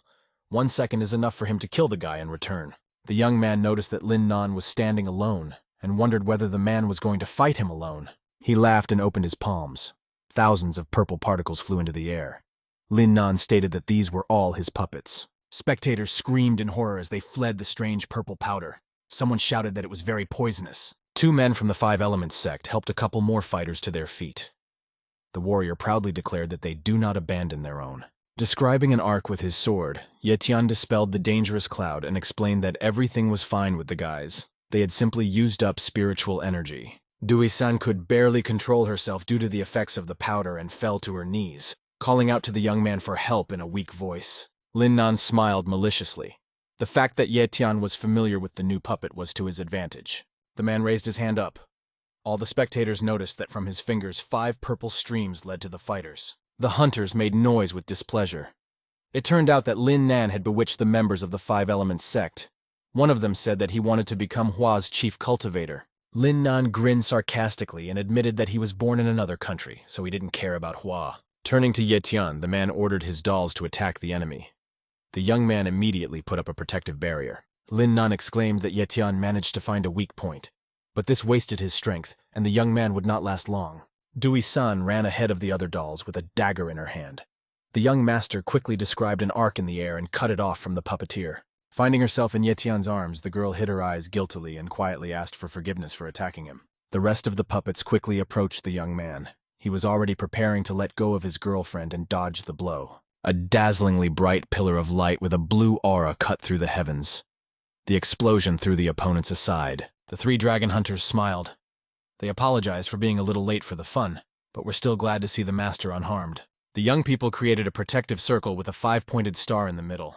2 more places were taken by 2 girls. One of the beauties smiled and said that they were from the Cloud sect. The brunette added that she was glad to be on their team. Ye Tian dove into the purple portal at the speed of the wind, followed by a bluish trail. The young man demanded that Lin Yin stop hiding. A funnel with shades of pink and purple appeared in front of him. The man said gloatingly that this is his world. Ye Tian is in his power. The guy shouted angrily that he didn't care. He quickly drew his sword, declaring that he would kill his opponent. At that same second, about a dozen of Lin Yin's doubles appeared. 3 of them unanimously asked the young man to guess which of them was real. The man flew around Ye Tian and said with a smile that he completely controls this space. The guy will not be able to do anything. The young man stood silently with a sword in his hand. Lin Yin said that everyone in the Hua state is just as cowardly as him. When the man flew over Ye Tian once again, he quickly raised his sword to pierce the fighter's torso. Dodging the blow, the real Lin Yin stated in surprise that it was impossible to see through the illusion. The young man was just lucky. Ye Tian admitted that he really did not exist in this hostile space, and raised his sword with his eyes closed. The guy explained that Lin Yin could not create a perfect space because the body could not merge with it. The man admitted in bewilderment that he took the lives of everyone who found out about it. He had no idea how an ordinary guy understood his magic so quickly. Suddenly, the fighter's gaze glanced at Ye Tian's golden blade. Lin Yin angrily shouted that it was all about the guy's sword. The young man raised his hand with the blade up and immediately began to climb up. Lin Yin watched his opponent in amazement. The energy emanating from the blade shot upward in a pillar of fire and formed a sun with many rays. Lin Yin realized with horror that something was draining all the spiritual energy from him, and he himself was becoming weaker. Holding the sword vertically, Ye Tian explained that all spiritual energy is formed from world power. Thus, the country of islands arose from the state of Hua. The Hua state has existed for thousands of years, so the magic of the country of islands cannot be compared with the secrets of ancient civilization. The young man said that Lin Yin had received spiritual power from the people of the Hua state, so now it was time to return it back. The fighter answered in fear that the population of the country of islands is part of the state of Hua. It is not good to treat your brothers like that. Ye Tian laughed. Lin Yin was much bolder before. A pillar of fire hit the man. He only managed to threaten that Wang Hao would take revenge on the young man. Seeing the blinding flash inside the purple portal, Yu Shang said approvingly that he did not doubt the young master for a minute. Hong Ling smiled, placing her hands on her hips, and proudly stated that this is how it should be. Her mentor does not lose to anyone. Qin Qing also couldn't help but comment. The girl laughed, raising her index finger, and said that Ye Tian was the best cultivator in the Hua state. The young man jumped out of the purple portal into the arena. The dragon hunters impatiently began asking the master how the duel went. Instead of answering, Ye Tian raised the sword up and ran 2 fingers along the blade, eloquently removing the still fresh blood from it. The man showed the students his bloody hand, saying that he made the scoundrel pay for innocent people. Ye Tian looked thoughtfully at the fading purple portal. Wang Hao couldn't get out of the young man's mind. He couldn't wait to take revenge for the Tang family. The elder of the 5 Elements sect bowed to the young master. They will always remember their salvation. The man said that above all, their sect values integrity and loyalty. They would like to see the young man as their master. All the disciples of the 5 Elements sect bowed, striking their palms against their fists. They said they were ready to follow the mentor. Ye Tian waved his hand, smiling politely. He said that he couldn't become a master now. He needed to figure something out. Dui-san was still unconscious. Yu Sheng worriedly sat down next to the girl, lifting her by the shoulders, and said that it was time for her to wake up too.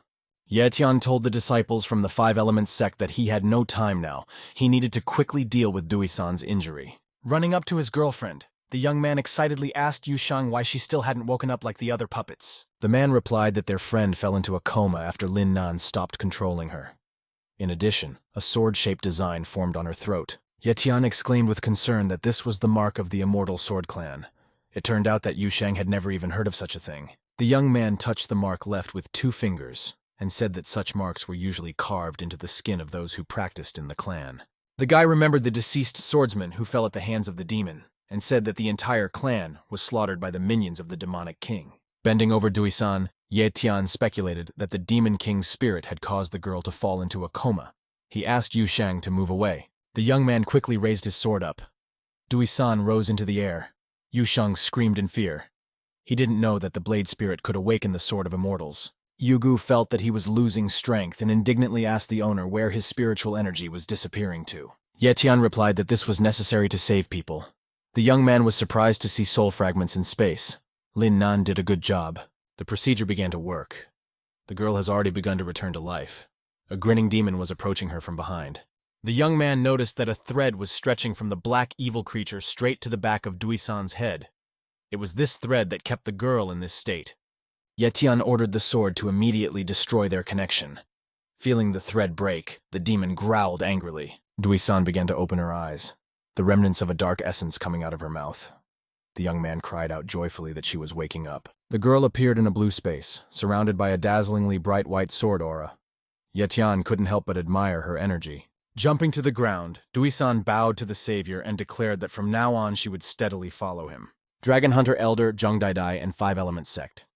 Elders showed their desire to follow the youth. The girl said that it was time for a group of hunters to rule the state. Yu Shang remembered that this was once the case. Then Zenki Chai was the ruler. Raising his sword hand upward, Yu Shang shouted to the squad of dragon hunters that he was ready to offer them his help if necessary. All the members of the Five Elements and Dragon Hunter sects knelt down in a bow, blessing Ye Tian as the new ruler of the Hua state. The young man smiled, remembering his beloved Tang Shu heir.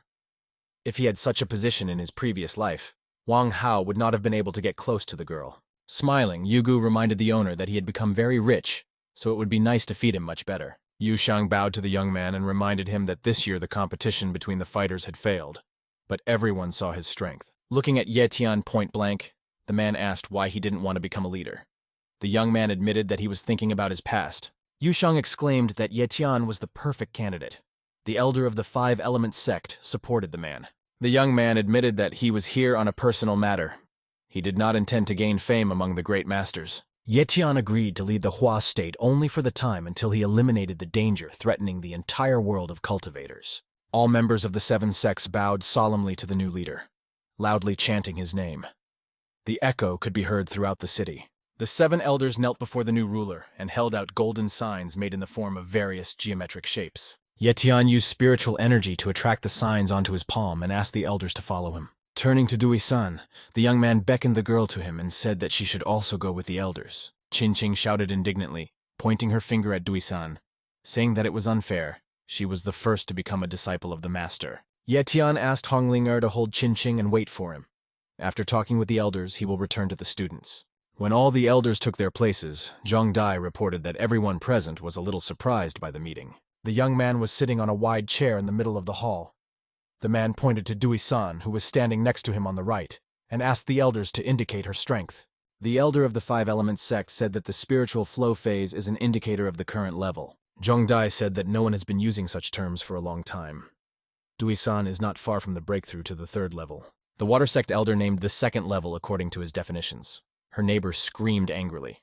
For him, it was an incomprehensible set of words. Ye Tian raised his hand and said gloomily that their concept of strength is very different. With such differences, it is impossible to work together. Dui-san assumed that the new leader wanted to show the elders the materials he had read before.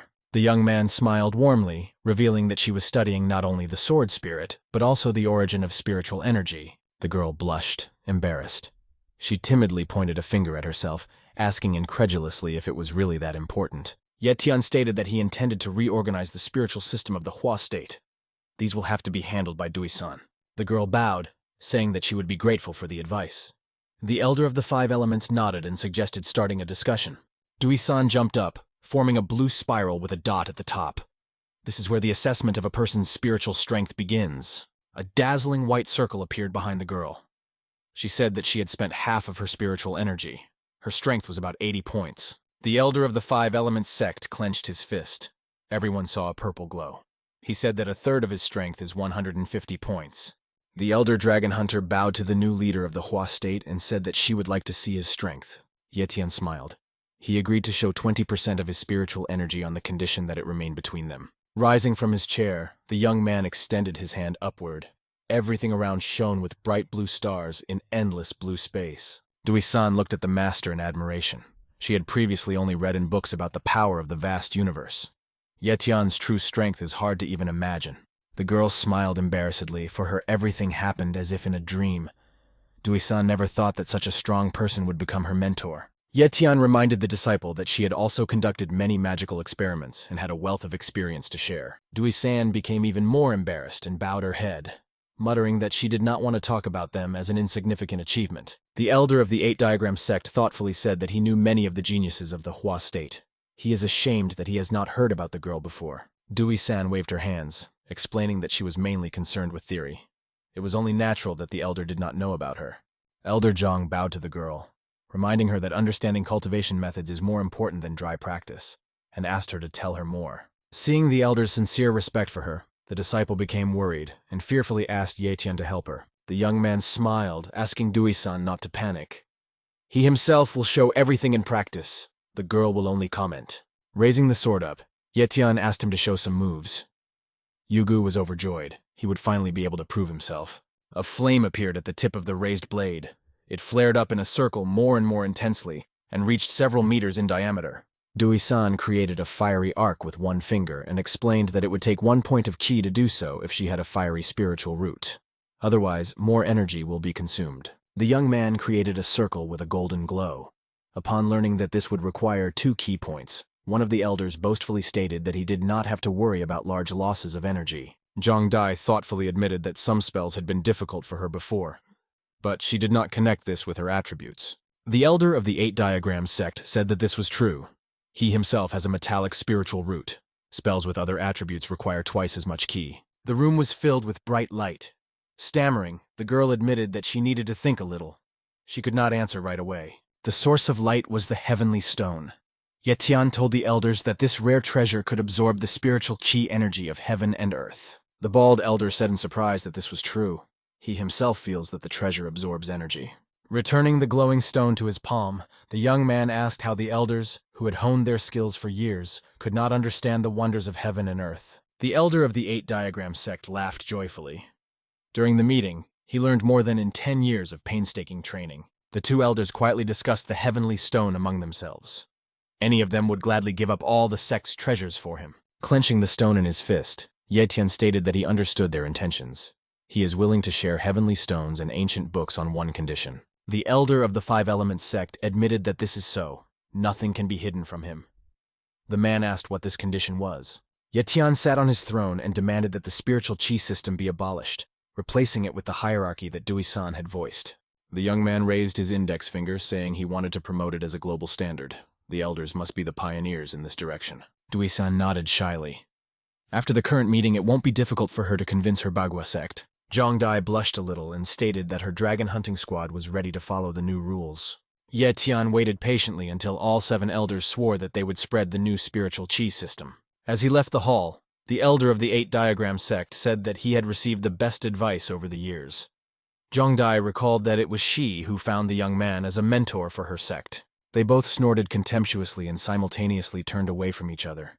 Each of them wanted to become closer friends with the great master. Yu Sheng and his disciples approached the elders and asked where the ruler was. They urgently need to show the young man something. Zhang Dai pointed towards the office.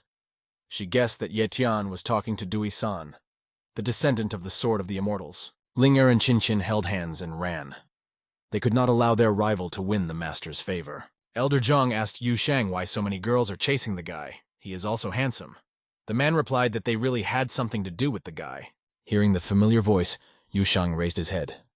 Ye Tian asked what exactly he wanted to show him and Dui-san.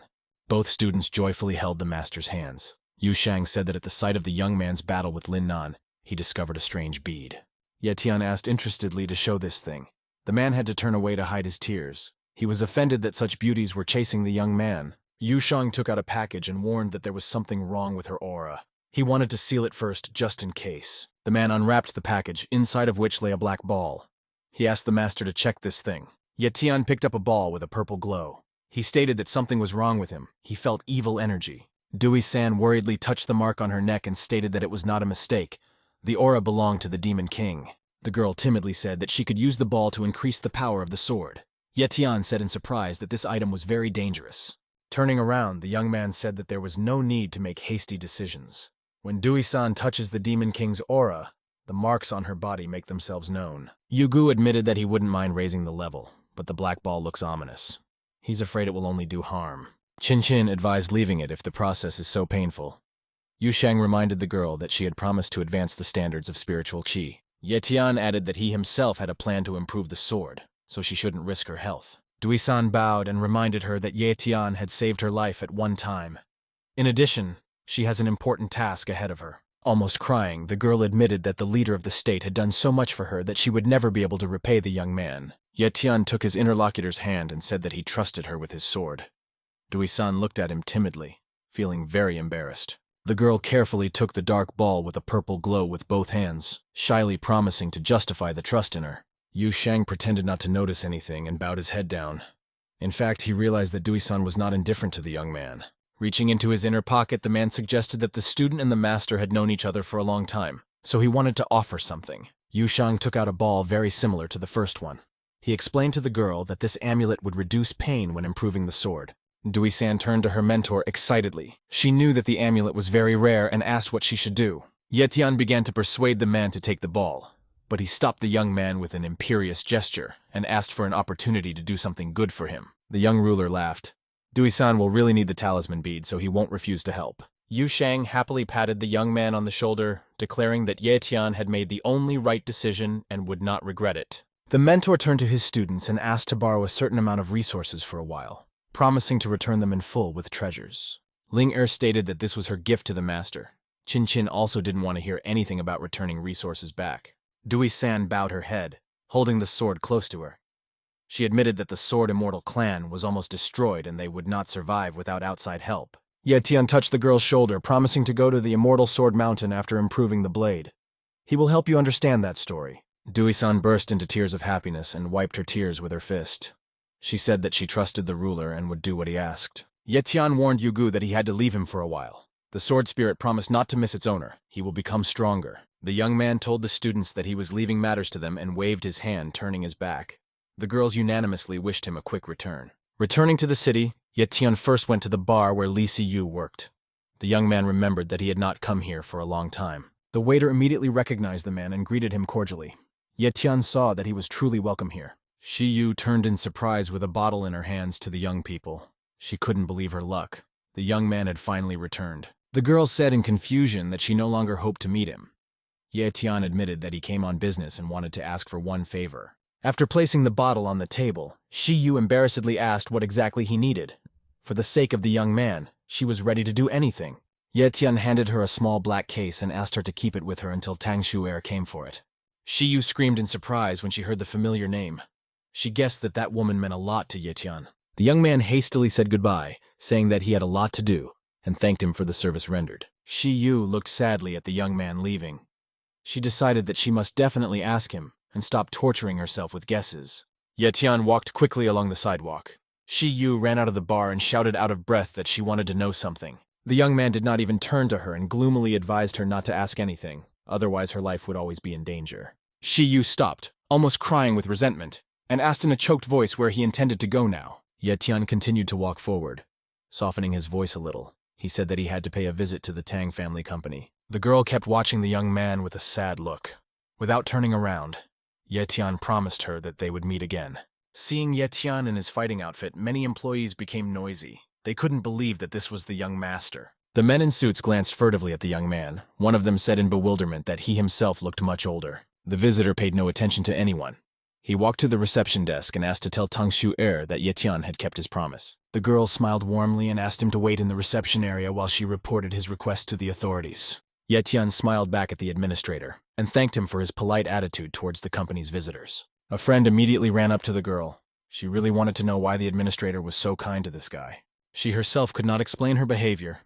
She admitted that the stranger seemed to force her to obey. The girls looked after the departing guy. The administrator said that it was none of their business. The chairman's daughter clearly knew him personally. Tian sat down in a soft chair, remembering his last visit. Then, because of his carelessness, Shu'er almost got hurt. The young man closed his eyes. The entire situation in the waiting room became transparent. He could understand where the illusion began and ended. Outside the doors, a blue aura suddenly appeared, floating through the air. Yet Tian found himself thinking that these outlines seemed very familiar. The clicking sound of heels grew closer. The young man continued to sit with his eyes closed when he heard a joyful cry. Opening his eyes, Ye Tian saw his embarrassed girlfriend and happily said that he was very happy to see her. Xiu Er said that she had to take over the management of the company due to her father's illness.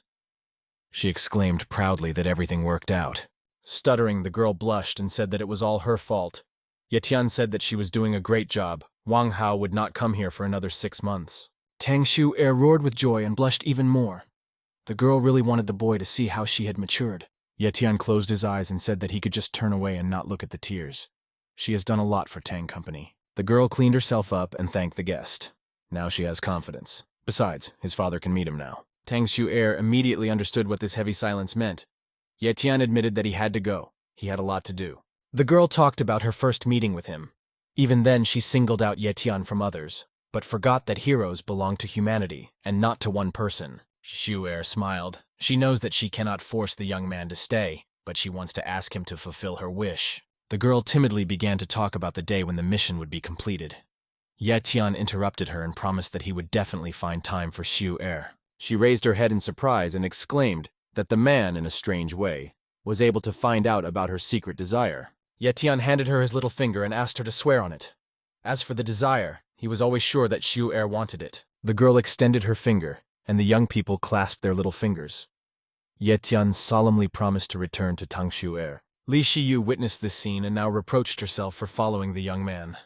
Everything turned out to be not so simple. In her hands, the girl had a brown bag, with evidence that a conspiracy was already being prepared against the Tang Company. She wanted to help Xiu Er fight off her ill-wishers, and at the same time understand why Ye Tian was so attached to this girl. Shiyu sat on a dais near the entrance to the office, and sadly thought that the young man was unlikely to like this. Coming out of the building, Ye Tian saw his friend and laughed. He noticed her aura back in the office and now realized that he was not mistaken. The girl guiltily said that she should not have gotten involved in his personal life, and now she reproaches herself for this. The young man said that he was to blame for not telling her everything. Ye Tian stated that he would feel safer if the girls were together. Shiyu closed her eyes, quietly saying that this always happens. The young man somehow finds out about everything himself. Ye Tian handed her a gold sign in the form of a hexagonal star and explained that he would come to the rescue if it was broken. The girl looked at the yellow sign with interest and promised that she would reliably guard Xiu Er. She wished the young man to return unharmed. When Shiyu raised her head, Ye Tian had already left the Tang Company territory. She could only sigh and wish the young man good luck. The young man was walking through the evening park, looking at the plants. He remembered that he often came here as a child. Someone's muffled scream was heard to the right. Ye Tian turned around, still thinking about how things had changed over the years. The young man could not stay away. In addition, he felt bad spiritual energy nearby. In the depths of the park, 3 young men were beating the 4th, gloatingly reminding him of his arrogance.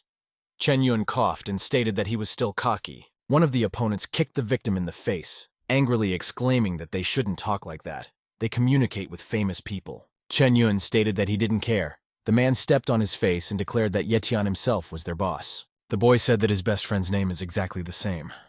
They're just making themselves look bad. Ye Tian couldn't believe it. Even he did not see himself as a leader, and some insolent people were already oppressing the townspeople in his name. The young man angrily created a shot cloud of energy, representing a white core with 3 blue swirling streams. The hooligans screamed and flew away under the influence of the blast wave. The master angrily said that his name should not have been used. The victim was still lying on the ground, trying to get up. Ye Tian stated that there is no need to behave aggressively if the opponent is much stronger. Wiping the abrasions on his face, the boy proudly said that everything was fine with him. He could defeat a dozen more enemies. Suddenly, the beaten man realized who was standing in front of him. He cried out in surprise that he recognized the guy. It was Ye Tian himself. The fat man happily said that they had not seen each other for a very long time, and reminded him that his name was Chen Yun. He asked if the man remembered him. Ye Tian smiled and said that he immediately remembered him.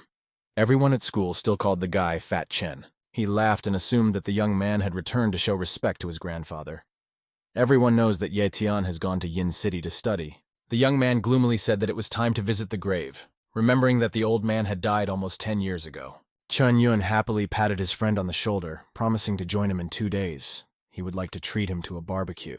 Ye Tian remembered how his grandfather spent almost all his time studying books. The boy received little attention as a child. The young man smiled. He still remembered the blue cover of one of the books. She urged adherents to study the formula of the ancient elixir. That day, grandfather also studied the ancient tome. The boy became very hungry and asked the old man when they would eat. The man said that he was very busy and could not cook. He invited Tian to buy himself some cakes. The boy clenched his fists angrily, declaring that even the stove was much more important to his grandfather than his own grandson. Chen Yun admitted that he was already tired of eating those cakes. The guy asked his friend with interest what it smelled like in that hot oven. Tian had never been interested in the stove. He only knew that the old man valued it very much. The young man invited the guest to open it. Without waiting for an invitation, Chen Yun quickly opened the lid and pulled out 2 black balls and joyfully declared that there was just one for everyone. The young man hoped that his friend would not tell his grandfather about this. Yet Tian stated that he would be as silent as a fish. Suddenly there was a strong release of energy. The stove fell on its side and the lid rolled across the floor with a clang. The old man immediately turned towards the noise, suspecting evil.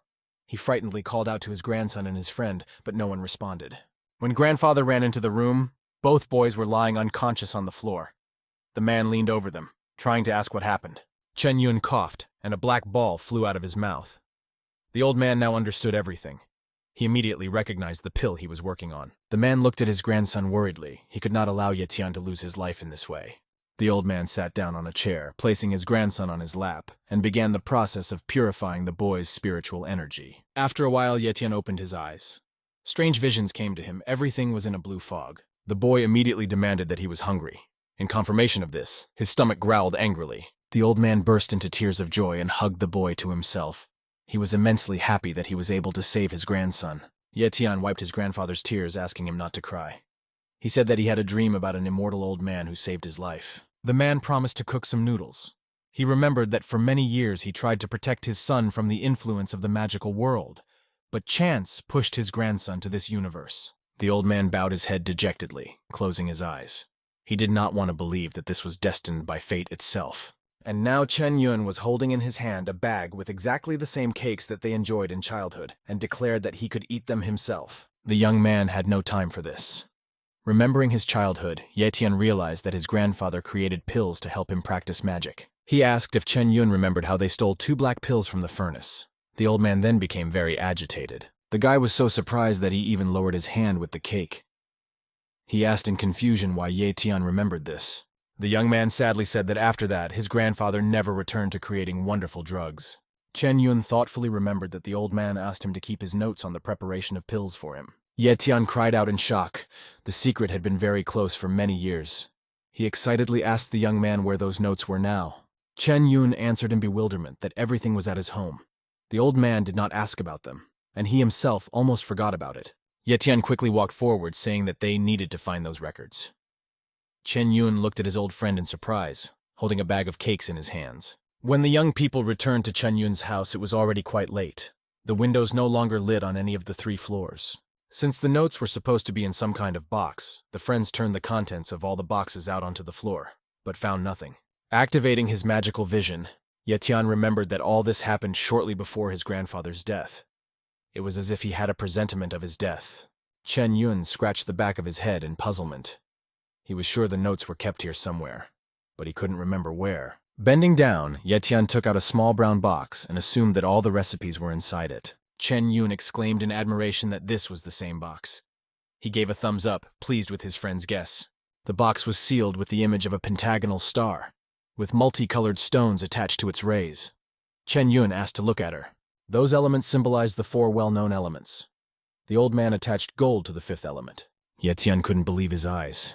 He exclaimed in surprise that this was the same seal of the 5 elements. Chen Yun impatiently stated that he was not interested in what kind of seal it was. He asked me to quickly open the box. Tian was in no hurry to do this because he guessed the secret. If the seal is not broken, the entire contents of the box will be lost forever. When the young man put his palm to the seal, a quiet whistle was heard. The elements of gold and earth were illuminated with a bright yellow glow. Chen Yun angrily asked what he was muttering and snatched the box from his friend's hands. He said that he would open it himself. The fat man poked at one of the elements at random. It turned out to be fire. There was a cracking sound and his finger almost caught fire. Tian couldn't believe his eyes. His friend broke the seal. The young man assumed that Chen Yun was practicing magic. He whistled displeasedly, causing the fire to go out, and admitted that he was always annoyed by the ability to set things on fire. The seal elements began to spin in a circle, and a yellow core appeared inside. Chen Yun exclaimed happily that the box was open. Yet Tian gloomily remembered that pill. A small piece of it was enough to give the little boy magical powers. Chen Yun opened the box impatiently. Inside was a black notebook in which all processes should be described. The young man leafed through the diary, but the pages were blank.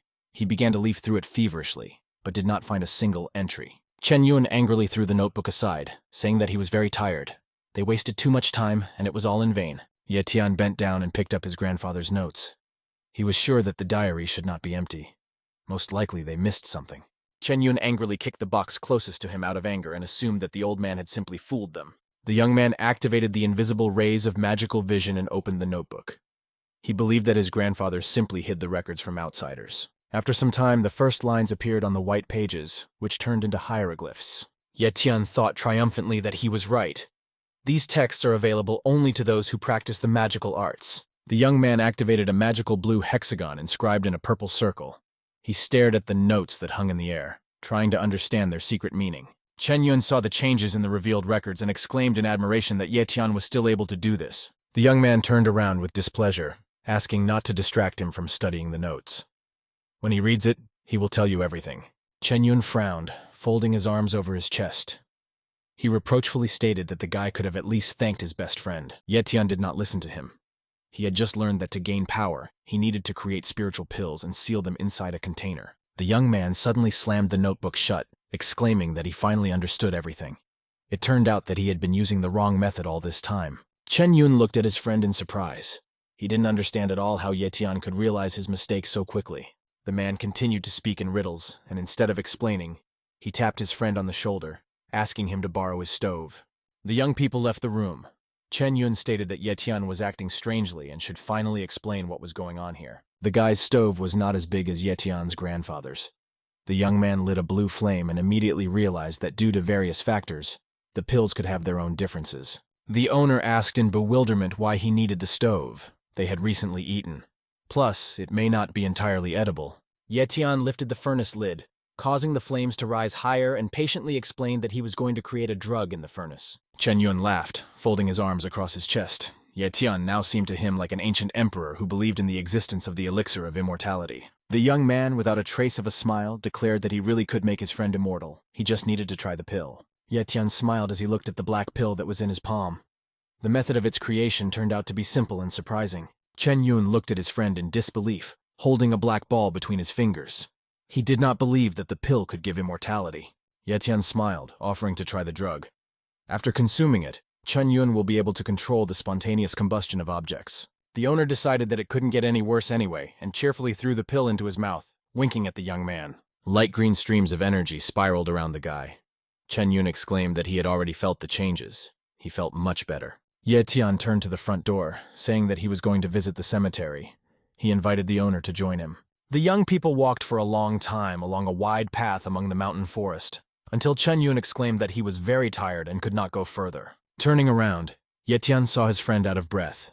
He thought that it was not worth involving the guy in the practice of magical arts. The young man turned away dissatisfied, wondering what to do next with his friend. Suddenly, there was a deafening explosion. Ye Tian noticed a transparent bluish smoke rising from the forest, and worriedly remembered that this was where his grandfather's grave was located. The young man rushed straight there, trying to understand who owned such enormous power. He suspected that the Demon King was involved. Unfortunately, the worst happened. At the site of the old man's grave, there was a deep crater, at the bottom of which a broken tombstone could be seen. Ye Tian was beside himself with anger and shouted angrily that he would make that impudent person whose hand rose to desecrate his grandfather's grave pay. The young man was well aware of this quiet rustling and bluish smoke. This unmistakably indicated that the Supreme Demon King was nearby. Ye Tian took off, saying that he had to check the area as quickly as possible. Chen Yun tried to keep up with him. The young man quickly created a blue shock ball. The opponent turned out to be faster. The deadly rays hit the place where he stood before the jump. Not even a few seconds had passed before the dark silhouette jumped over the tall bushes in one leap. Only the rustling of leaves betrayed its movement. At the place of escape, Ye Tian found several quadrangular silver stars. It turned out that the Demon King had been following them for a long time. Chen Yun was finally able to catch up with his friend. Out of breath, the guy asked if they managed to catch the Demon King. The young man turned away and admitted that the villain managed to escape. Chen Yun exclaimed that his grandfather's grave had been desecrated. The young people went down into the dug grave. The tombstone was broken. The lid pulled to the side revealed an empty coffin. Tian angrily slammed his fist on the grass next to the empty coffin. He cursed himself for not coming here sooner. The young man fell to his knees, apologizing to his grandfather for his lateness. Chen Yun only now realized that the roar was coming from here. Tian roared, not embarrassed by his friend's presence. He reproached himself for not being able to preserve even the remains of his grandfather. At this moment, a small brown pill slipped out of a poorly closed pouch in Tian's pocket onto the grass. A blue glow appeared around the broken tombstone. Chen Yun asked, puzzled, what was going on with the tombstone. The glow became brighter. Powerful rays burst out from the tombstone. When they touched Tian, the guy completely disappeared. Chen Yun stopped understanding anything. He grabbed his head in concern, declaring that he was already tired from this crazy day. The silhouette of a man appeared not far away. Without turning around, the grandfather's spirit assumed that Tian had come to visit him. The young man decided that this was a good sign. Most likely the old man wants him to continue his magical research. Tian happily greeted his grandfather's spirit. The spirit of the old man smiled warmly at his grandson. He had grown a lot during their separation. The ghost put his hand on the young man's shoulder, apologizing for not passing on his knowledge earlier. Magic is very dangerous. He could not afford to drag his grandson into this. Tian stated that this is not entirely true. In fact, fate itself decreed that he began to practice magic. The spirit said that for a very long time he doubted what to do. He decided to enclose a piece of his soul in his tombstone. The ghost took his grandson by the hand and told him that their family fought against the clan of the Demon King. After this, he had to leave the magical world. Tian showed a small brown box, guessing that it was because of this that the old man was reluctant to teach him magic. The old man's spirit said sadly that the Demon King's seal would soon be broken. He wanted to seal it himself, without dragging his grandson into it. The young man interrupted the old man, clenching his fists angrily, and finished speaking for him. The king's puppets discovered grandfather's plan and came to destroy the remains. The ghost turned away, reminding his grandson that the path of magic is full of difficulties. The young man should think carefully about this. Tian surrounded himself with streams of blue energy and swore to his grandfather's spirit that he would make the entire Demon King clan pay for their actions. Seeing his friend safe and sound, Chen Yun happily ran up to him. He was glad that the young man had finally returned. Tian did not say a word and turned away, a tear streaming down his cheek. Chen Yun asked in surprise what happened and what he intended to do next. The young man angrily clenched his fists and angrily replied that he intended to make the grave desecrators who dug up the bones of his grandfather pay with blood. A loud sound was heard above the forest, like the flapping of wings. Raising his head, Tian saw the black silhouettes of creatures moving towards the Immortal Sword Mountain. The young man realized that now it was his time to protect his grandfather, and moved after his opponents. Chen Yun asked in surprise where he was going. Tian turned his head to his friend, gloomily declaring that he had better go home. He goes to the Immortal Sword Mountain for retribution. Chen Yun asked if he recognized the villain's name. The guy readily offered his friends to help. Tian said that this is a little different. Seeing an incredibly bright flash in the sky, Chen Yun asked in fear what was happening. He assumed the grave robbers had returned. The young man laughed and reassured his friend. This time it was not the Demon King's minions who came to them, but his friends. Dui-san descended from heaven on a sword and joyfully announced that she had fulfilled her promise. The spirit of the blade had finally reached the highest level. Chen Yun laughed. He actually thought that these were Tian's friends, but only a little girl came down from the sky. The young man asked to forgive his friend for the insult. He simply did not understand anything. Tian asked Dui-san why she came to this place. The girl showed a sword, around which a purple glow formed. He gained the ability to read the master's thoughts and learned that he was in danger. As soon as he found himself in the hands of the owner, Yugu shouted in fear that he was hearing about this for the first time, but he didn't say anything like that. The young man was glad that the sword became more gentle. Dui-san bowed shyly and said that she was simply following an ancient technique. Chen Yun listened to the conversation and began to realize that he had made a big mistake. He worriedly suggested that Tian was a big boss. The young man turned to his friend, saying that the guy shouldn't know much. It could ruin his life. He promises to keep his friendship forever. Chen Yun watched in surprise as his friend flew towards the Immortal Sword Mountain on his blade, while the girl simply flew through the air next to him. He angrily shouted after Tian that he shouldn't brag like that in front of him. One day he will become the best magician in the area. The purple silhouettes became smaller and smaller in the night sky. Tian shouted that Chen Yun should go to the dragon hunters and tell him about his friendship with him. The Immortal Sword Mountain was completely surrounded by a bluish fog. The young people landed and looked around. Tian noticed the girl's anxiety and calmed her down by placing his hand on her shoulder. He recalled that this is Dui-san's home place. She quickly apologized for having to make stops due to her fault, and said that she was ready to continue on her way. The young man looked at the statues of divine guardian beasts and asked Dui-san not to rush. These animals look a little different than before. Tian raised his hand upward, activating his divine vision. The large blue cross above his hand illuminated the entire space around him. When the rays reached the statue with the dragon, its eyes glowed with red, ominous lights. Dui-san exclaimed that they were possessed. She ran away, giving the young man an example, and told him that these statues were installed as a protective barrier for the divine gates. Fleeing from persecution, the young people jumped onto the sword. Yu-gu shouted indignantly that he didn't look like an elevator. When everything calmed down, the guy and the girl went down to the statues. Dui-san stated that they needed to find the eye of the barrier. Otherwise, they would not be able to get inside. The young man smiled smugly, raising his sword up and activating a lightning bolt. He knew how to find what they needed. It seemed that the whole sky consisted of many electrical discharges. The lightning emanating from the sword spread across the sky and smashed the statues into fragments. After a series of loud explosions, the sky was illuminated by such a bright flash that Dui-san involuntarily covered her eyes with her hand. When it became quiet around, the girl dared to open her eyes and asked if it was possible to break the defense. Yu-gu proudly stated that it couldn't be otherwise. It was not in vain that he raised his level. Tian smiled faintly, feeling powerful streams of energy emanating in a spiral from the owner. The spirit of the sword declared that it was glad to be near him. Dui-san laughed loudly and thoughtfully admitted that she could only cultivate the spirit of the sword, but did not know how to develop its character. Tian stated that he only wanted a sword without bad intentions. He invited the girl to continue on her way, saying that they had lost a lot of time. Noticing Tian lowering his sword, Yu-gu indignantly asked him not to look down on him. He is truly amazing. Dui-san at this time bent over the destroyed statues, begging her ancestors to forgive her for some inconvenience. He said that he had brought the master to remove the curse. An elder's voice rang out in the sky. The man said that their mission had been completed, and now everything depended on the girl herself. Having caught up with the young man, Dui-san continued her journey to the Temple of the Immortal Sword. After some time, they found themselves at the entrance to the sanctuary. The girl said worriedly that she guessed the plans of the Demon King. Most likely he needs one of the holy weapons. Tian decisively opened the temple door, inviting the girl to follow him in. Yu-gu said that it was quite dark inside. It was suspicious. A series of loud bangs were heard in the building. The sword spirit exclaimed that he was not mistaken. It was indeed a trap. Flying over the temple, Tian exclaimed in bewilderment that someone had activated a protective barrier against him. Dui-san noticed that two giant hands of dark green color were reaching out to the young man, and she screamed, warning the master in fear. The huge palms closed with a deafening sound. Tian angrily shouted to the giant that no one could stop him. The master rushed to the attack, leaving his double behind as bait. Yu-gu exclaimed in admiration that his master's energy had become purer. The monster's hands reached out to meet his opponent, ignoring the golden sword that slid under them. It seemed like a toy compared to the giant hands. The giant noticed his mistake too late. The golden sword circled his hands several times, wrapping a golden thread around his wrists. Tian ordered the monster's hands to be tied.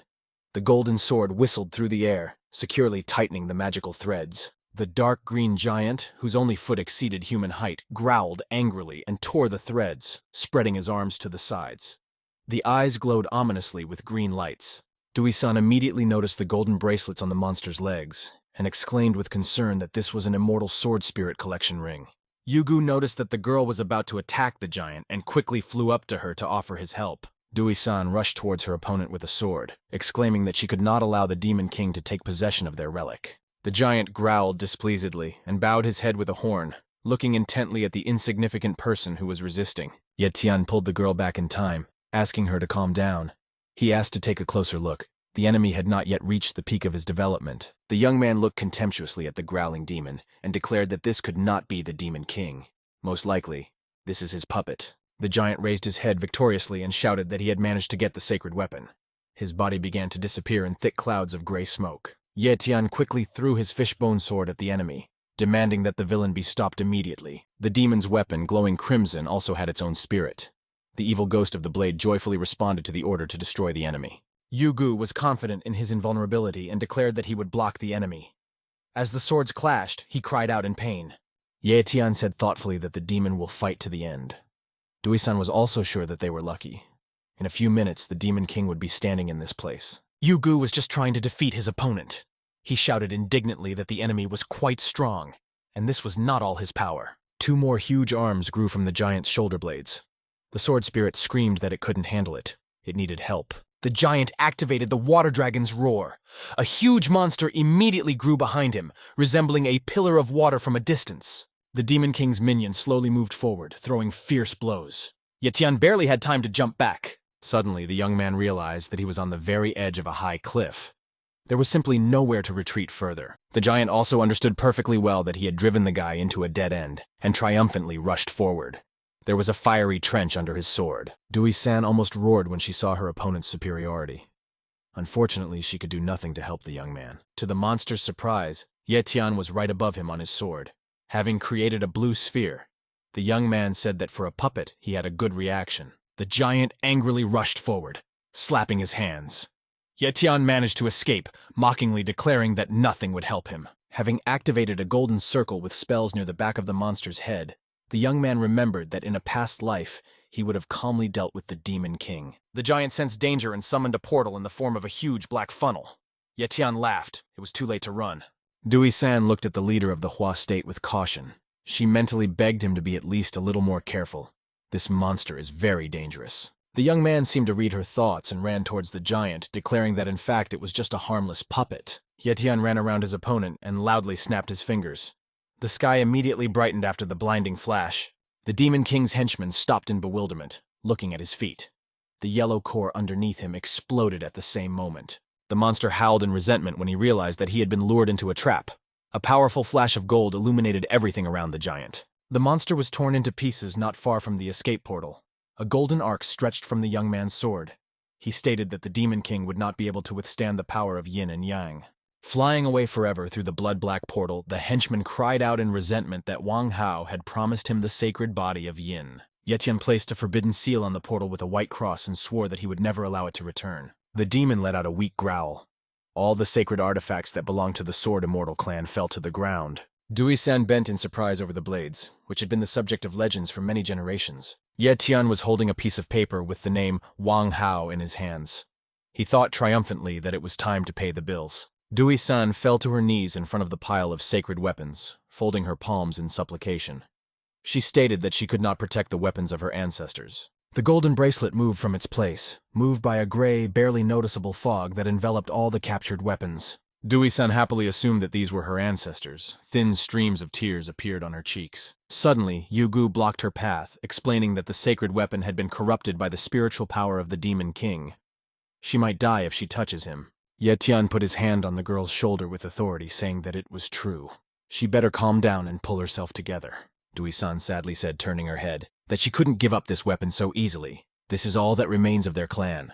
The young man enclosed all the sacred weapons in a golden spiral and asked the girl to just cast the required spell. Dui-san was noticeably nervous, afraid of making a mistake.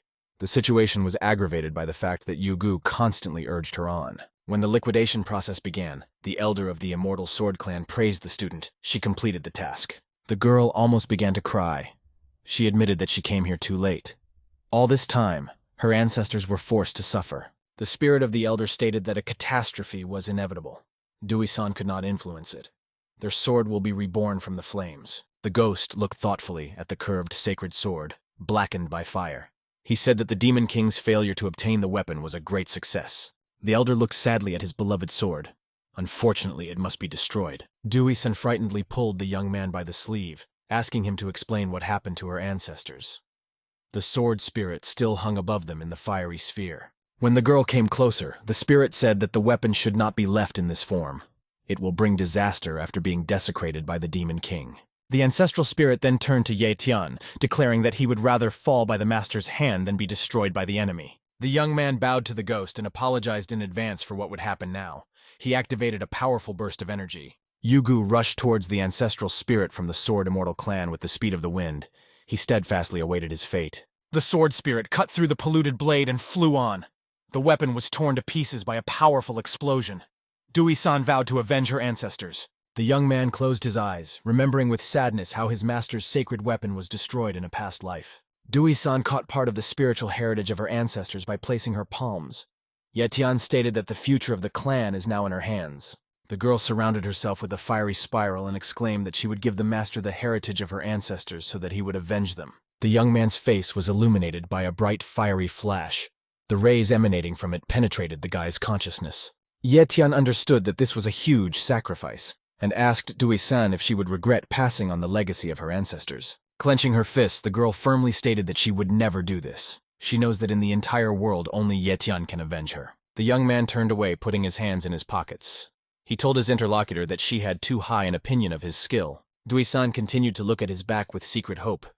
Tian seemed to read her thoughts and said that he accepted this order.